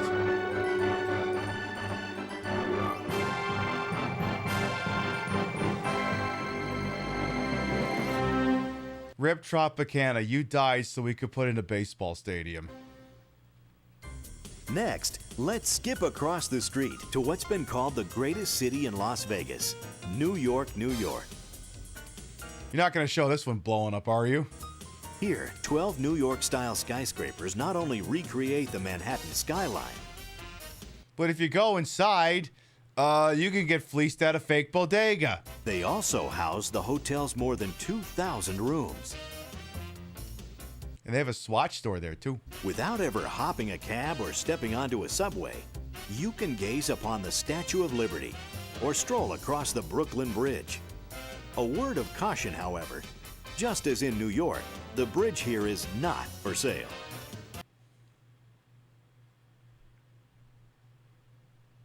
Just show me the footage of Pat Morita. If anyone offers, contact security immediately. Hello, security. Someone's drunk as fuck over on the fake Brooklyn Bridge. Could you do something about that? Oh, that's just David Hasselhoff. He's looking for his cheeseburger. He came into the opening of the property in '99 and he won't fucking leave. One feature of New York, New York skyline that is notably absent in the East Coast original is the Manhattan Express. A roller coaster. I was hoping you weren't going to say the Twin Towers. That wraps around the city and weaves through its very streets. Peaking at a height of 203 feet, it reaches speeds up to 67 miles per hour. A coaster like this in just too off from nice. What a shame. The real Big Apple would surely make commuting a lot more fun. No kidding. Next. Hey, we watched a video about that place. Up, it's big. It's emerald green. And it's shed the Wizard of Oz branding. It's the MGM Grand. Just across the street. It's the MGM Grand, the largest hotel casino in the world. With more than 5,000 rooms, it would take you QSMB TV and Mr. Coffee said they both rode the Big Apple. Nice. 13 years, 8 months, and 20 days to spend a night in every single room. Listen, we already watched the video that all those full cringe statistics. I don't care to fucking hear them again. If you took all the hotel rooms in the MGM Grand and laid them out one after another, you would trip over them. Talk about living out of your suitcase. One of MGM Grand's most popular attractions is its Grand Adventures theme park. And that's not there anymore. Home of the world's largest sky coaster, the Sky Screamer. That's also not there anymore. On this wild ride, fearless fun seekers are lifted 220 feet in the air and let go. And then they only hope that the furries below catch them. Free falling at 70 miles per hour. For those of you who don't share the same need for speed, there are plenty of other rides and attractions that don't require you to pick bugs out of your teeth afterward. Okay. Just ask these guys. Who are these guys? Is that Pat Morita again? Just a short bike ride away is the Harley-Davidson Cafe. Oh, yeah, Jesus Christ, that ain't there anymore. The Las Vegas Harley-Davidson Cafe is home to memorabilia of Harley-Davidson's past, present, and future. Oh my God, are you within the ages of 50 and 70 and should really be seeing a therapist? Come to the Harley-Davidson Cafe. You could have worked on yourself. Instead, you bought a motorcycle. Including one-of-a-kind bikes and famous bikes such as Captain America from the movie Easy Rider. Sitting atop the cafe is a 28-foot-high, 15,000-pound Harley-Davidson Softail Classic bike, built at a cost of $500,000. Like, literally, like, the only way I think Harley-Davidson stays afloat once all of its primary demographics all age out and die is it would literally have to become gay as fuck. And I don't think they're in any hurry to do that. The floor is adorned with their famous slogan, "Live to ride, ride to live." Like, they'd literally have to get the ha gay, come by our butter lady to do fucking promos for them. and the ceiling is painted with a historical view of the most famous road in all Americana, Route 66. A highlight of the cafe is the 40-foot by 40-foot chain link electric flag that runs from floor to ceiling, weighing more than 10 tons. You know, you could have just put a flag up there. Winding throughout the cafe is a conveyor belt displaying the newest Harley-Davidson motorcycles. The conveyor belt came from the original Harley-Davidson factory. Okay, but annoying question. Will that fit in my suitcase? No, then I don't fucking want it. In Milwaukee. The Harley-Davidson Cafe is a unique and fun stop on any tour of the Strip. She did a thing about the Sydney Sweetie jeans thing. Oh, God, I'll have to look that up later.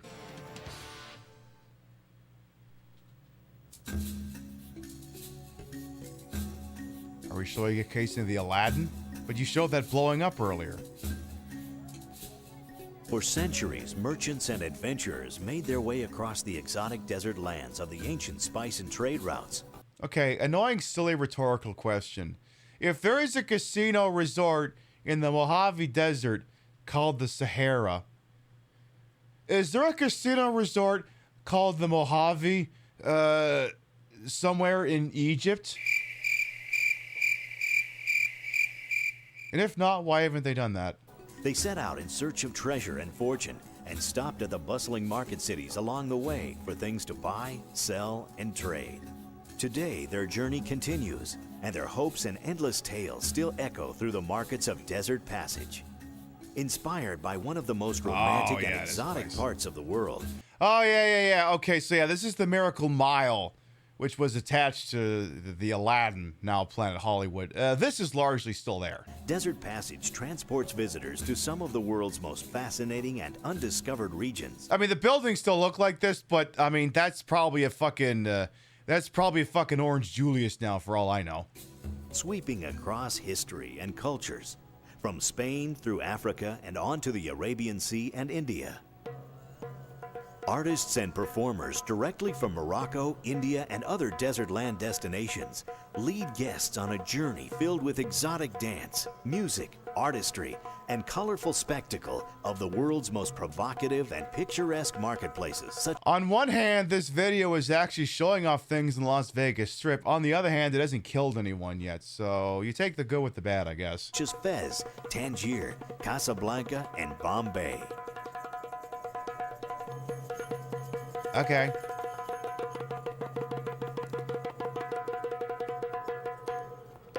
Throw some money at her, Jesus. Renowned as North America's first ever shopping experience, Desert Passage with its 150 shops and 14... Wait, I'm sorry. I need to run that back. And picturesque marketplaces such as Fez, Tangier, Casablanca, and Bombay. I like making him drum fast. I just need to hear a line again.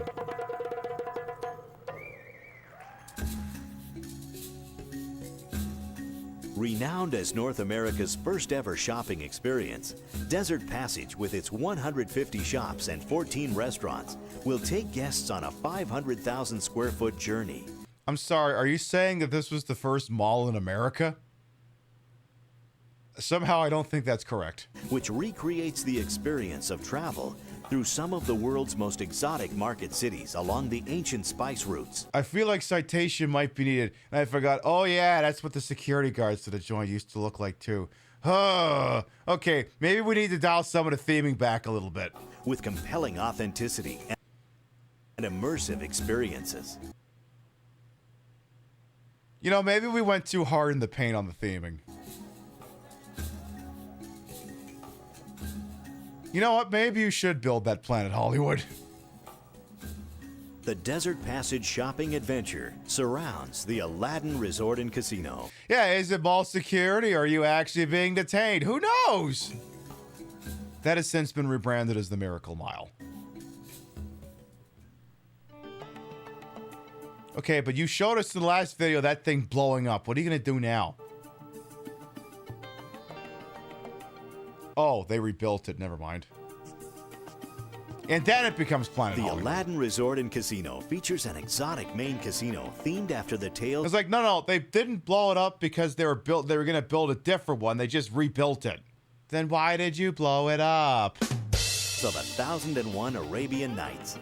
No one really knows I'm going to set us at cringe condition 3. the true origin of the stories told in the tales of 1001 Arabian Nights. Did you go to Luxor and thought it was weird when a bunch of white people were LARPing as Egyptians and you thought you wanted it to feel weirder? Come to Aladdin. Some say they came from ancient Persia, while some say they came from upstate. While others claim they were first told around the desert fires in 1,000 Bedouin camps. Some of them we got directly from Reno.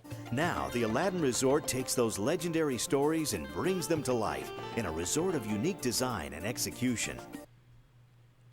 Okay, maybe Las Vegas has gotten a little too themed.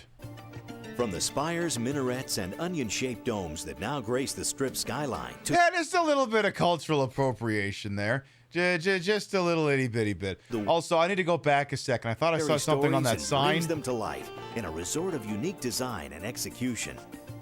From the spires, minarets, and onion-shaped domes that trying to pay attention to the digital sign under the sign. Now grace the Strip sky. His woman, his. I thought it's. Jeez, I thought it said his woman hits wife. Okay, thank God it's not. That's not what it says. To the winged horses, flying carpets, and Arab bazaars that are part of the exotic interior, Aladdin has brought Arabian Nights to life.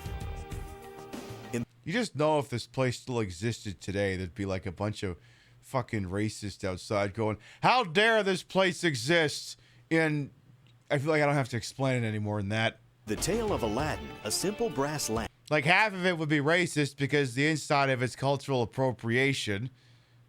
I'm just assuming. Maybe it was authentic. Maybe it was treated with white gloves and was handled properly. It's Vegas. I'm just assuming it wasn't. It'd be a bunch of assholes outside doing actual racism. Contained a genie capable of granting any wish. Can it give me $10,000 in chips? Then it's not going to grant any wish. That very lamp towers above the floor of the main casino at the resort. Oh no, the tape is killing again!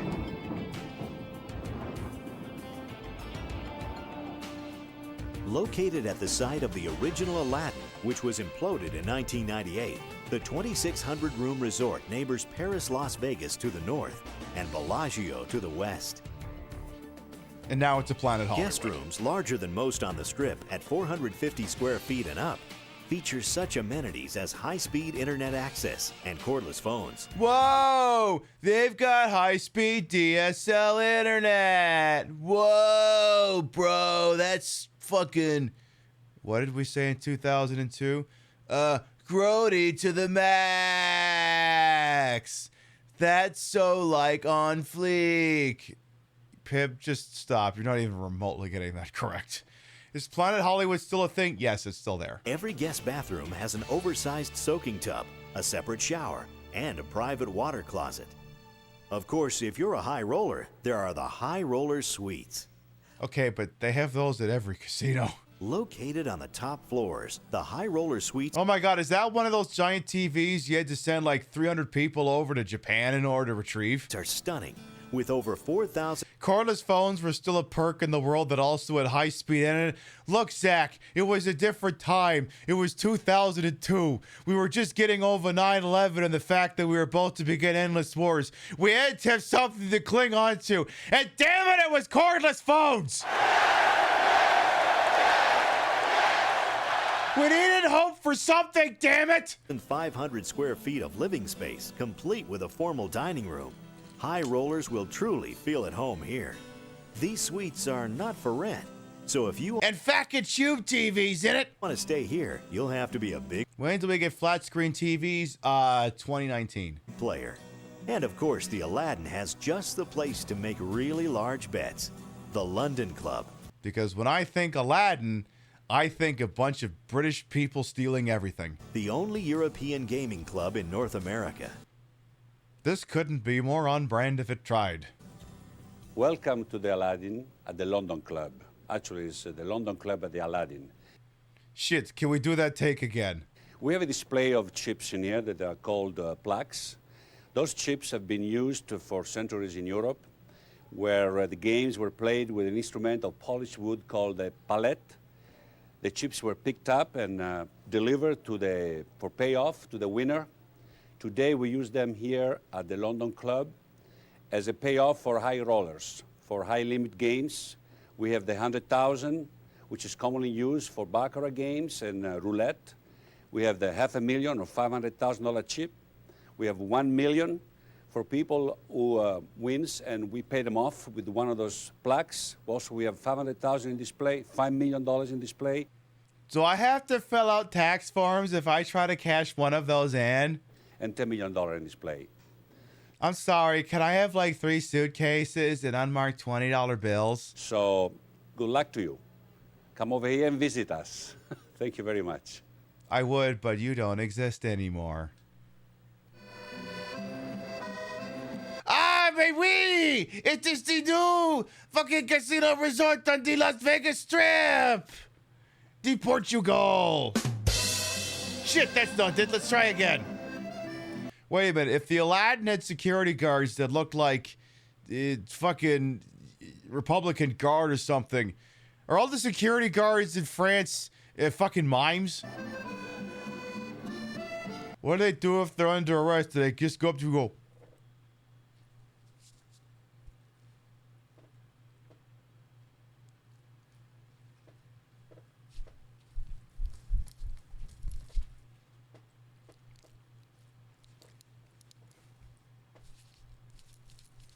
Except bullets would actually come out of their fingers.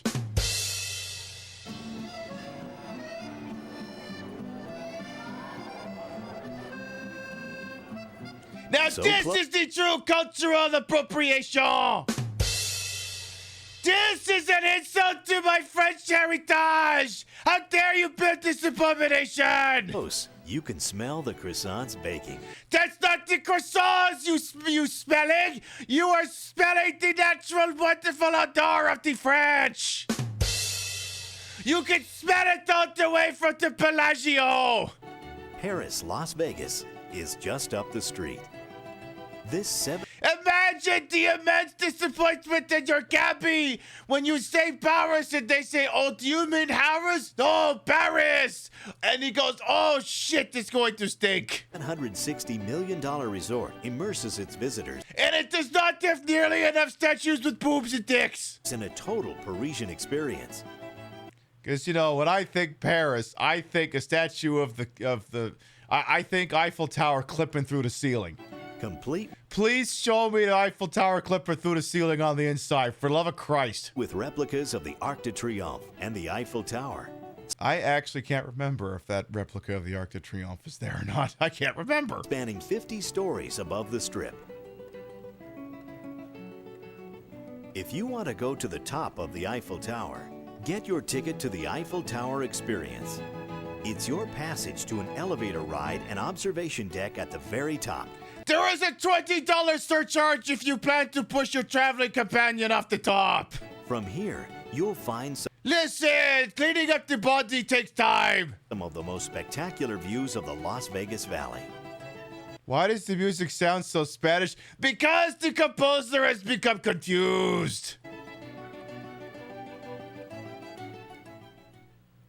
Heading up the sidewalk, we find ourselves at Bally's. Oh my God, that's the former MGM Grand, the place that caught fire and killed 85 people. I'm sorry, I'm just going to point that at any time we see Bally's or the Horseshoe. With its futuristic exterior, Bally's is home to one of Las Vegas's longest-running stage spectaculars, Yay! Jubilee. Titties! With a cast of 100 dancers, singers, and specialty acts appearing on one of the world's largest and most unique stages. As seen in The Last Showgirl, which is kind of a downer movie. It leaves audiences awestruck. Among the incredible sequences you'll see, the sinking of an exact replica of the Titanic, right on stage. Okay, but if that show still existed, could they attach a new scene to it in which the Titan submarine?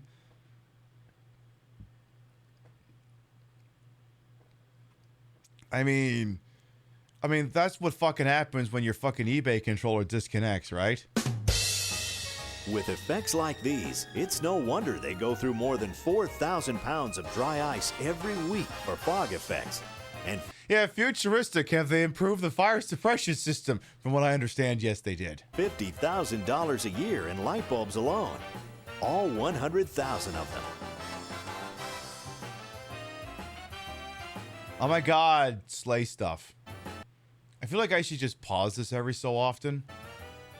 Oh, well, Right across the street from Bally's is the Barbary Coast. Jesus Christ, no one talks about this fucking place. Barbary Coast would eventually become Bill's Gambling Hall, which would eventually become the Cromwell, which is also set now to become, what's that fucking crackpot lady's name again? Something Vanderpump House of Shit or whatever the hell it is. The Barbary Coast is famous for 2 world-class restaurants. It's a very small property nestled between like Horseshoe and I don't know, something. The Flamingo. Michael's, long a popular dining destination on the Las Vegas Strip, was rated extraordinary by the 1998 Zagat survey. The what survey? Oh, with the Zagat. Oh. I was gonna say if it was highly rated by the one, I mean, then that's a pretty good place to go. The intimate gourmet room's elaborate menu, excellent service, and elegant ambiance combine to make Michael's the dining experience of a lifetime. A second gourmet dining experience is Dre's. That place is still there from what I understand.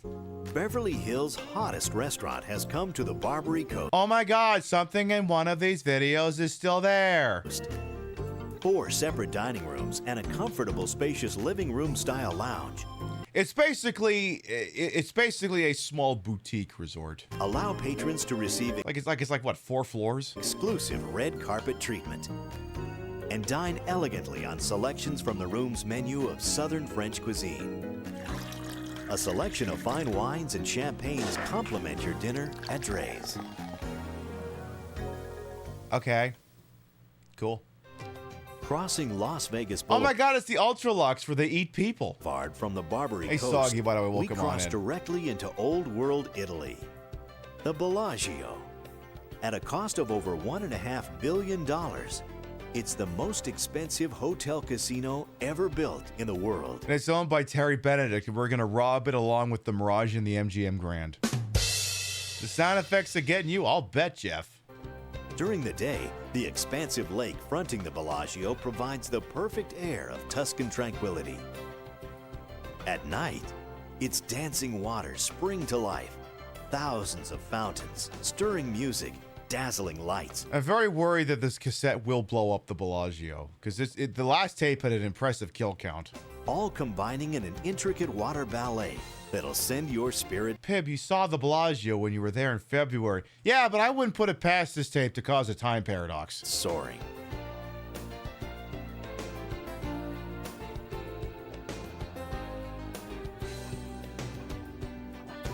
It's very pretty. How long is this tape? I can't remember. Oh, if your senses of sight and sound were delighted by the fountain show, the Bellagio's Botanical Conservatory is sure to delight your sense of smell. That is legitimately a very pretty thing You'll to see. find thousands of exotic plants and flowers here.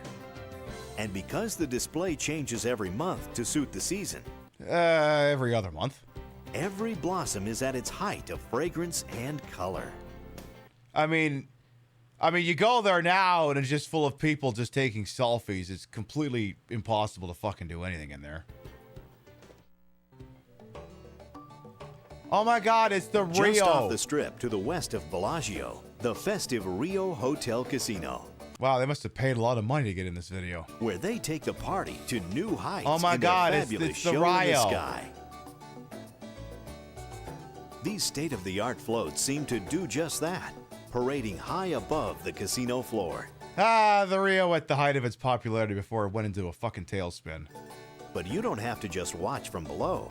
You can actually be a part of the show by donning a costume of your own and hitching a ride on one of the floats. Oh, so I just show up like by this? Hitching Perfect. a ride on one of the glass elevators, you can ascend to even greater heights.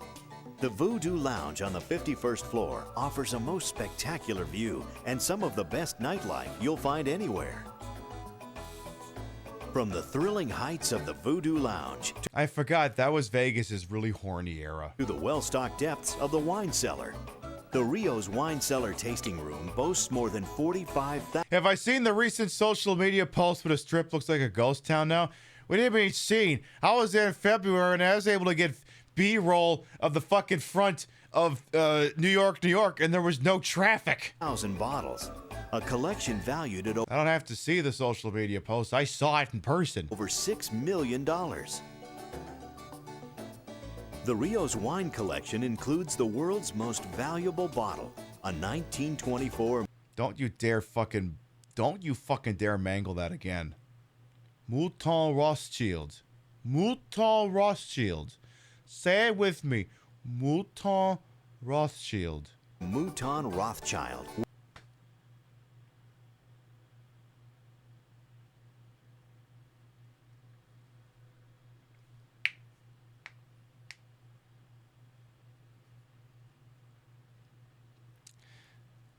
Jimmy, get a rope. We gotta go teach this guy how to fucking pronounce letters. Worth $200,000. If it's worth $200,000, why couldn't you be asked to pronounce it properly? Careful. Here, I'll show you someone pronouncing it properly. Give me a second here.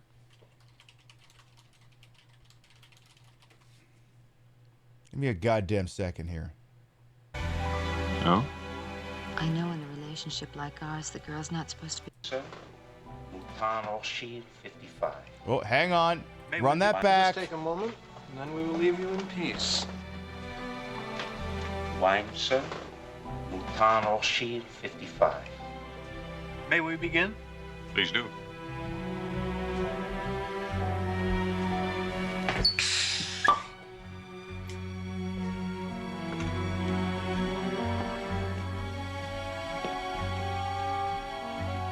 Happy selection, if I may say. I'll be the judge of that. That's rather potent. Not the cork, your aftershave. Strong enough to bury anything.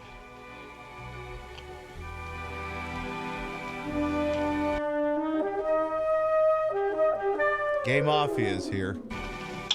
But the wine is quite excellent. Although for such a grand meal, I had rather expected a claret. Of course. Unfortunately, our cellar is rather poorly stocked with clarets. Mouton Rothschild is a claret. See, even Sean Connery can fucking pronounce it properly, you fucking hack narrator jackass. You pronounce it right or you don't pronounce it at all! With that one, guys. After sampling some of the best the vine has to offer, what better way to show your appreciation than by paying homage to the god of wine himself, Dionysus. Oh my God, you could drink your mutton Rothschild and then go say hi to Dianetics. He's back on the strip at Caesar's Palace. He's back in Pog form. In the Forum shops, statues of the Roman gods, including Dionysus, come alive every hour in a sound and light spectacle like you've never seen. I don't know if it still does that. I can't After remember. the show, there's no way you can walk away without at least poking your head in any of the Forum's more than 100 shops. However, if you try and go into the Rolex without consenting to a credit check, the store's security guard will kill you. Like, poke your head in. Yeah, half of them have got bodyguards out front who ain't gonna let you in if you don't look like money. If your hunger for excitement... How do you look like money? Don't look like you have money. How does that work? Well, rich people look like regular people. Poor people look like rich people. Figure that one out. matches your hunger for fine food, then Caesar's Magical Empire has the recipe you're looking for. A sumptuous three-course feast, grand-scale illusions, and surroundings so authentic, you'll swear you're in ancient Rome. Was that the place that was in Showgirls where Gina Carano says she ate doggy food? Now let's jump across the street to the property where it all started for Las Vegas, the Flamingo Hilton. It's just called the Flamingo now. Opened originally in 1946 by reputed mobster Bugsy Siegel, The Flamingo Hilton has been called the mother of Las Vegas casinos. It's okay, Bugsy's dead. They killed him like 3 years later. He was unbuzzling funds. One of the property's major attractions is its wildlife habitat, an eclectic array of exotic animals, including African penguins. They didn't have penguins when I was there, I'd remember that. Mandarin ducks, and of course, the property's signature Chilean flamingos. I feel like I'd remember if they had penguins. But if leggy creatures of an entirely different variety interest you, you can catch the world-renowned... Ah, yes, leggy creatures. I'm sure that's how they prefer to be addressed. Radio City Rockettes as they kick up their heels nightly in the Flamingo Hilton showroom. Show us their titties! Pib, you just decried them being called leggy creatures. Now you're demanding that you can see their tits? Listen, I'm not going to be perfect, okay?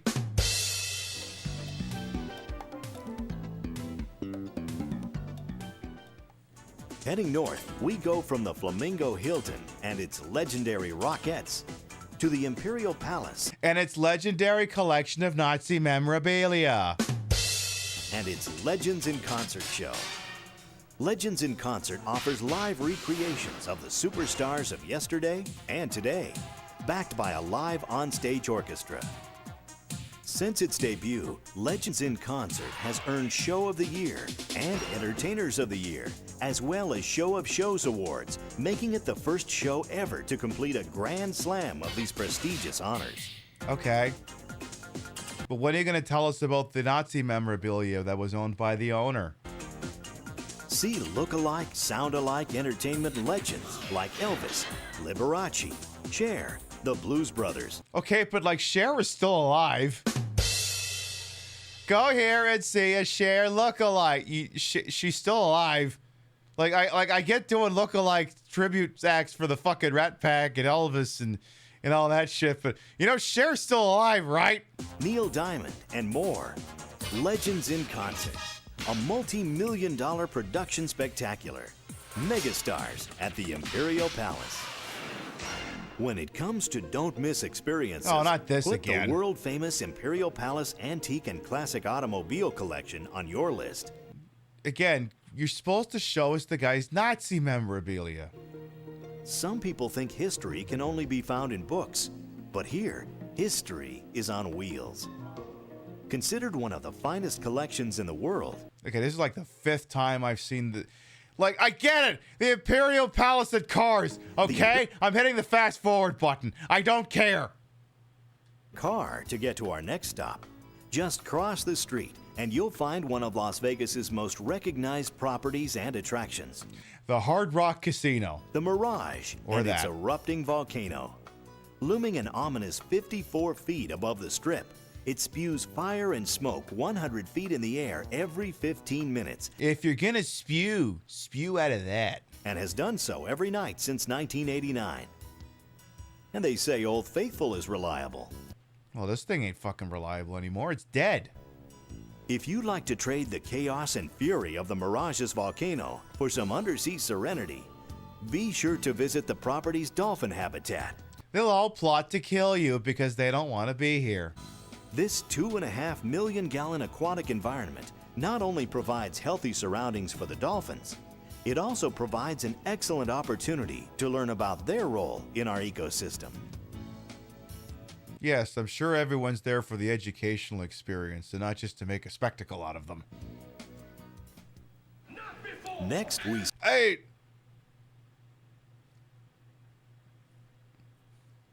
Is this tape realizing it's on like a fucking time crunch or something? Doesn't even want to fucking mention Siegfried and Roy? All right, fuck it, I ain't gonna stop you. Set sail due north to Treasure Island.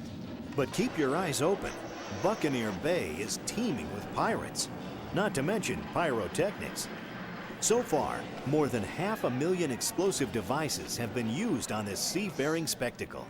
And more than 17 million people have witnessed at least one of over 8,000 battles fought. Smart-ass chatters in the previous video were like, why does the British captain have a megaphone? It's like, so the other boat can hear him, duh.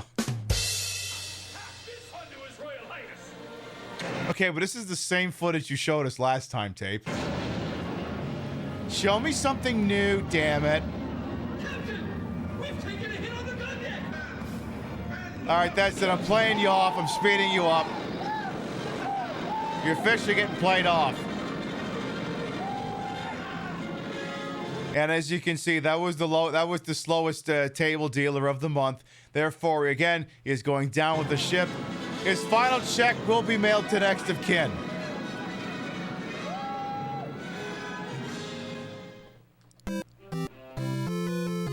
The Venetian! Here we go. Across the street at the Venetian, you can count on the waters to be a bit calmer. Calm enough, in fact, to transport you to another place and time. Hey, this place is still here. Italy. Climb into a gondola, and its operatic pilot will serenade. Climb into its gondola, and then you can leave a shitty review on TripAdvisor because you had unrealistic expectations. You for the entire half-mile length of the shop and cafe-lined Grand Canal.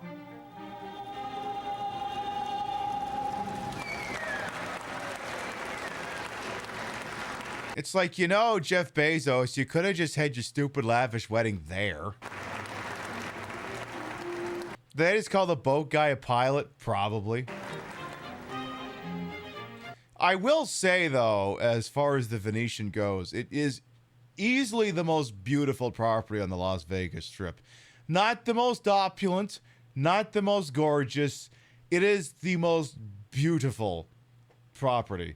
And I'd like to think that if we lived in a world where, you know, it wasn't entirely driven by capitalism, you could still have a place like this, but it would be made because people wanted to make something beautiful, not because they felt they had to do it in order to entice tourists, in order to fleece them of thousands and millions of dollars.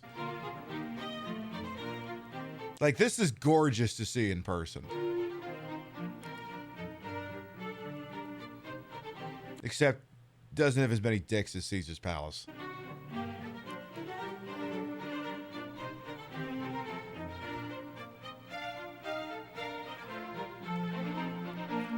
Paintings! Only at the Venetian.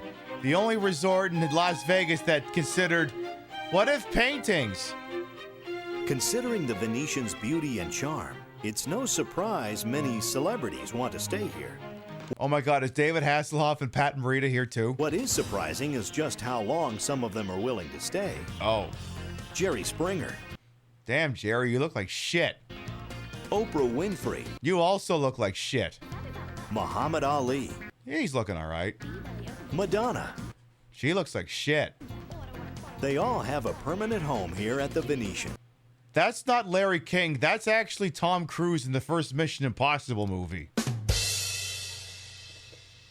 Yeah. Yeah,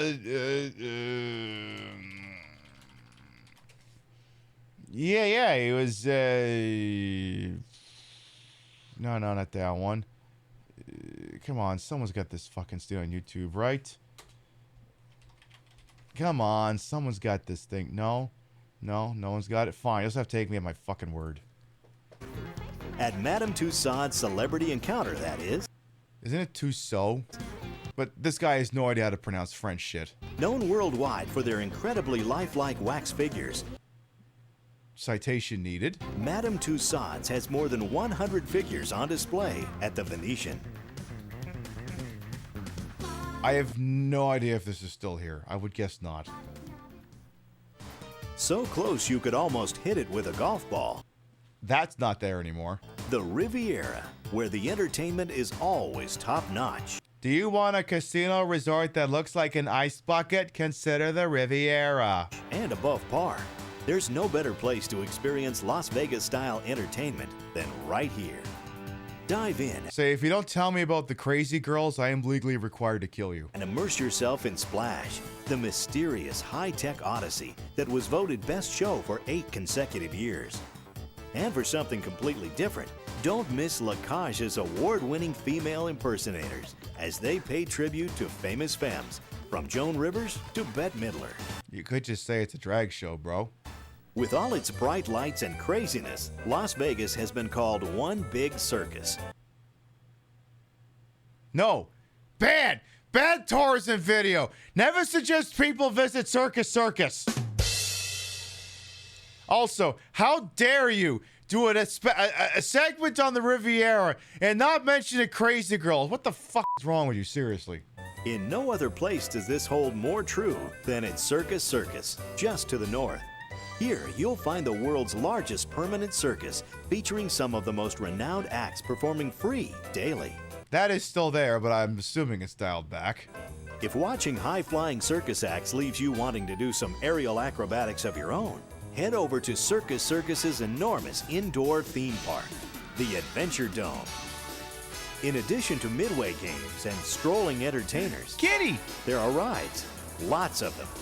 Most notably, the park's centerpiece. Was that Bubbles doing the Super Cats Cat Show? The Canyon Blaster, the largest indoor double-loop, double corkscrew roller coaster in America. With 45-degree angle drops from heights of 90 feet and speeds reaching 55 miles per hour, the Canyon Blaster is, quite simply, a blast. Okay, stop screaming, lady. You're not gonna die. You're not one of these casinos that gets blown up. To boldly go where no one has gone before. See, the Las Vegas Hilton / the Westgate doesn't always get a lot of love in these things because it's not technically on the Las Vegas Strip, but it is serviced by the monorail. All you need to do is go east of the Strip to the Las Vegas Hilton. This presumably ordinary 21st century hotel casino is also where Barry Manilow has his residency. May appear normal on the outside, but inside. Yeah, if anyone went to Twitch kind of like, what the fuck? Why didn't I go to... It wasn't there anymore. It houses a complete 24th century casino and space station. You would have noticed. You can even board the Starship Enterprise and embark on an exciting adventure like nothing you've ever experienced before. That's because Star Trek, the experience, is not merely a ride. You're literally surrounded by it. Totally immersed in a $70 million adventure. Whether you're a God, that would have been something to see. Die-hard Star Trek fan or don't know a Klingon from a clam. Larsa and Baitar with their titties out. Oh, hell yes. It's a must. Oh my God. That is... I dare you to pronounce that guy's name, narrator. You can't pronounce Muto Rothschild or fucking Madame Tussauds. I dare you to try and pronounce Quark's name. See attraction. If you do make it back. What's... And they'd be like, okay, who plays Odo? Reedy Aubergines. And I'm like, I'm going to fucking kill you. Back to Earth and the Las Vegas Hilton. Get a glimpse of what gaming may be like in the 24th century. Oh my God, can we play the Dabo? At the Space Quest Casino. To play the slots here. We used to be a country, a proper country, where an entire section of a casino was dedicated to Star Trek.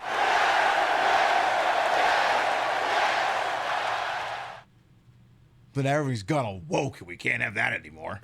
All you have to do is pass your hand through a beam of light. And what journey to the 24th century wouldn't be complete without at least sampling some futuristic food? Get fucked up on Romulan ale. At Quark's Bar and Restaurant. Oh my God, he could pronounce Quark's, Jesus. You can take your pick from an extensive list of Star Trek themed offerings.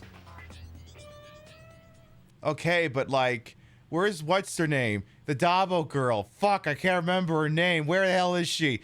And wait, where's Morn at? Where's Morn? Just a quick hop back to the Strip brings us to the Sahara Hotel and Casino. That place is still there. Here you can see one of the most amazing magic shows anywhere. Renowned magician Steve Wyrick performs many literally who? Daring and breathtaking illusions, including his renowned Blades of Death challenge. An escape so dangerous, even Houdini. Yeah, did they accept gold pressed platinum by any chance there? He was afraid to try it.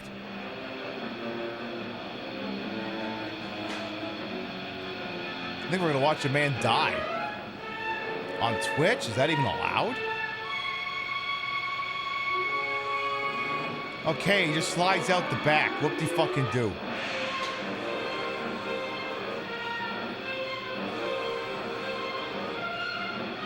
Oh no, he died. Oh no, he's not there anymore. Okay, but who put a helicopter in there? The thrills don't stop when the show's over. The Sahara is also home to Las Vegas's fastest roller coaster. I'm pretty fucking sure that's not there anymore. Speed the Ride. Reaching speeds of 70 miles per hour.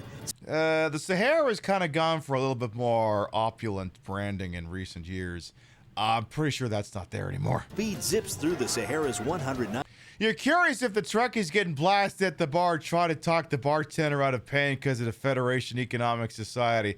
They're like, yeah, sorry, I'm not a nerd. Fucking pay or the pit boss is going to use you for a punching bag. 92-foot tall marquee before curving around the porte cochere and up a steep incline, stopping 224 feet above the ground.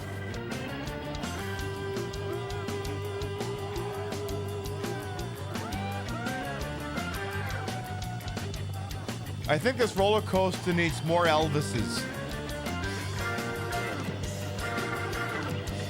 Wait, that's all the Elvises that you can run over in Grand Theft Auto 1. They know that if they hide up there, you can't run them over.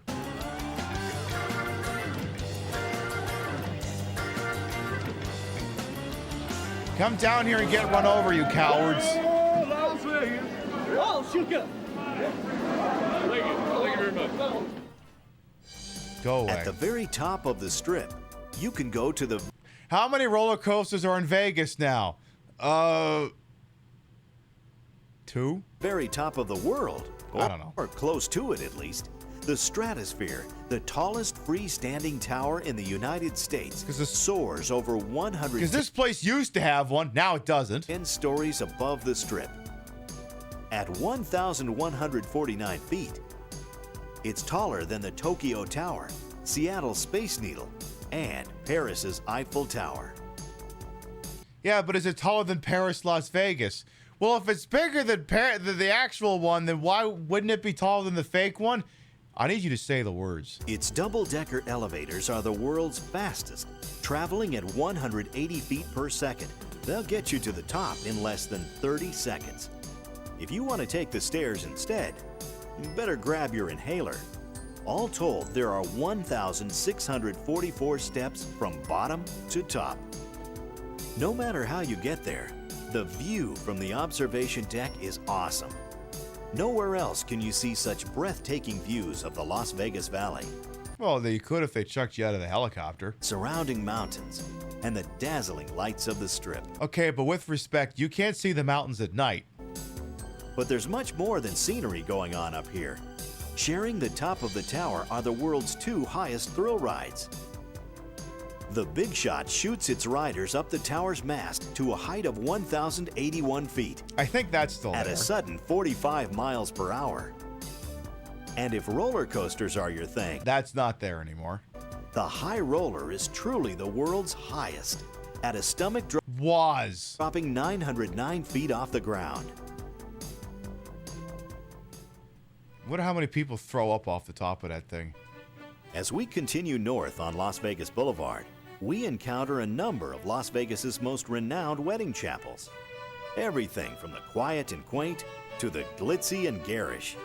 With more than 100,000 couples getting married here each year, Las Vegas is undoubtedly the wedding capital of the world. Nowhere else is it easier to tie the knot. And nowhere else in the world is it easier to get rid of that knot.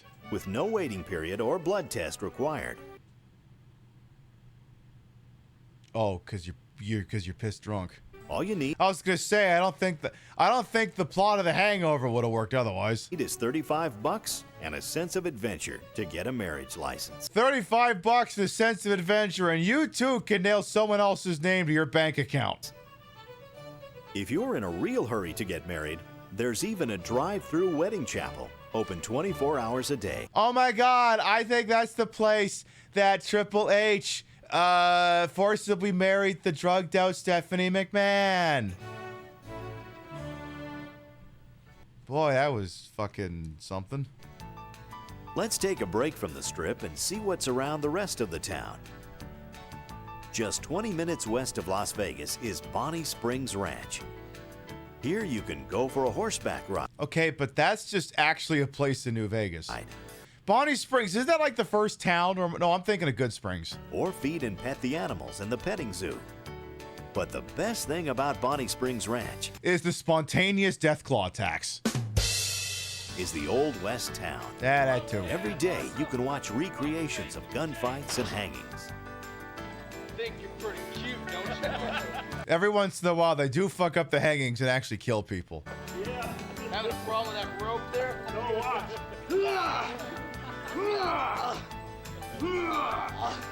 No, stupid. You gotta pull harder than that. Put your weight into it. Marshall! What? You can't hang me! Challenge accepted. He says I can't hang him! I'll fucking show that little pissant, and then he actually kills him. And why not? Because your wife would get awful lonely. Yeah. I feel like people have killed people for less than that. My wife's gonna get... You know my wife! Everybody knows your wife! Everybody's been plowing your wife.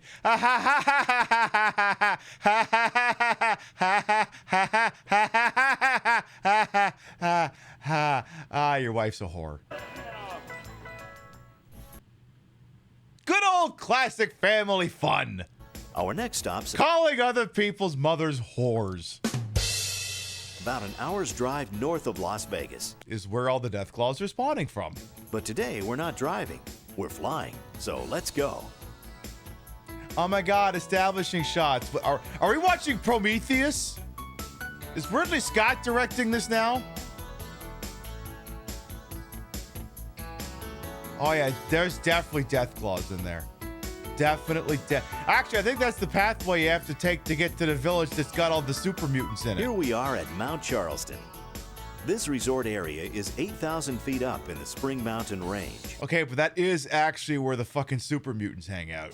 When it's 100 degrees in Las Vegas, it's usually in the 80s up here. There's horseback riding, golfing, hiking, and a couple of lodges for eating and sleeping. And there's also super mutants willing to punch the shit out of you. Needless to say, this is a very popular resort with the locals, especially in the summer. Just over the mountain is the Lee Canyon Ski and Snowboard Resort.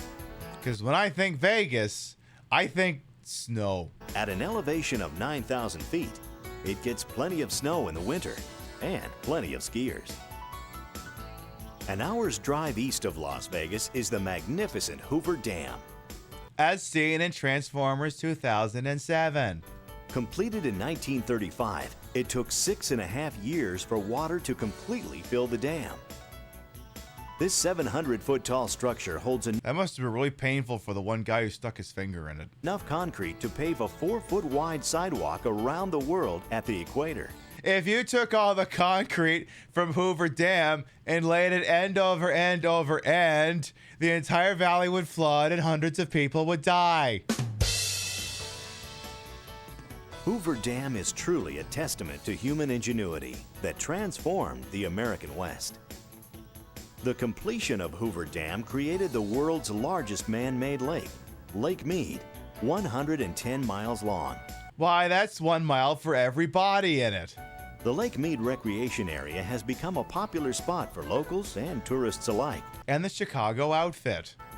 Slightly upstream from the dam, you can hop on the Desert Princess and cruise the lake in style. Hell, you look around there long enough, you can find the B-17, you can find the B-29 Stratofortress that the boomers want. There's also boating and jet-powered skiing. Downstream from the dam, you can take an exciting river raft trip or go canoeing. We gotta replay New Vegas sometime. Whatever you... How much of that lake is still around right now? Okay, Zach, extend your forefinger and your thumb.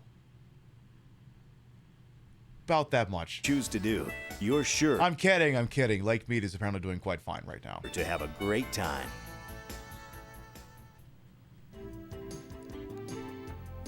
The beautiful Grand Canyon is only a short flight or bus trip away.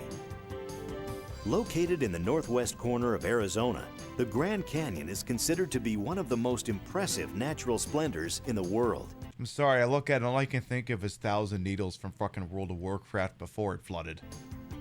It is 200. Pib, that's intentional. Yeah, I know. 77 miles long, 18 miles wide, and at its deepest point is 6. Isn't it the salt lake that's evaporating and killing everyone? No. You understand the bodies were dead before they went in the water. 6,000 vertical feet, more than 1 mile from rim to river.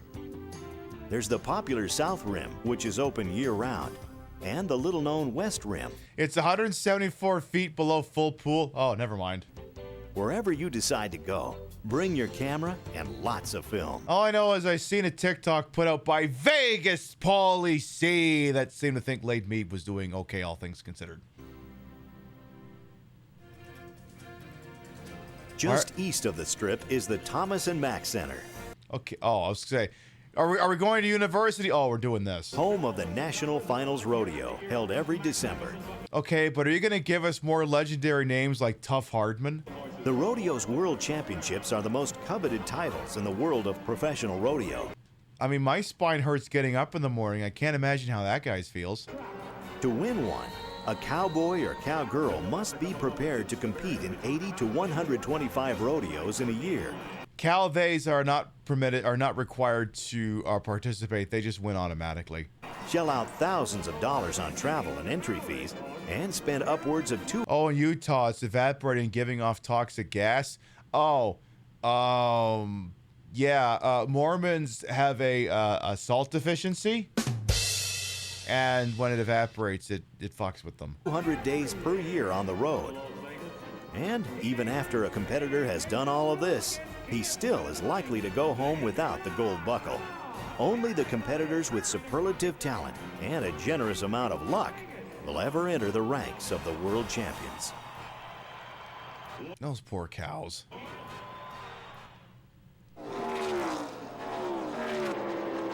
All right, I want to see a car crash. Show me a fucking car crash right now. Located just northeast of Las Vegas. Las Vegas Motor Speedway, goddammit! Is the Las Vegas Motor Speedway. That's what I said. This 1,600-acre motorsports complex features a 105,000-seat main track and is home to NASCAR Winston Cup Racing, Busch Series, and Indy Racing League.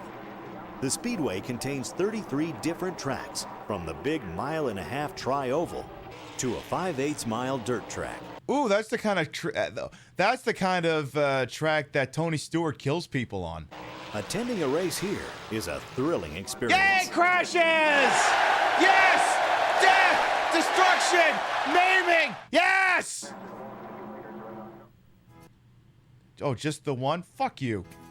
Just 90 miles south of Las Vegas is Laughlin, Nevada. The 80-square-mile township is 510 feet above sea level and is home to approximately 8,000 residents. Although Laughlin is much smaller than Las Vegas, there are some things you can do here that you can't do in Las Vegas. Like, fuck.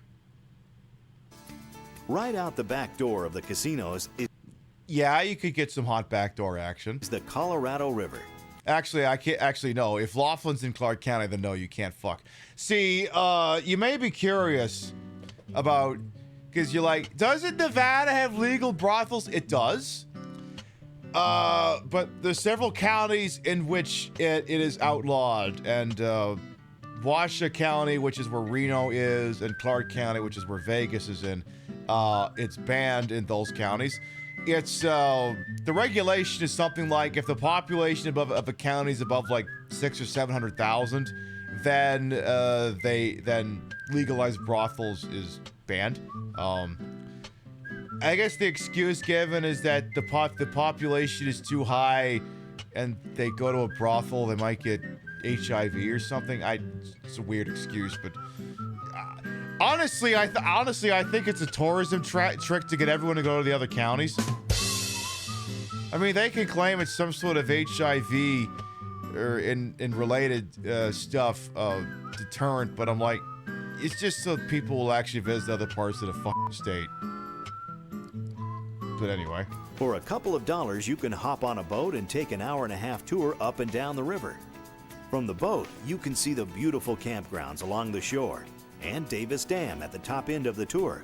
There aren't as many death claws there. Completed in 1953, Davis Dam is an earth and rock-filled embankment with a concrete spillway. With near-perfect year-round weather, there's an abundance of water recreation on the river. Boating, jet skiing, swimming, you can do it all right here. Laughlin, named in 1968 after its founder and owner of the Riverside Resort, Don Laughlin, is known in the Southwest as a preferred alternative to Las Vegas. I'm sorry, do you want to gamble but also do it at a budget? Consider Laughlin. Actually, I get like a shitload of offers from Caesars. Hey, $250 and we'll pay for your plane ticket and give you accommodations so you can go here and lose all your money. In one of these years, I'll actually take them up on that offer.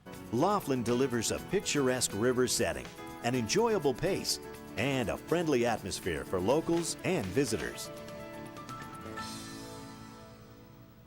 Someday I'll take them up on that. Okay, if we're in Arizona now, I think we're getting away from the spirit of Las Vegas. About 25 miles southeast of Laughlin is the authentic western ghost town of Oatman, Arizona. More than 500,000 tourists a year visit Oatman. Okay, I'm gonna kind of speed. All right, I'm gonna get past the old Tommy Prospector shit. With respect. Jams.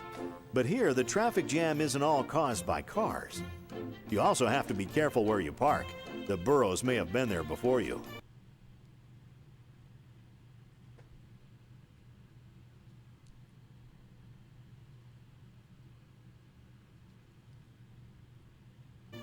You can't ride the burros, but there are ponies the kids can ride. Giddy up, Spanky. Giddy up, babe. Giddy up, babe. Giddy up, babe. All right, here we are in Oban. What's your name? Yeah, Burrow puked too. Jody, that's Jody. And Scott. And that's Scott. Jody and Scott, the real cowboys. There's plenty of gift shops selling everything from t-shirts to donkey food. You mean to tell me that there's a place that there's a tourist place anywhere in USA that sells souvenirs? Get right out of town. I refuse to believe that. Much of the merchandise is handmade right here in Oatman. I'm Jennifer Jennings, and I work for Yellowhammer at Yellowhammer's place. And right now I'm making a porcupine quill choker. We use different kinds of stones in these chokers. This is the finished one. This is one of our most popular colors, the turquoise. These beads aren't actually turquoise beads, but... What? What? You mean it's not real fucking turquoise? God damn it! They played us like a damn fiddle! Fuck! The turquoise color is real popular. If you want to take a break from gift shopping, there's entertainment everywhere. Sit back and listen to some country music. Listen to some old drunk bastard who wandered onto the set. Let's sing songs about how the country was better before the Voting Rights Act. Don't seem to fall on rocky top. Half bear, the other half cat. Wild as a bear and sweet as soda pop, and I still think about that. The Oatman Hotel, built in 1902, is the only officially sanctioned historical building in the community. All right, I'm speeding you back up here again. Let me know when we get back to Vegas. Ghost of the Oatman Hotel, and Odie is full of mischief. We had a young couple check in to stay at the hotel one night, and they were here less than an hour. They came running down the stairs, through the lobby, and out the front door, and we have never seen nor heard from them since.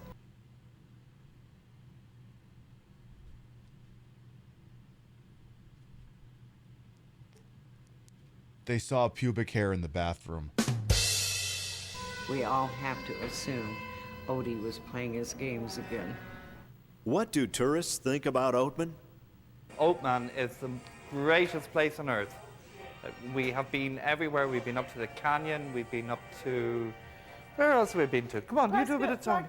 Yeah, all over the place. This is the best place. And we came in here and we just could not believe it. And we would highly recommend all Americans to come right here to this town, and especially stay in this hotel, which is haunted. Now, please let me live. Can you please stop pointing the gun at me? There is a ghost called Odie, and he is living right next door to us tonight. We're in room number 25. I think Odie's room number 26. We're down to swing there, Oatman, if you care to come on by. Yeah. Every Wild I'll let you plow me wife. I'll sit in the cuck chair. West town should have a good gunfight, and Oatman is no exception. The Oatman Ghost Rider gunfighters are roaming the streets, so look out. Okay, I don't care. Look, I'm sorry, I don't care. Oh my god, that guy got shot. Oh my god, that other guy got shot. You know how you could tell they actually got shot because it's black and white and they're using that color to hide the blood. This is officially a stuff film. Wait. Oh my god, we're back in Vegas. Oh my, thank god. We're going to downtown. Y'all still want me to come with you? What better way to cap off our tour than by taking in downtown Las Vegas's $70 million sound and light extravaganza, the Fremont Street Experience. I mean, you could have spent any number of time discussing any of the properties on there, but yeah, sure, go ahead and just lump the whole thing together. Come on, Great Fix. I'm gonna turn the music down a little bit on this one. We're just doing a goddamn Elvis remix. I'll just turn it down a little bit. Fremont, it has lights and people. It's an experience. It is an experience. I don't know. When I was down there, the dames didn't look that good. But yeah, for those not aware, downtown Las Vegas, which is where some of the more fun properties are, it's a little bit more affordable. Just say no to Fremont. Just, if you're going up there for the day, just make sure you get on the bus at the start of the route, not the end of it, because you'll never get a fucking seat. Is the light system running off Windows XP at this point? It probably still is.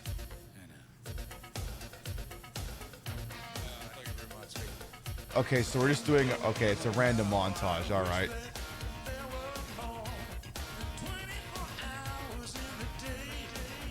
Okay, the Olympic torch is going through there for some reason.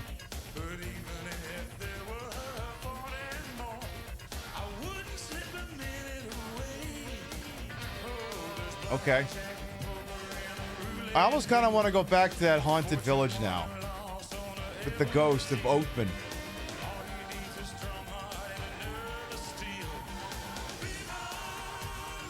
But yeah, they do like a lot of concerts and shit down there too. Like I said, it's a different vibe down there. All right, well, up there. Sorry, I hear the word downtown and my brain instinctually believes that it's somehow south of wherever your present position is. Like my brain cannot process that a place called downtown could be northeast. Like, my brain wants to call that uptown, not downtown.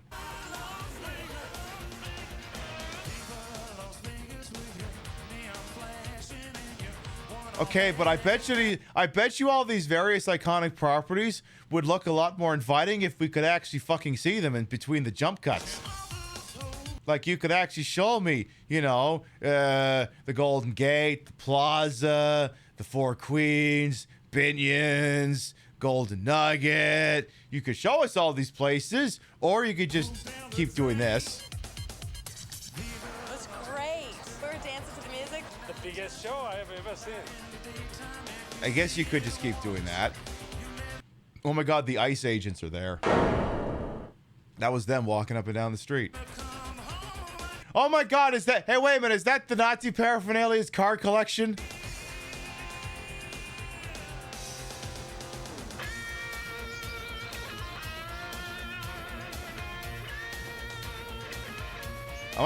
Am I gonna have to start playing you off video? The Fremont Street Experience, c'est magnifique, c'est super. Even the French guy agree. The Fremont Street Experience is super. Everyone who comes in town to visit us, we bring them down here to see it. He approves. Solid enough premise.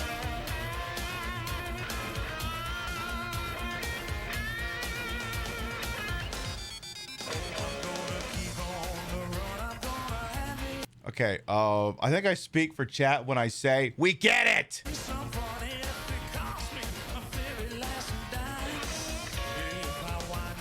Someone was very passionate about this montage, but you're really starting to lose me. I get it. You've got this techno remix of Viva Las Vegas, and you're really, really dedicated to making up a montage that somehow fits the entire goddamn runtime of the song.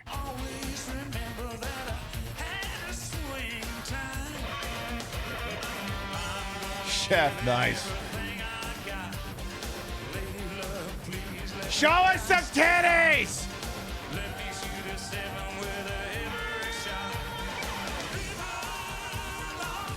Oh my God, the actual properties. What a novel concept, showing us them. It's all very bright lights and glitzy, isn't it? That's Las Vegas. Something that Vegas can only do. So you want to tell us anything about downtown or just show us this footage? I'm thinking downtown must not have paid up in full.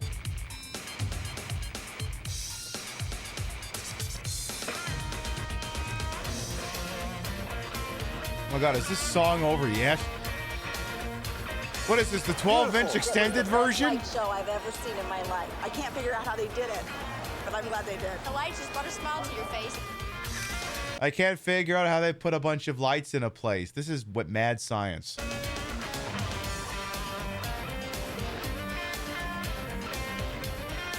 Experience the Fremont Street Experience, now operating in 3 frames per second.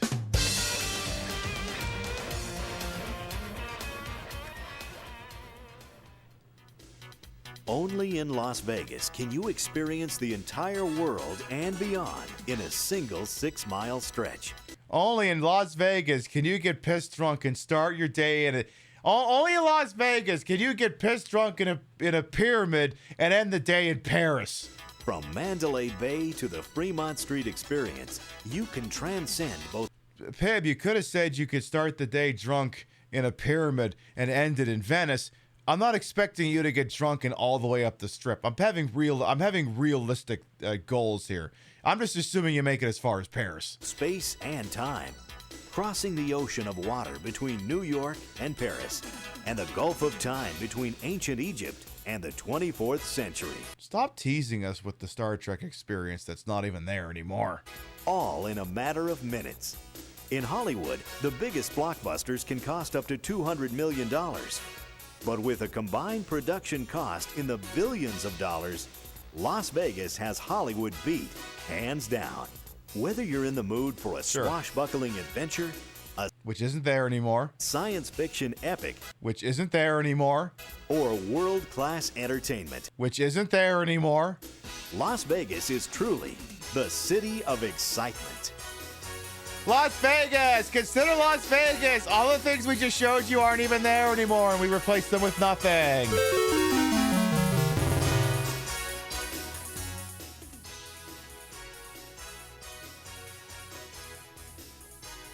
Oh my God, we made it through the tape. Oh my God, they didn't even blow up that many properties. I'm shocked. Normally they would blow up like 5 or 6 of them. The town of Oatman, Arizona was specifically thanked by name. Yeah, Circus is still there. They didn't even blow that one up either. I'm very disappointed. Thank you. Thank you very much. Made by Spectra Video. Okay, so it wasn't the exact same people who made the first 2 tapes. I was misinformed. There you go. You got to experience a little bit more of the Las Vegas on that silly video cassette.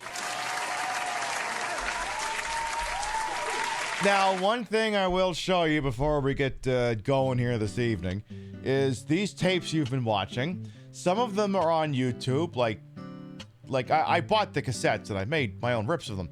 But some of them were on YouTube already and some of them were not.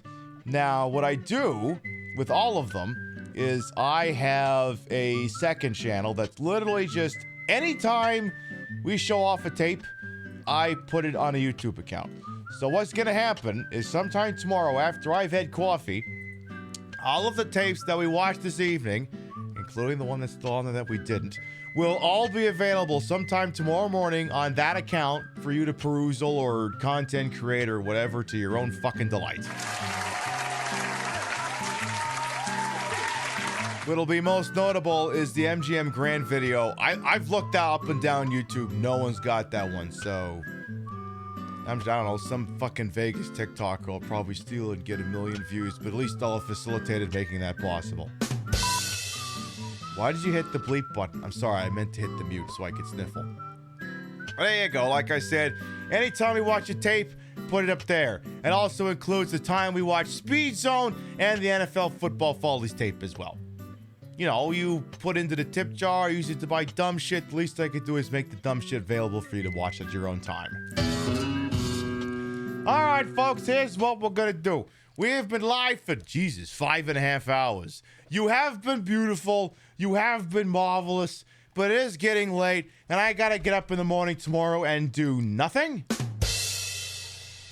Like, literally nothing. I'm going to wake up. I'm going to drink coffee. I don't have to mow the lawn. I don't got to do grocery. I'm going to get up tomorrow morning and just play a bunch of fucking Vampire Survivors and Fazana to Randomizer. So I'm going to go ahead, power off the old PlayStation 3, and we're going to start to wind down for the evening.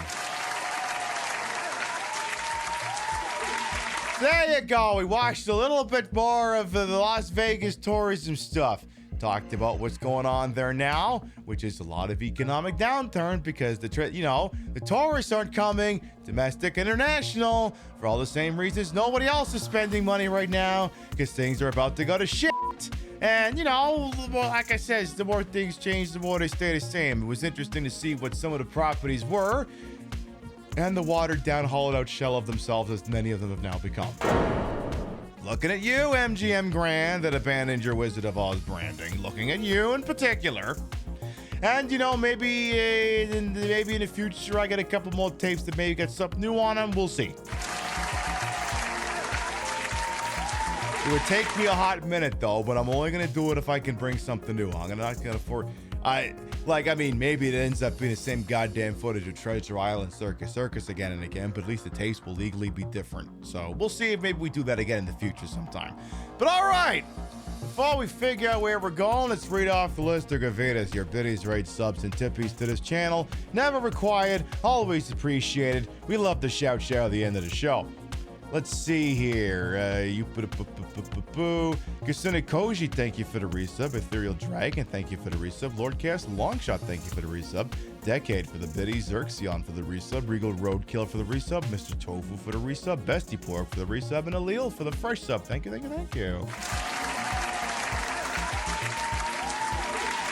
a miracle. I don't even think I knocked that many sequins off my outfit, but when I go to take this thing off, they'll probably all fall off. All right, if you sub to the channel, grab the first one. You ain't sub to the channel, grab the second one. We love to spread the love around, not always at the same place in the face, but at the end of the day, drop you off somewhere where we think you're gonna have a good time.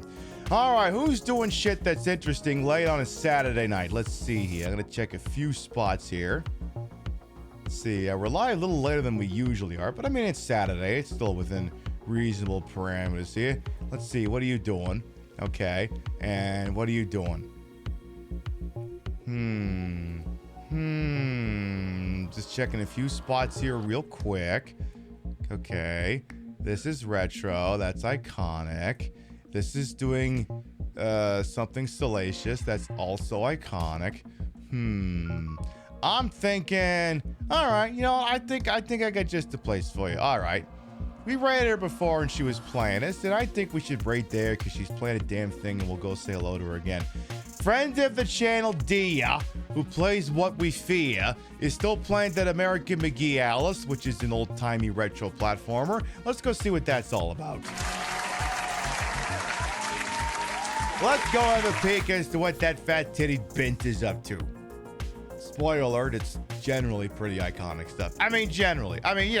Maybe every once in a while, somehow she does something that isn't iconic. I don't know, statistically speaking, it has to happen once in a while. Anyway, our next scheduled broadcast will be tomorrow night, 7 p.m. Eastern, 4 p.m. Pacific. The continuing adventures of Tommy Vercetti in Vice City. We finished off the porn people side quests, and now we gotta see if we can find some more money so we can purchase more property, so we can make more money, so we can purchase more property. It's a very vicious cycle. It also ends in people getting chainsawed, katanaed, and shot. You come on by. tomorrow night, and maybe we sing a couple of the in-game songs too.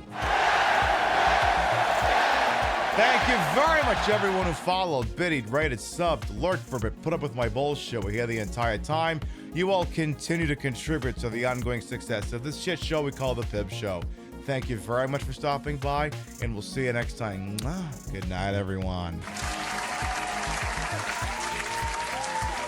Wow, I can't believe they blew up Circus, and they rebuilt it. It looks very horrible. See you later, folks. Mwah.